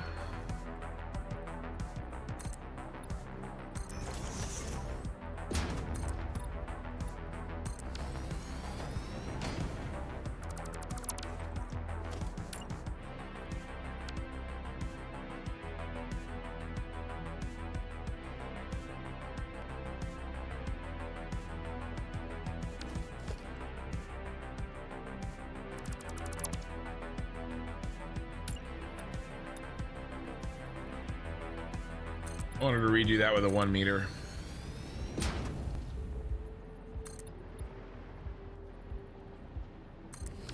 Sure want white walls, too bright and jarring. Yeah, well, let's do some and then we'll see. I think I do because otherwise, you know, you don't, it's hard to see in there.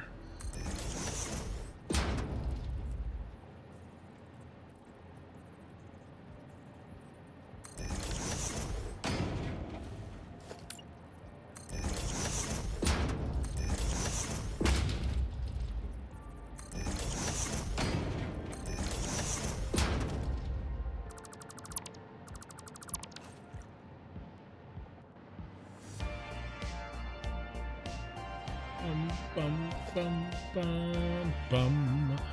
Oops.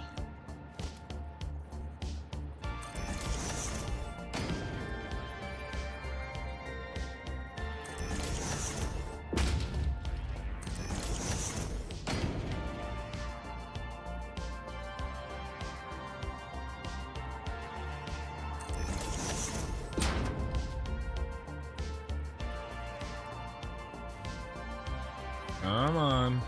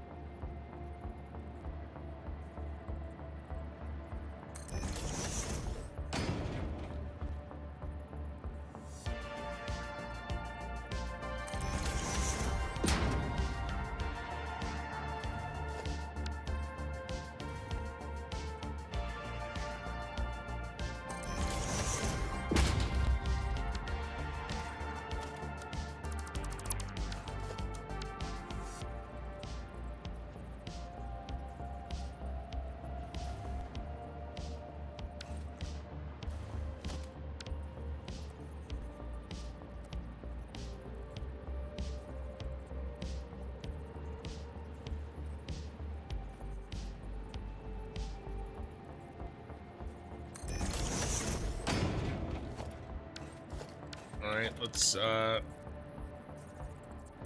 edge.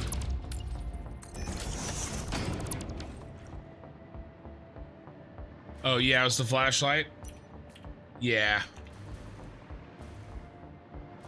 that makes sense.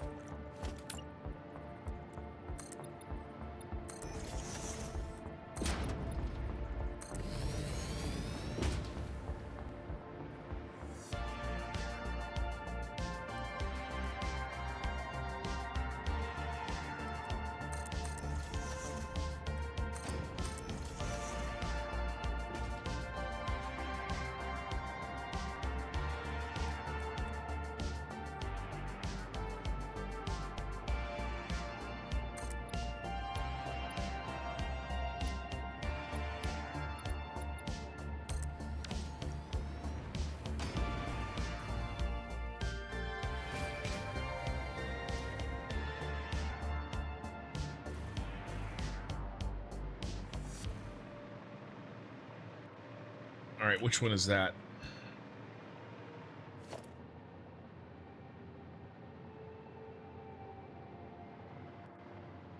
Third.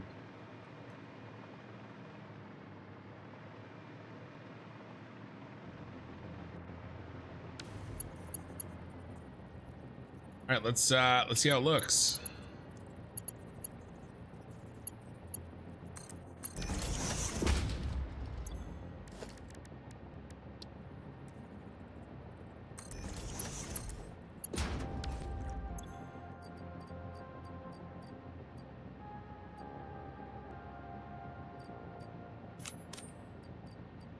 And let's do a concrete.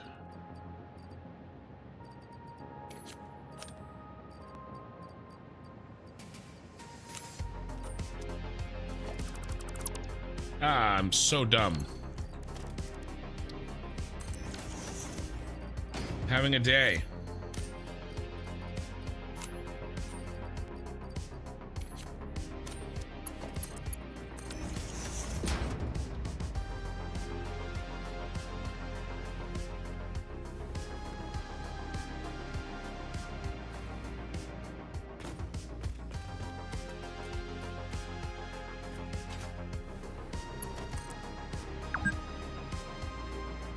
We've been playing for 4 hours.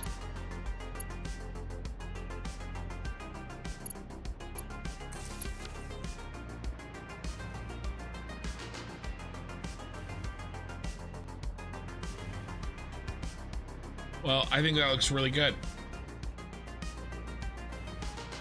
You know, we're gonna be driving on this.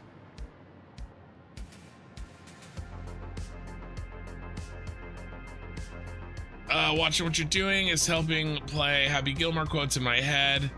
That is bringing a smile while struggling with your life. Well, I try. Were you talking about getting your home? Or did I just do one that I didn't realize I was doing?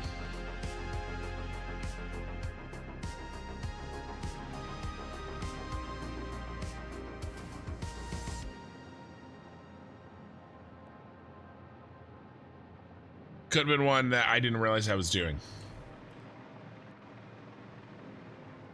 Okay.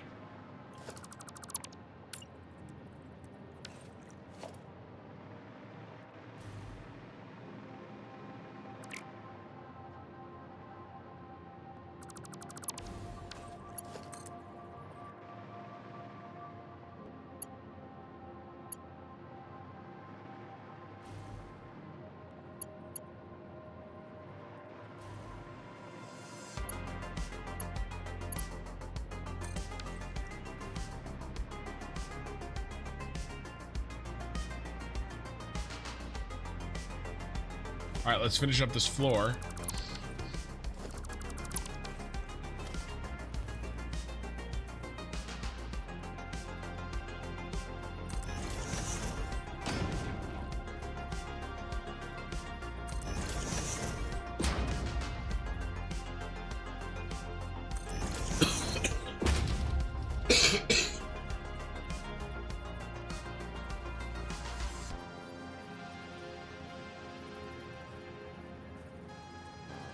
Been on a steady diet of cough drops and whiskey. I'm not drinking whiskey tonight. Thought about it.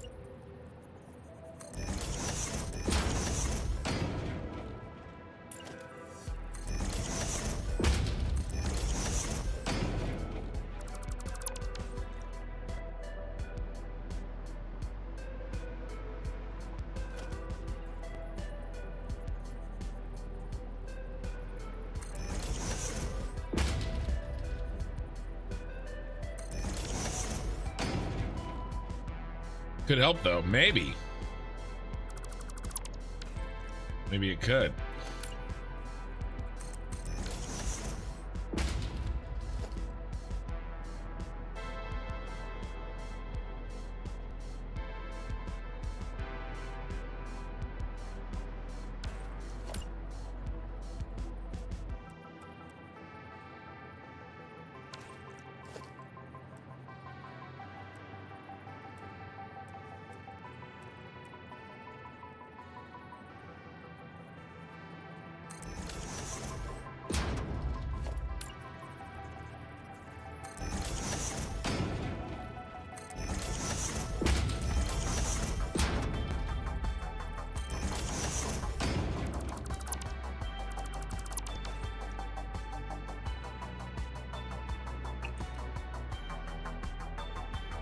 We do here.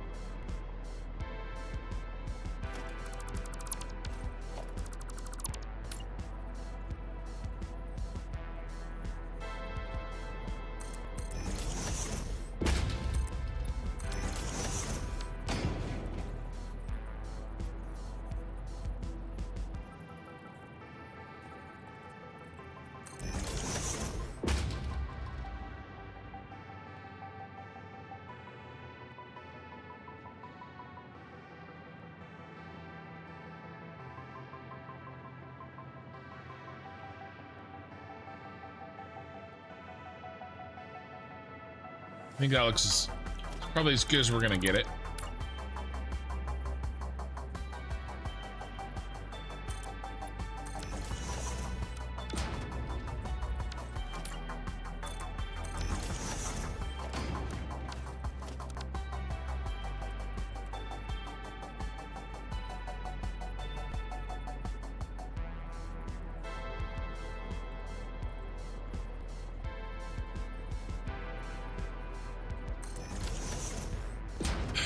Omega Vixens, hey Kins, how's your night doing? All well, I hope. Did proposal go well? Proposal.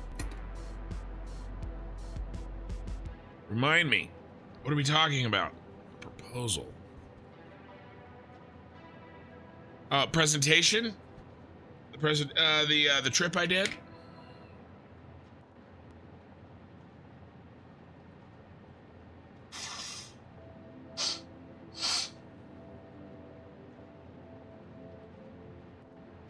Yeah, it did. It was boring. It's perfect. Had a question from the board did do a weird thing. So usually in a board meeting, they do Robert's rules, right? Small government board meeting. Same with this town hall would use the same.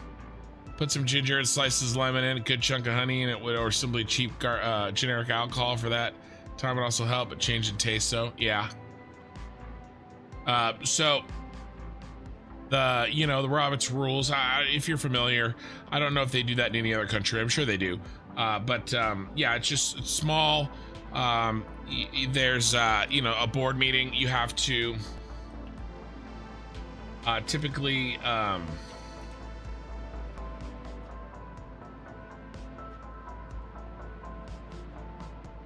Yeah, that's all good.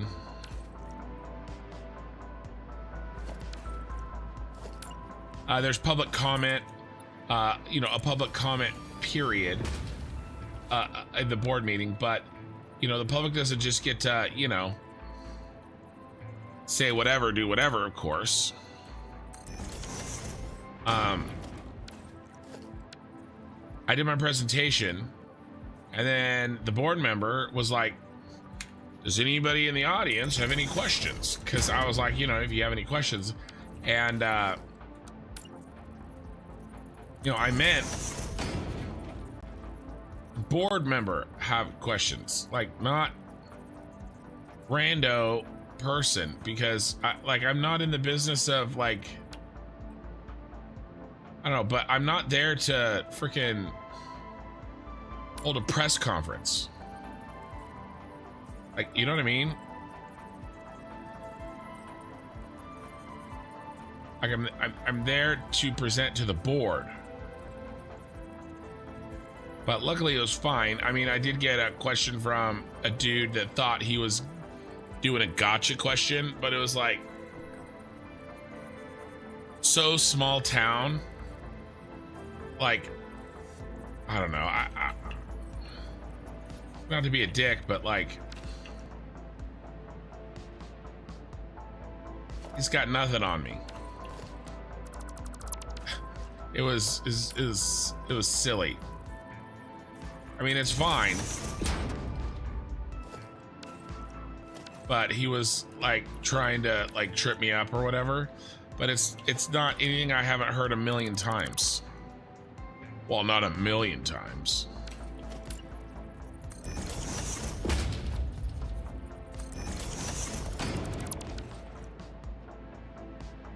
There's this interesting sort of thing that happens in my work.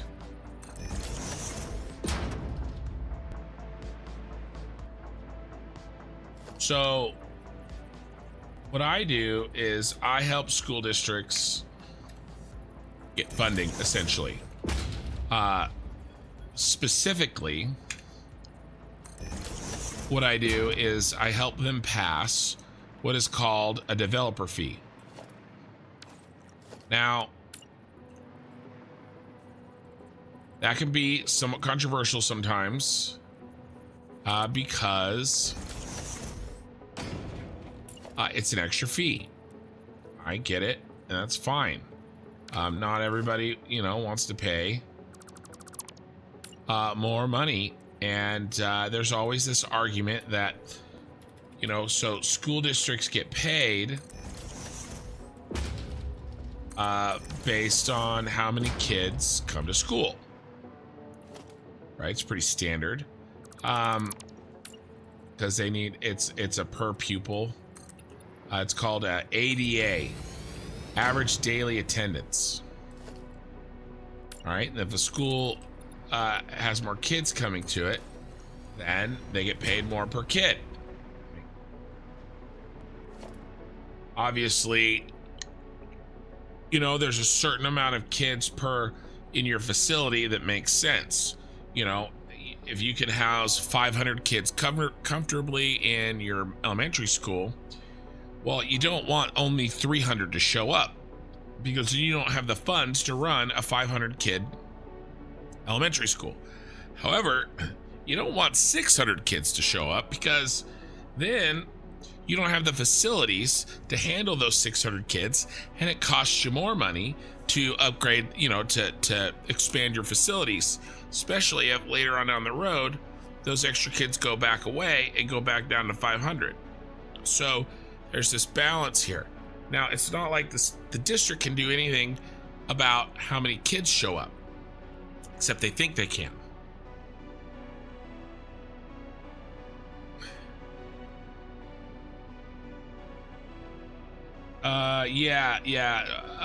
Well, so he's probably a little bit more innocent than that. I probably made him sound a little bit more like trying to trick me. It was more, maybe it was a gotcha question by, you know, by accident. Hey, Mikey, we were talking about you about 5 minutes ago. Chanman on YouTube. Oh, he already went to bed. Let me scroll up to his, I was talking about my timing of when I'm going to do what, And basically over the next couple of weeks, I should be able to finish up Factorio. And then when March hits, we're going to be working through Satisfactory. And he said a march through Satisfactory, if you will. And I told him to go back to watching VODs and get out of the live. And then I laughed and said, Mikey would have appreciated your pun. So there you go. I have shared it. But yeah, so he probably wasn't necessarily trying to, like, I think the question came out that way, but I don't know if that was necessarily his intent. But it's like, anyway, there's this, you know, kind of back and forth between, like, making, you know, trying to get kids, you know, because there's a lot of school districts in the state of California that are declining enrollment. A lot of them. It's a big deal. We could or could not talk about why. That's a gold pun. Yeah. But it is what it is, right? And so that doesn't mean, though, that they don't need money for facilities. A lot of them have aging facilities, and they need money for those facilities. And so, but I get all the time, well, different districts have different concerns, but I often get some version of, and see, what I'm doing is I'm helping, so in California, and I can't speak for any other state, let alone any other country.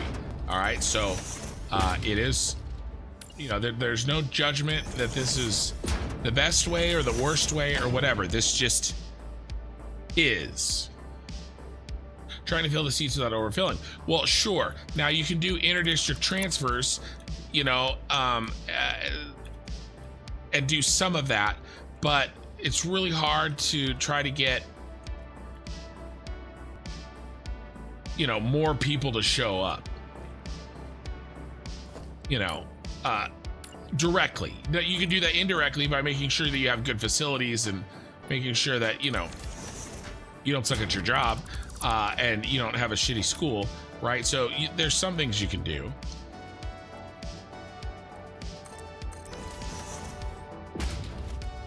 But not necessarily directly.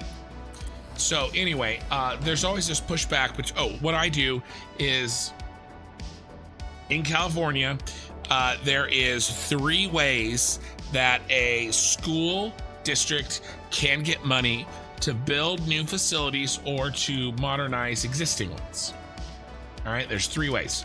I help school districts with one of those 3 ways. And that is, it's called a developer fee. When a home developer builds a house, or a mom and pop builds a house, it doesn't matter.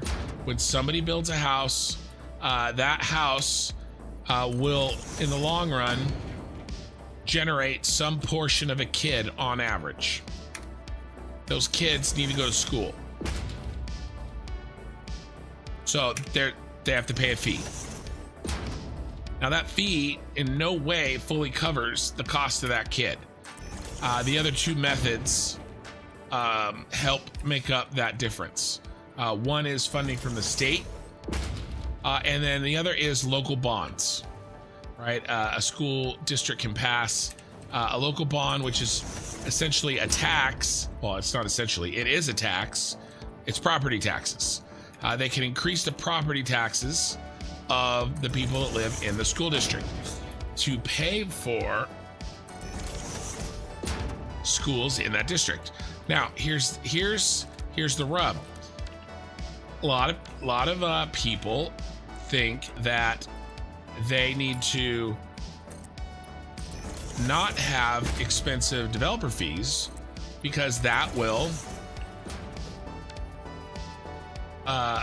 allow people, that will encourage people to build homes in the district. And of course, why wouldn't you want that? Because, well, it's more kids and that's more money, right? We just talked about ADA.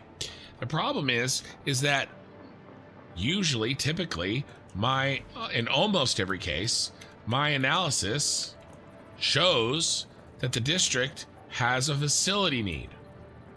either a need for new classrooms or a need to fix and modernize their existing ones. Okay, because they're old, especially these little districts, which we work with a lot. Of course, the big ones too. Everybody. And so there's always this, well, we should keep the fees low because that way people will build more houses and we'll get more kids. Here's the problem. I've already shown that they need facilities for the kids they have. So extra kids doesn't help you, it hurts you. Because now you're gonna have even more facility need. Now, look, that's fine as long as they're paying to help offset the cost that those additional kids are gonna bring to the table, right? But you can't make the argument that, oh, we should foot the bill for the new kids because who's gonna pay for it? Remember I said there's three ways. There's the state.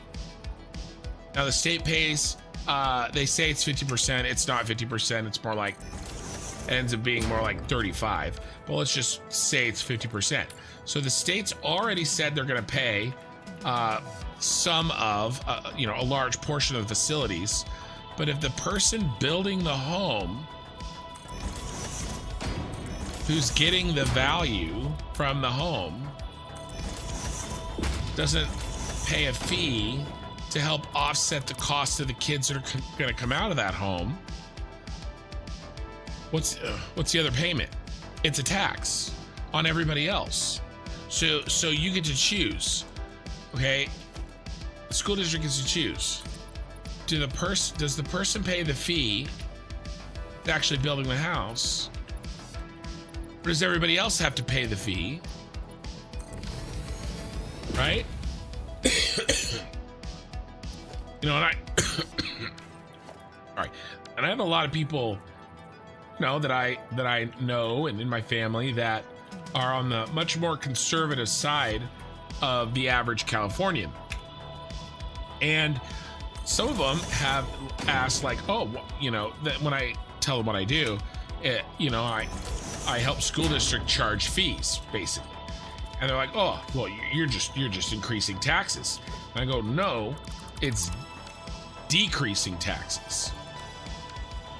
Because if we don't do that, either the state taxpayers are going to have to pay it anyway. It's part of the state constitution that the state pays half of school district facilities as long as they qualify, right? And so that's happening, or that's going to happen. So either the school, the person who built the home has to pay, or everybody else does that lives there. They have to have increased property taxes. So I think it's most appropriate to have, I don't know if I like it on that side. I guess so. I think it's most appropriate to have the person who, especially in a developer's case, I mean, they're the ones that are making the money off selling the homes. The school district isn't making any money. They're just trying to make sure there's some kids that go to their school. So, and a developer has a choice. They can decide, hey, school district A or school district B. The school district has no choice. Whoever builds there, whoever doesn't. And so if you're going to build there, you got to pay the fee. And so that's basically what the question was, like, hey, isn't it true, we have declining enrollment, we're going to pass this and it's going to cause enrollment to decline even more. And then, we're not going to be able to,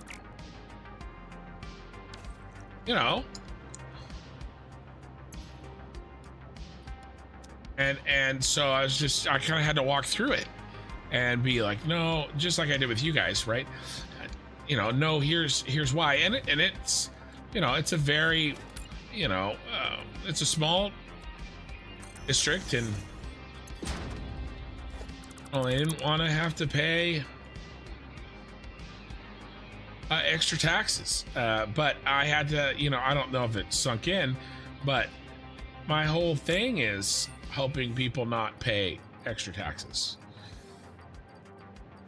by making sure that the people that are building the homes pay their fee. You know, and now, should building schools in California be as expensive as it is? No, it shouldn't. And there's reasons that, you know, they have to pay for so much, right? We talked about this last week. You know, how do we, you know, keep home prices down? Well, it'd be nice if it didn't cost so much. But, you know, I sort of work in that. I need another concrete. I sort of work in that, and I can see where not all, but some of the skeletons are buried. You know what I mean? Oh yeah, that was basically the presentation, and then the questions afterward.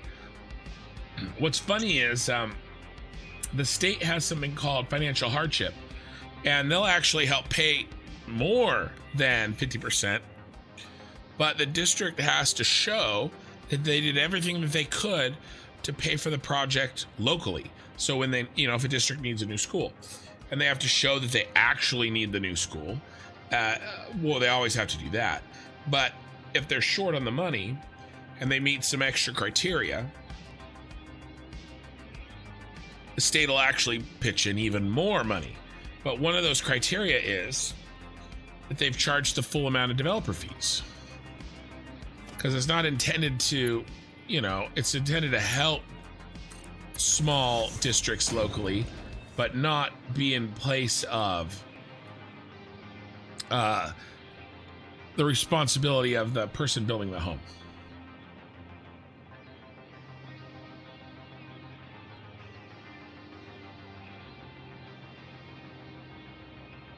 Yeah, Mikey. All right, so I finished that. Let me catch up.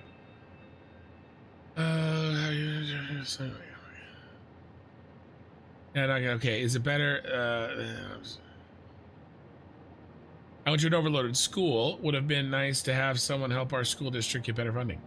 Yeah, there's a lot. You know, I mean, even in California, there's a lot of school districts, a lot of really tiny ones. I mean, there's good things and bad things about that for sure. So do property taxes go up when people build a new house nearby? Well, it depends.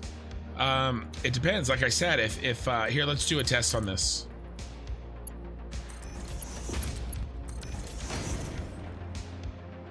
You know, it depends on how. I can't speak for the city, so this is how it's gonna look. But in school district's case, it depends on how they handle it.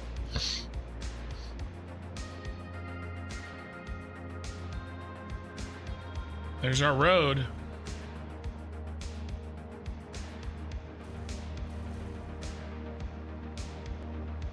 I think that looks sick.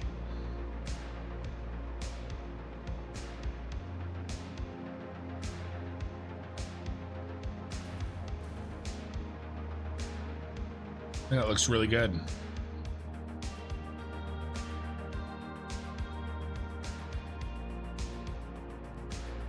Only on the condition that the new construction increases property values. Oh, yeah. Okay, I see what you're saying there. That again also depends on the state. California has Prop 13, which helped to reduce the amount that property taxes can go up.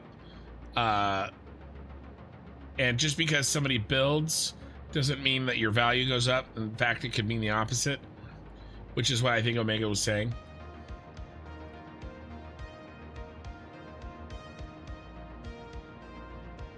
Just catching up here.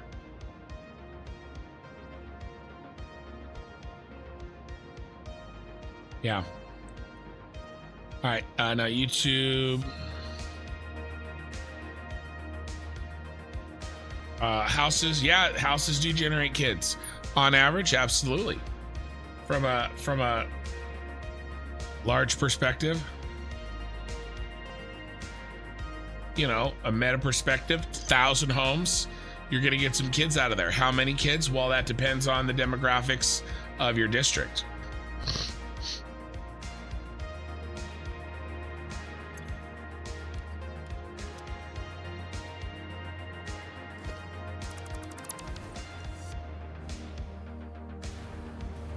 But we do those studies too. That's a lot of what I do, actually. Just try to determine, on average, how many kids come out of homes.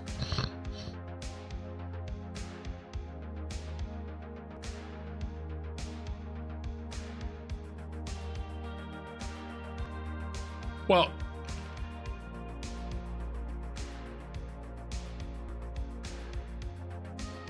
three-quarters of that kid is being paid by taxes. Higher in the sky. About half from the state, well, 35 from the state, and then another chunk from, maybe not three-quarters, maybe 2/3, still getting paid by taxes. I don't know.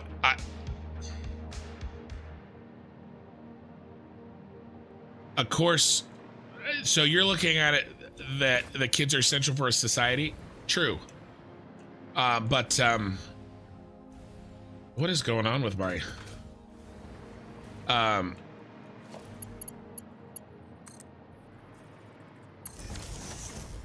is the 1,000-house subdivision that has 2,500 square feet apiece, are those essential for society?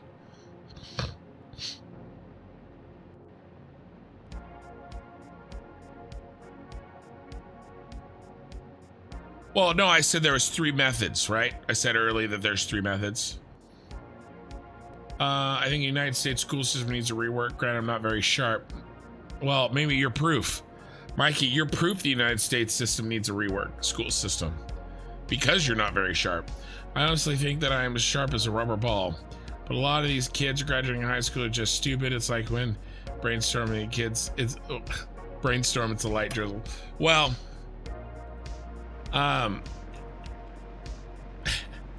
there's multiple pieces to that. What a burn. What's funny is that you had burned yourself right after. There's definitely things that can be done better. But I tend to believe that the more local, we should probably build that off. Yeah, I think so. The more local that you can make decisions, the better.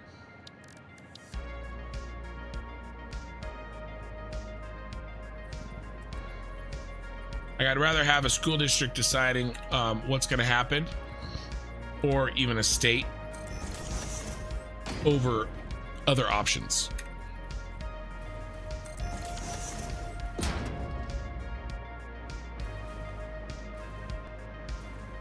That looks good. Do the same back here.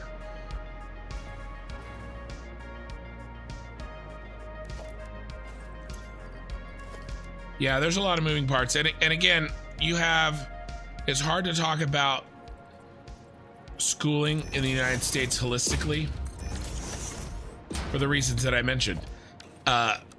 It's like talking about laws or the police, right? We have layers of government, for good or for ill. It is what it is.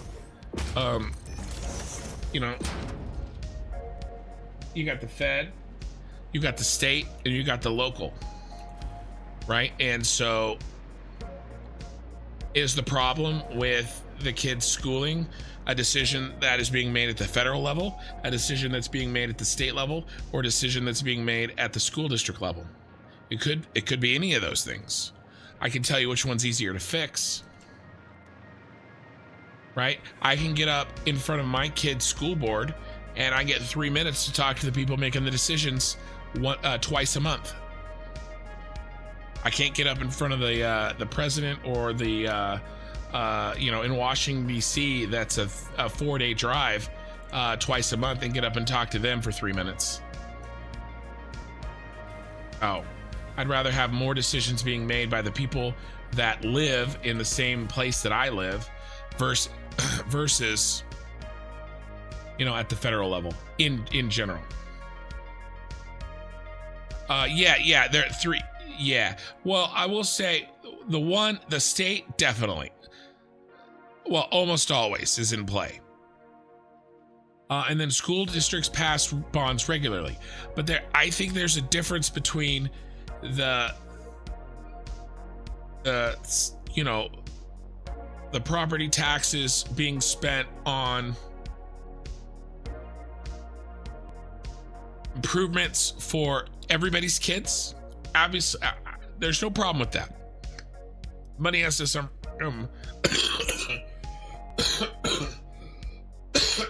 sorry. Money has to come from somewhere. This looks really good, guys. Let's see if I can build out what this waterfall is going to look like. Right, money has to come from somewhere. I'm not talking about necessarily when you have to fix up an existing school. But if you've got a developer that comes in and builds 1,000 homes, and you need a new elementary school for that, that's 500 kids, right? 1,000 homes on average is going to generate 500 kids. That's a new school. Should the rest of the should everybody else that isn't, whose kids aren't going to go to that school, foot the bill, or should the developers who are building the homes and making the money pay a share? Now, again, the state is always a part of it, and that's in, like I said, that's in the Constitution of our state. Maybe we just freeball this. Although I wouldn't mind some lighting, and that looks kind of funky. Let's play with covering up that. You know, and I don't necessarily think so. I think that because they're going to be paying anyway, so it's a measure of degree, right? It's all a measure of degree. What if we go like,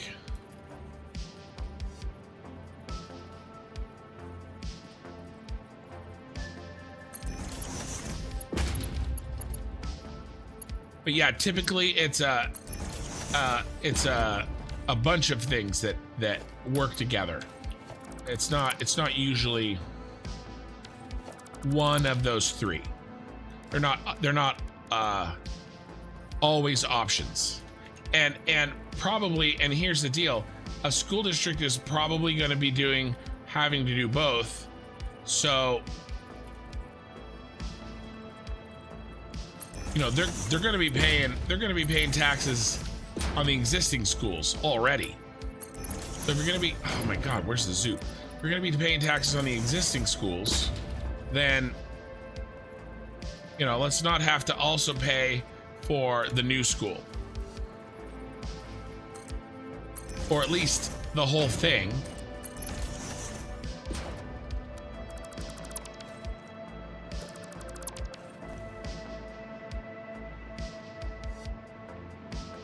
Do we like that? Kinda.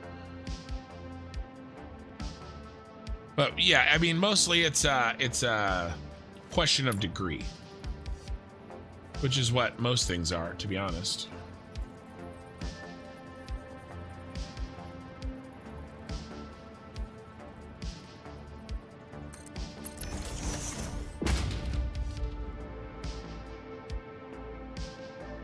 We go. Who's that? The concrete one? Ooh, gross. Let's redo this with the metal one. I don't know why I picked the wrong one, because I was talking. Do only the developers pay or the families?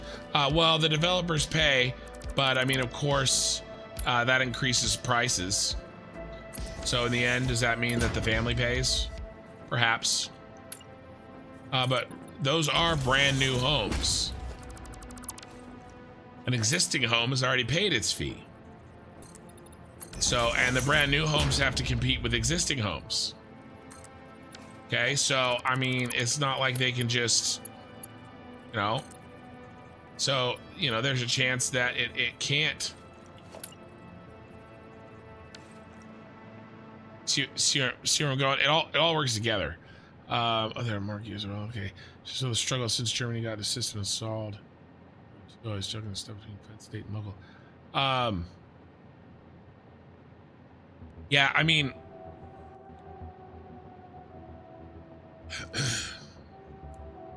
I think that look, I've been to Germany, but I haven't lived there. My feeling on the matter is that it makes more sense when you have to cover the geographical and population diversity of such a much larger country like the United States.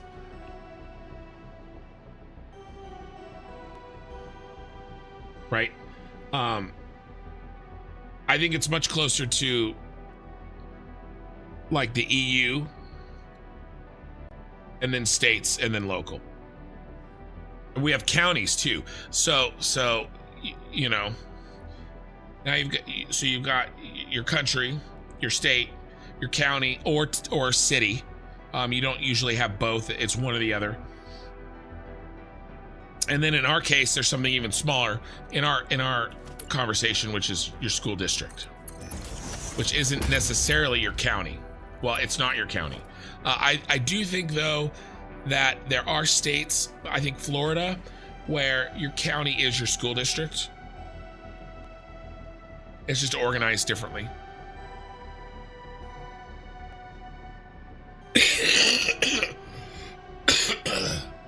Sorry, guys.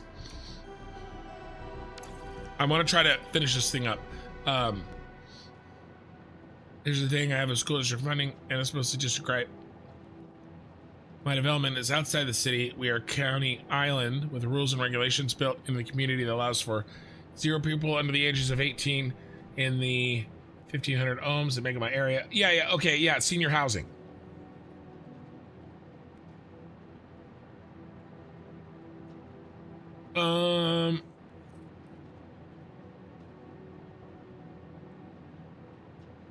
Yeah. So you're saying the senior, yeah. So, well, see, that's interesting because senior housing pays a much lower developer fee because the kids, they aren't allowed to have kids in the home. You still pay the same property taxes, right? So all the more reason that feeds into kind of what I was saying. Yeah, you want to make more money and pay less taxes. I think the real solution for that in general, Mikey, I think it's proven that just throwing money at problems is not enough to solve them. There are very few problems that are truly, I believe, are truly from lack of money. Some are. How am I going to do this? But I think that there are ways that things can be done to improve what's happening. Unless things are going perfectly. If things are going perfectly in your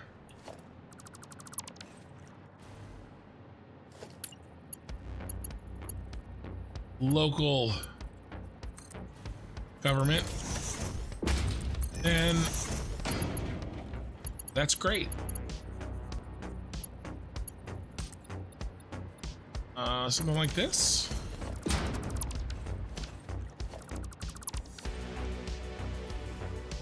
And then I don't like that corner.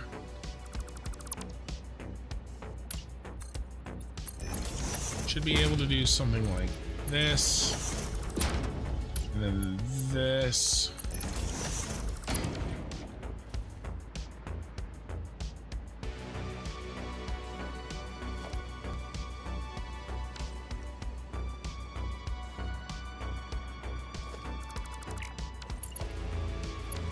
How far out did he go? Just the notch there. But the thing is, most of these things are like,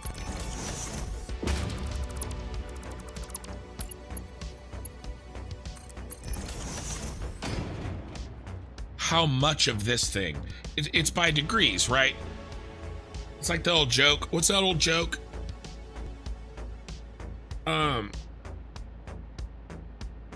You know, would you, I can't remember what it is.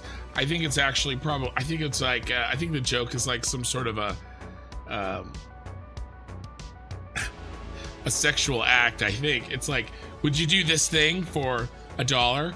And they're like, no. Or, you know, or would you do this thing for $1 million? Would you do XYZ thing for $1 million? Well, yeah. Well, would you do it for $1?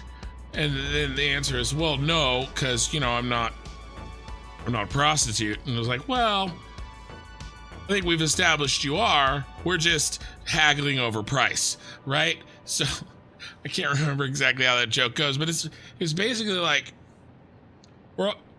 we're just haggling over price. Like what's the degree by which we have to, you know, pay this thing or that thing, or, you know, or taxes or whatever, right? So it mostly just comes down to, yeah, I don't like that. We're gotta move that. You know, we're haggling over price. So, you know, right? That's too far. You know, if I think that, you know, or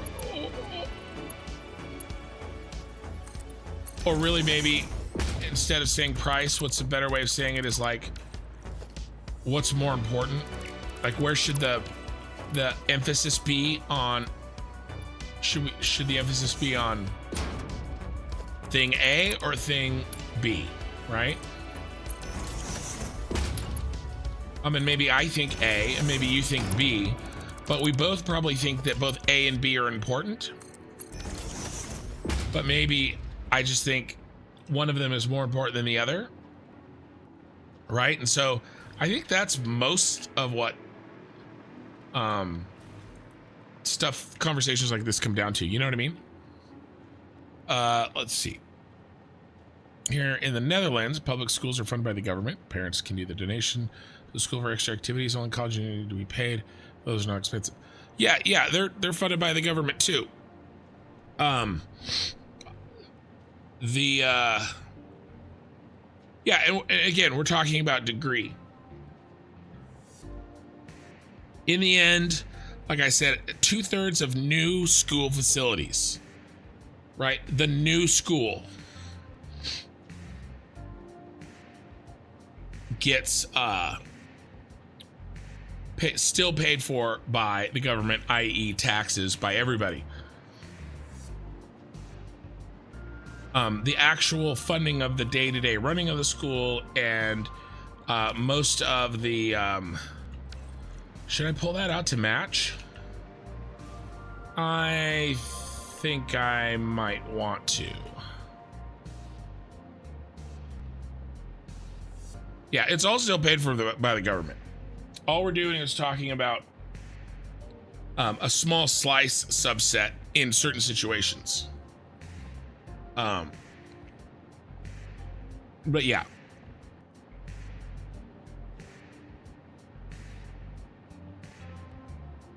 Yeah, there are colleges also here that are subsidized by the government as well.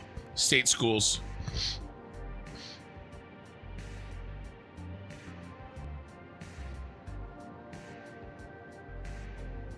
Yeah, like the school I went to was a state school, and because I don't like this, because I lived in the state where the school was, I paid a lot less than I would have if I did not.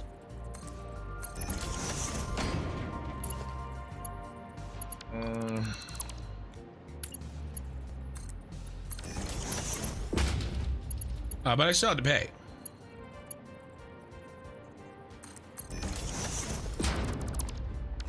At least a little.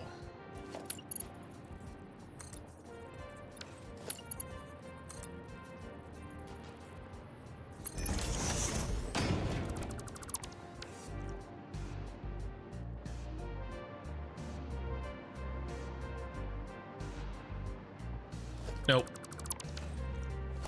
I know what I'm gonna do.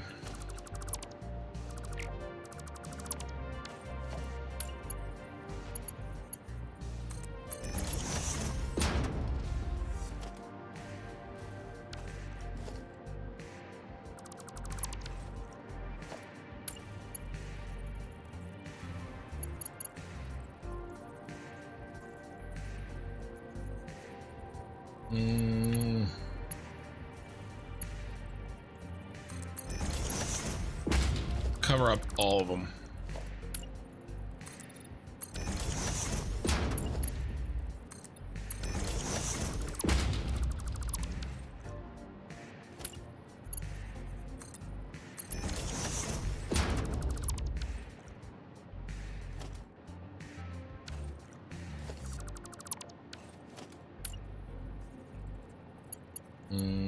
Let's try that again.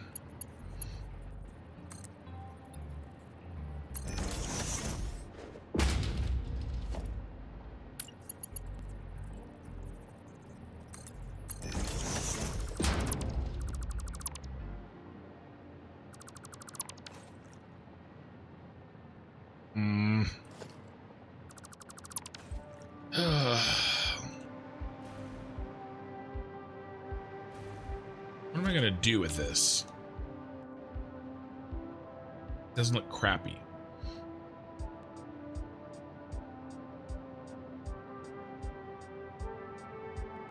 Mikey.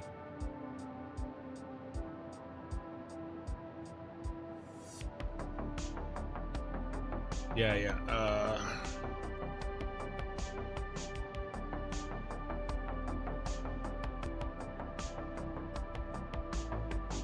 You know how income tax brackets works, because the way I'm seeing it is that a single dollar can raise your income tax by a whole.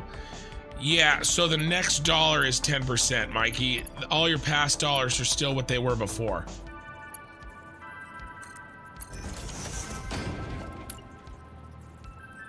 That makes sense.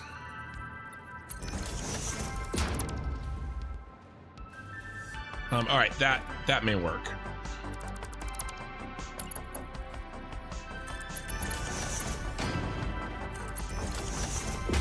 So like, let's say I'm in the tax bracket and I pay, I don't know, 10% for the first, I'm just making numbers up, $50,000 I make, right?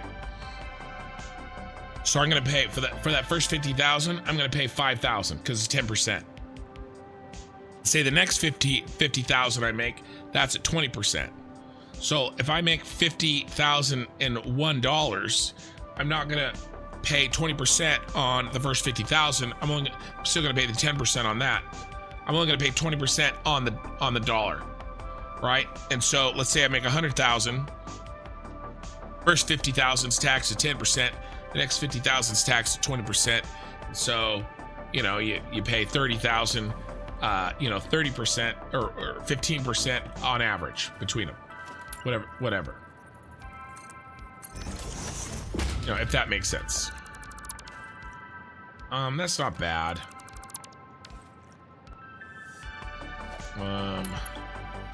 Let's just notch it over one more place.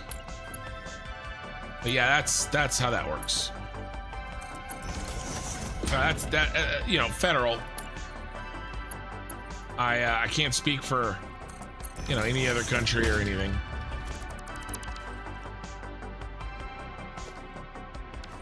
Okay. I think I can live with this.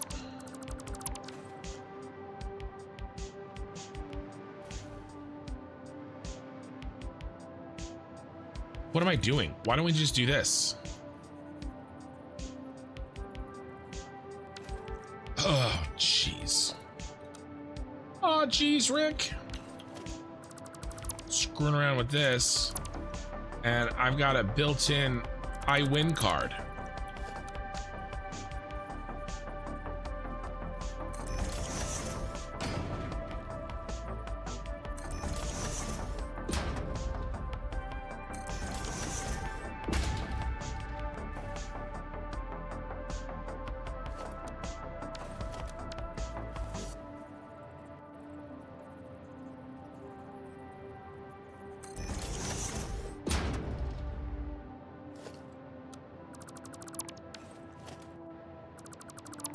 That's such a better solution.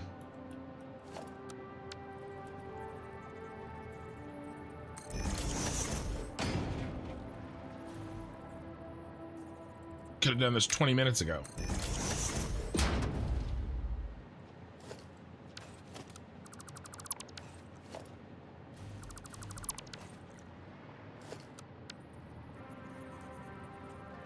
So it'll be interesting because I have basically that same presentation to do on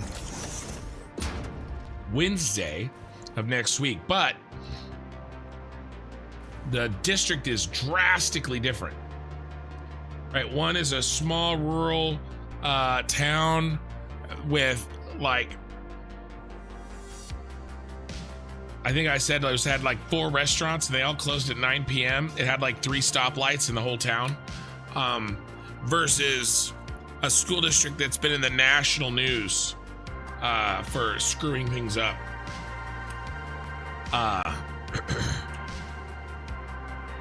And some of which was their fault, some of which wasn't. You know, a really big district in the Bay Area. That looks so good.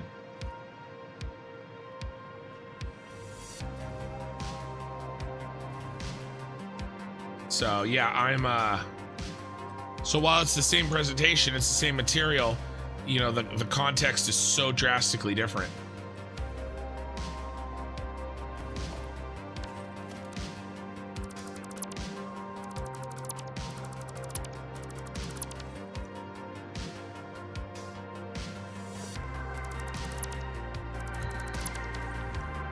Let's leave those there for now.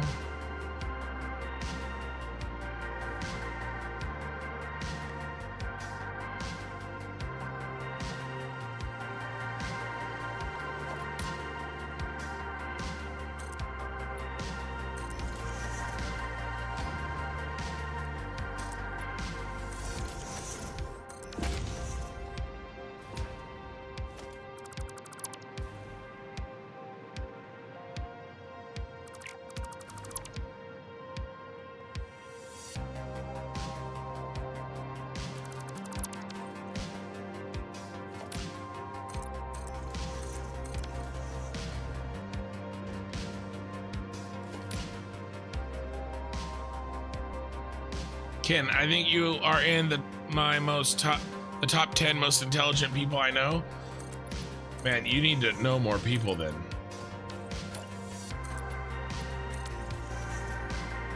Gotta stop hanging around with so many dummies, if that's the case, Mikey.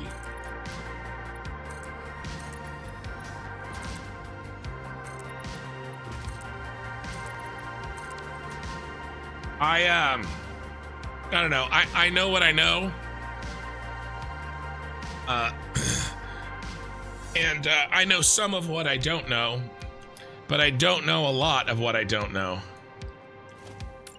Which unfortunately, or fortunately, is probably pretty much like everybody, so.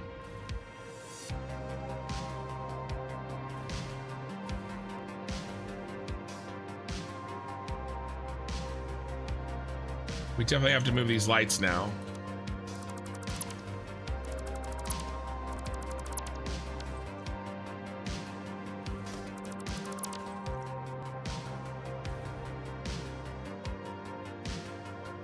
Here, let's see what this looks like with no lights at night.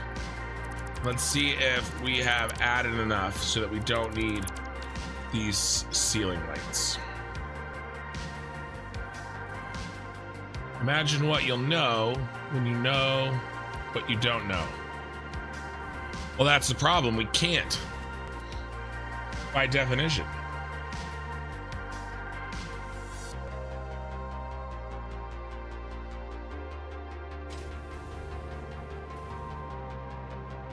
I mean, this is pretty dark, but I might be pretty okay with this.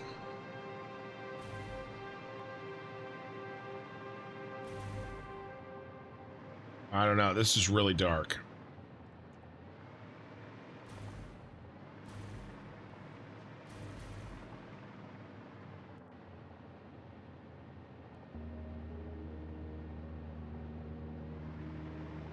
Well, shoot.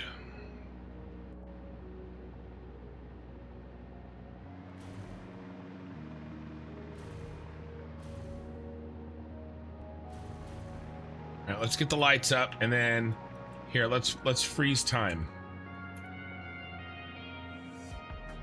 If I could turn back time, I can.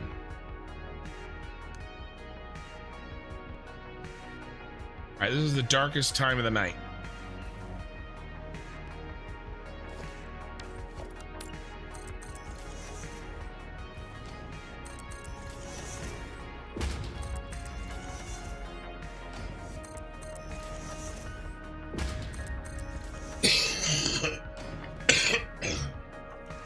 Sorry.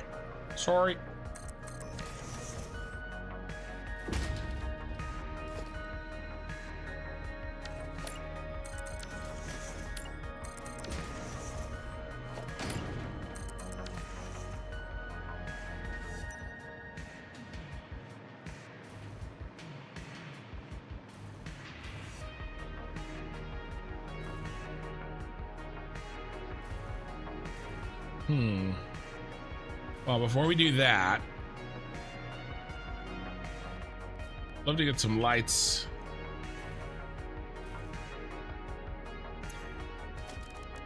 Up here.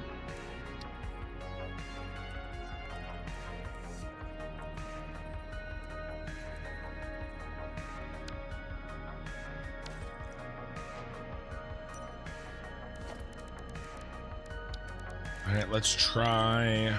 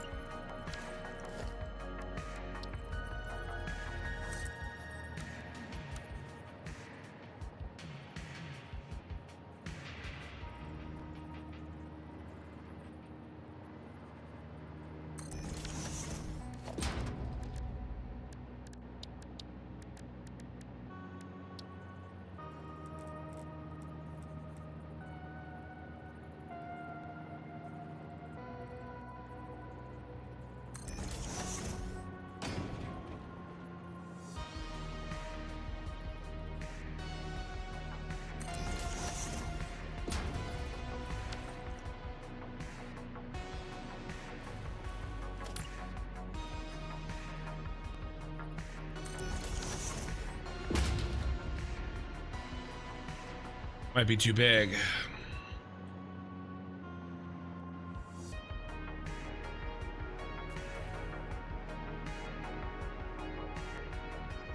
I think we gotta go purple for this one.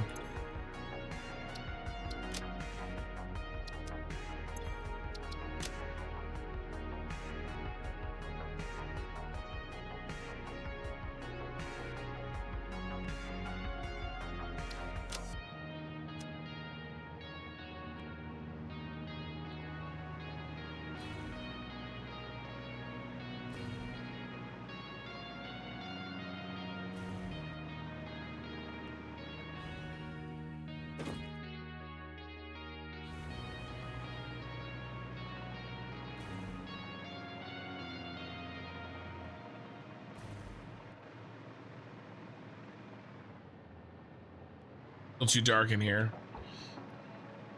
All right.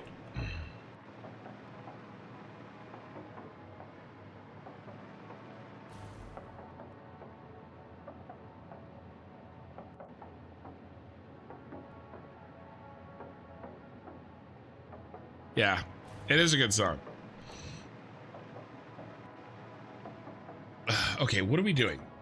We have to decide where we're going to put the light holes.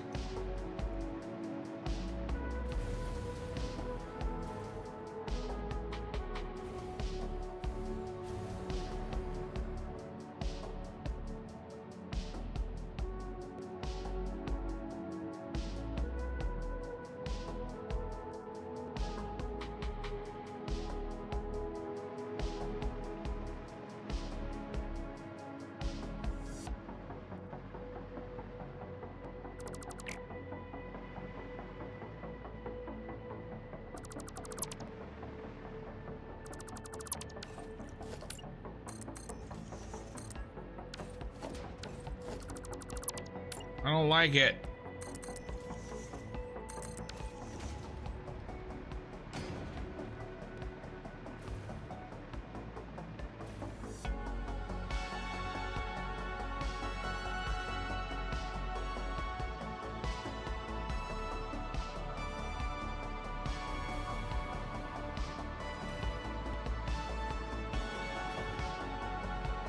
Hey, Mandrigal. All right, I'm open to ideas, guys.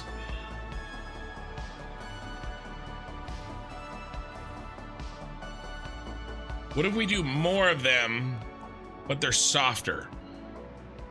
If I go in and change them to a 1. We did like...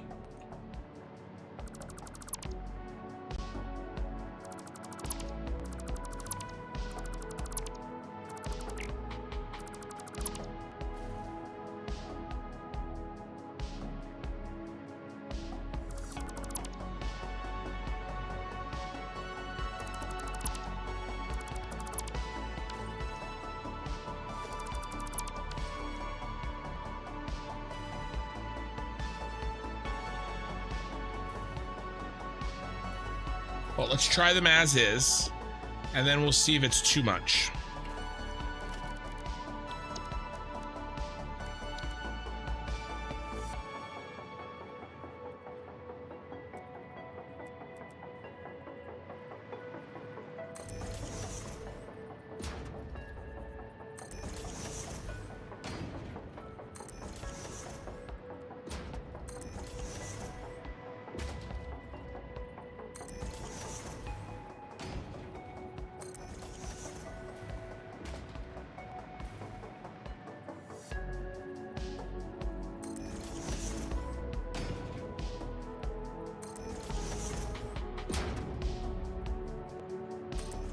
And I made this blueprint earlier this evening.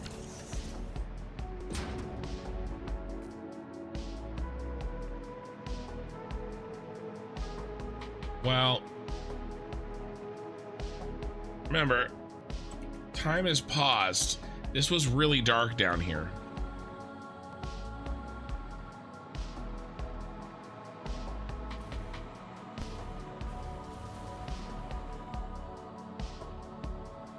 I think including the lights is really nice. Yeah, I think we keep them. I'm afraid to actually even make them dim. I kind of like it. I asked what I'm trying to accomplish here in like this whole area or this task that I'm working with right now. Because right now I'm putting in the lights, but I can go into detail more on what I'm doing.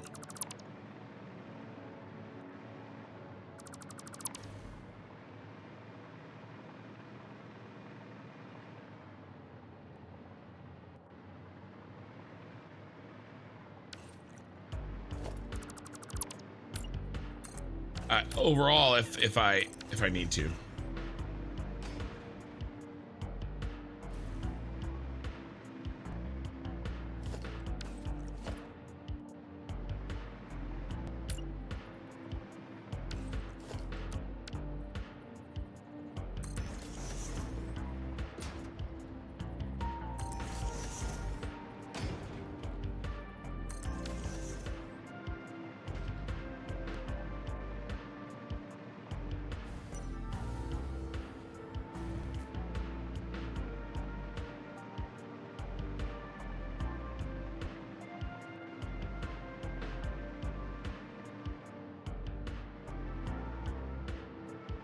I mean, it's pretty good.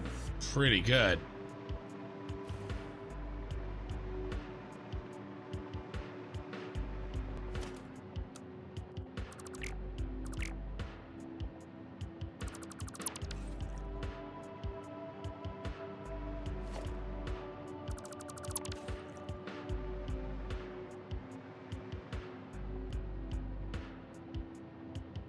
Yeah, add more border lights like on the belts going up and down.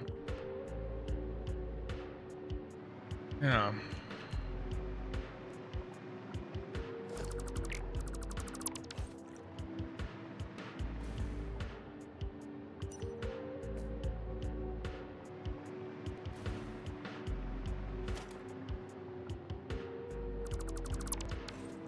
What, maybe on the edges? Could look cool.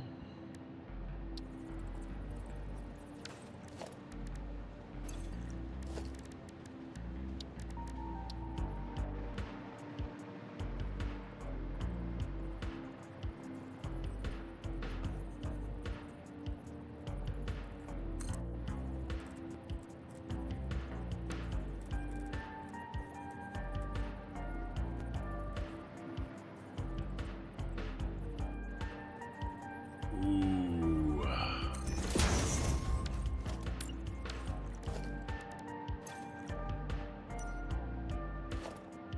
Real question is, can I repeat this on the other side?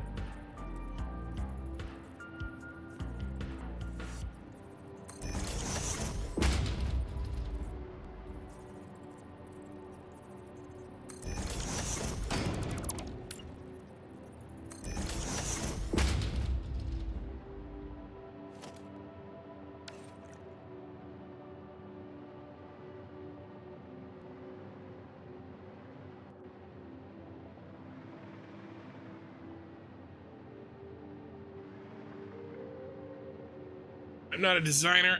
I know how to turn wrenches on aircrafts. It's true. Well, neither am I. Christian, morning. Finally, some Satisfactory. Hey, Saturday night, Satisfactory. It's an alliteration. It should be easy to remember.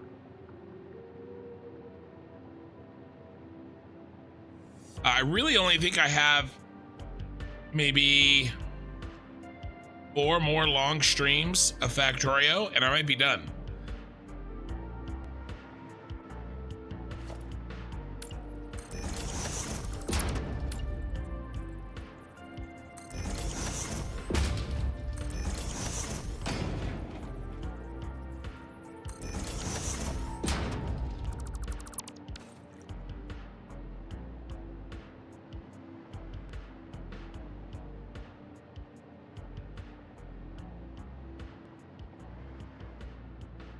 One second.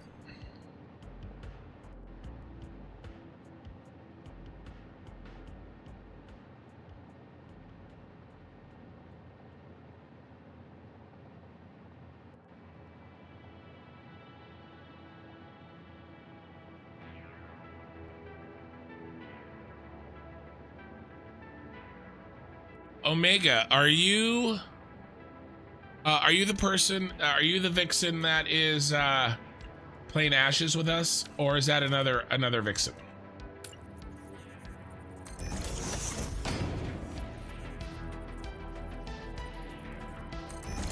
I don't know if I know your Twitch name.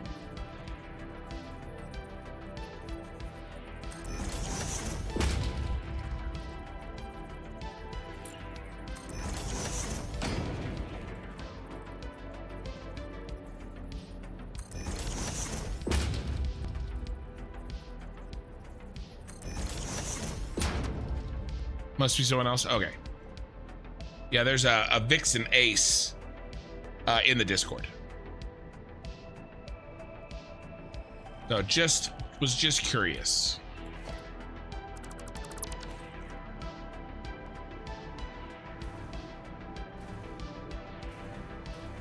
Be a lot of purple in here, and I don't think I care. This is probably the last purple that I'm putting in, though. So apparently I care a little. It means you do care, at least a little.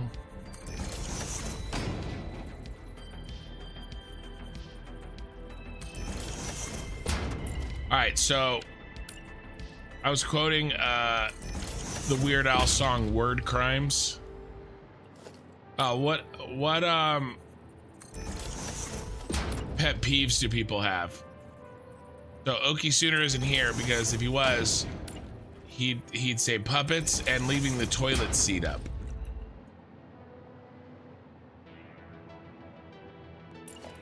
So the one that gets me, and the one that I was actually quoting,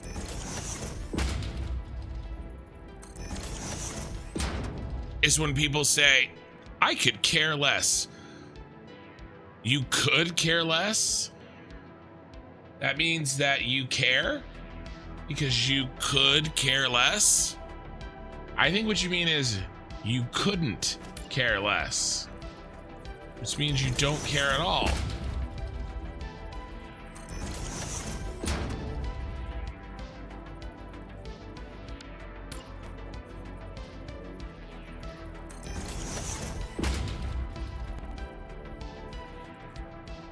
I also think the definition for the word literally has been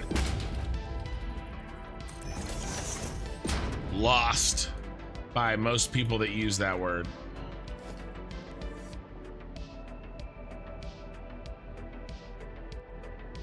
Literally.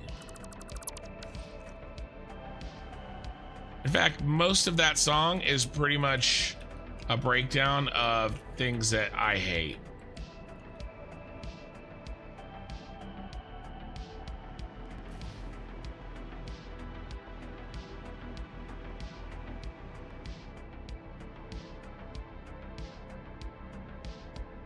I know the prefix pre, people chewing with their mouths open, and my biggest is people dragging their feet on the ground. Dragging their feet on the ground. Interesting. Yeah, I have a hard time hearing people chew. But they don't actually have to chew with their mouth open. I have a hard time with a lot of like sounds like that are repetitive that most people tune out. I don't know. I wish I could.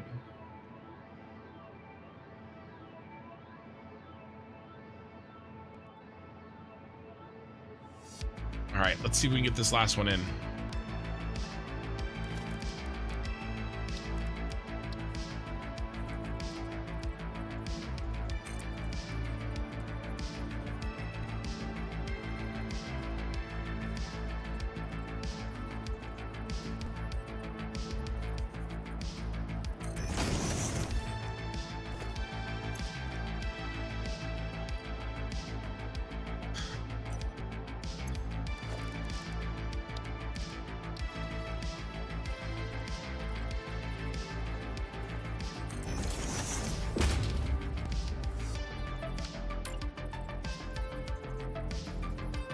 Have you ever heard that song, Mikey, from Weird Al?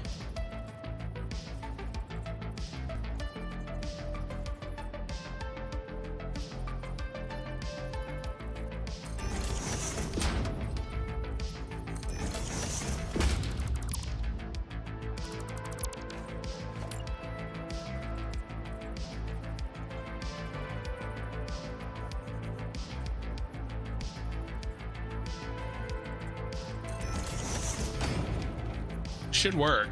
It's very, very similar to the other side. I don't think it's quite lined up, but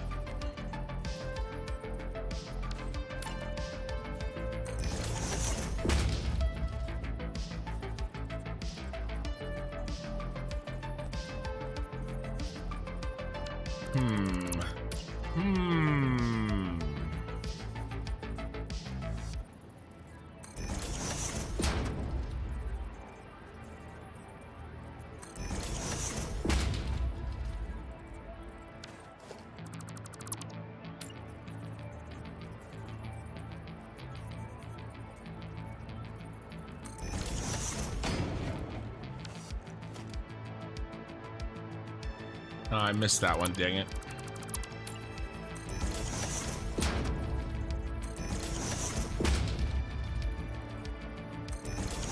There we go, much better.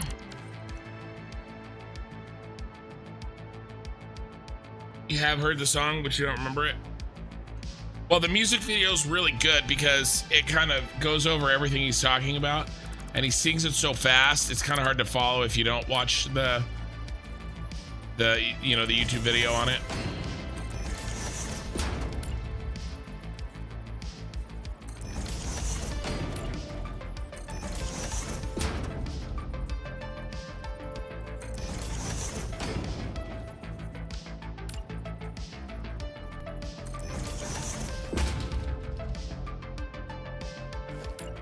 You don't have the best of memories?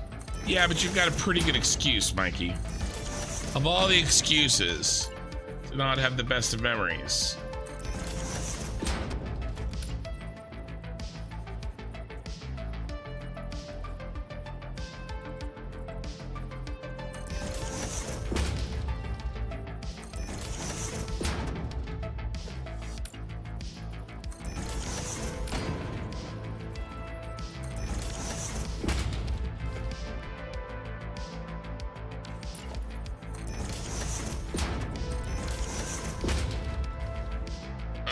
How we doing? Yeah.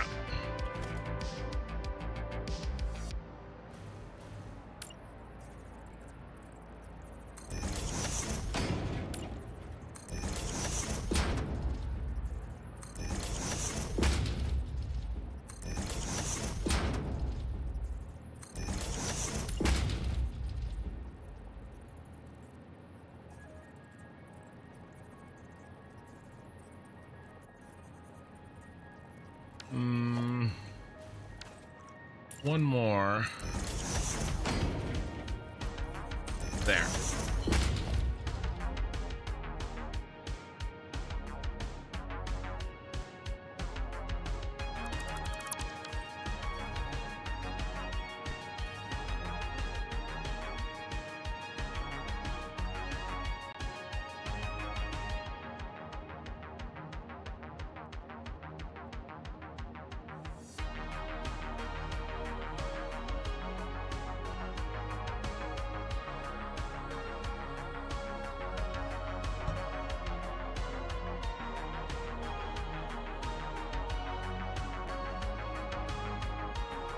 All right.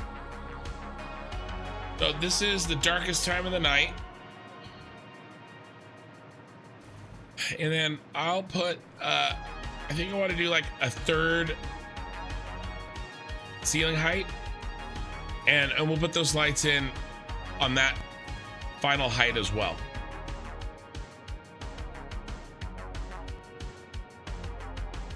So yeah.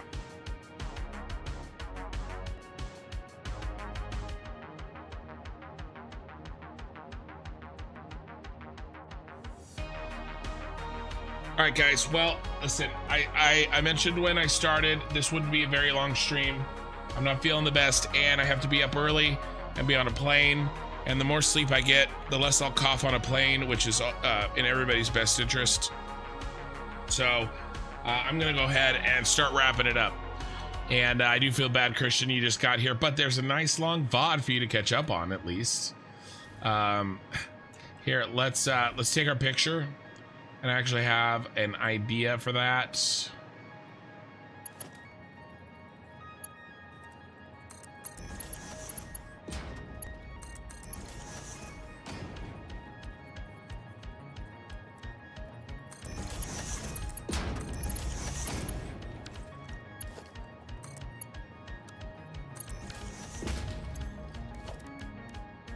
I hate to do that. But like I said, the time is coming where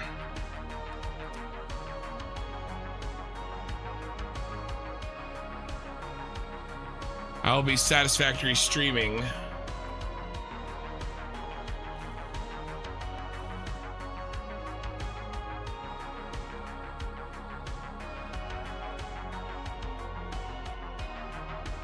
A lot.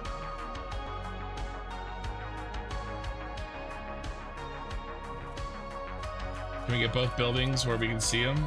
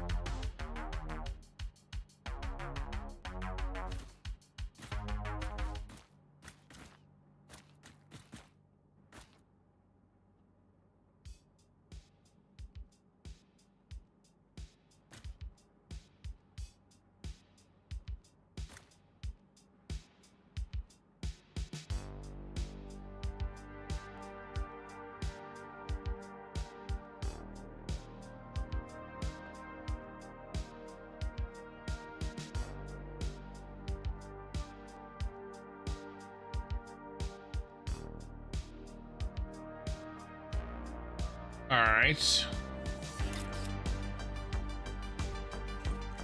I think that works.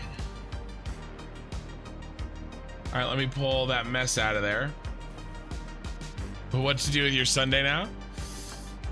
Well, I did stream Factorio. There's plenty of VODs for you crazy people. Oh yeah, flight should go well, you know. Should be all good.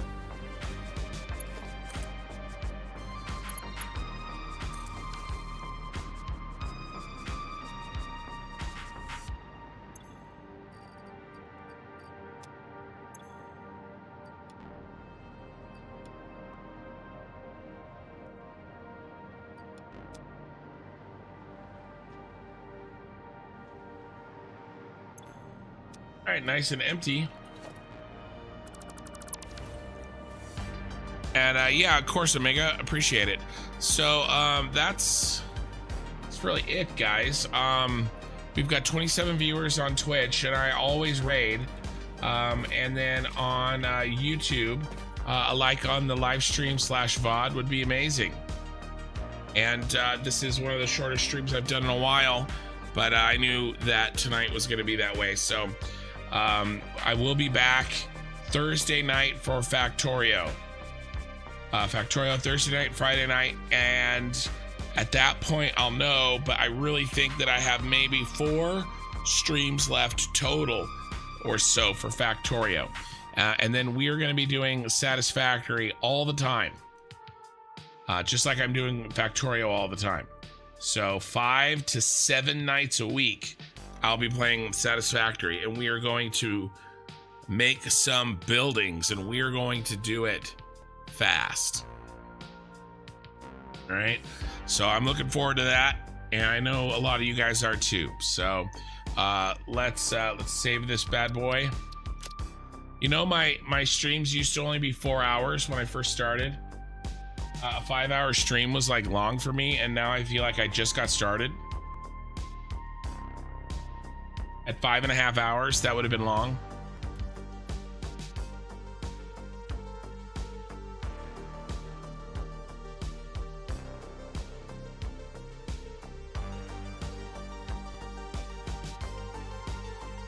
All right, number 37 is in the books.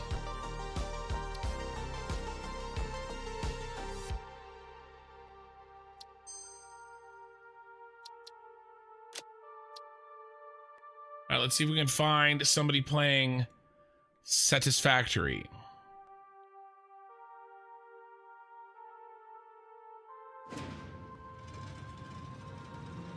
Ooh, Gemballs is playing Dark Souls.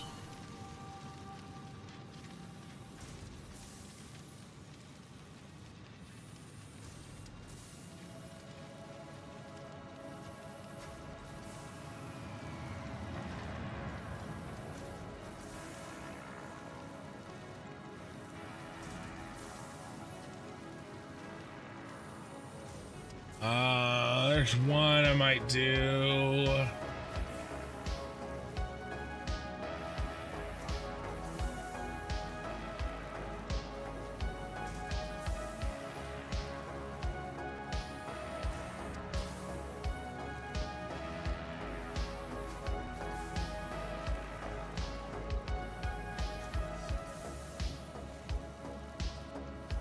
All right.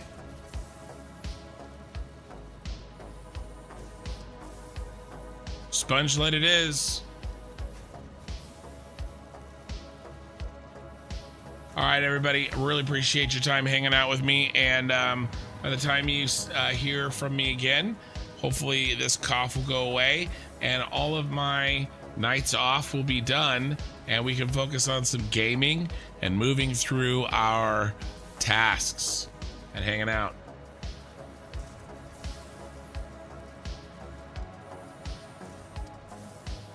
All right, later, Twitch.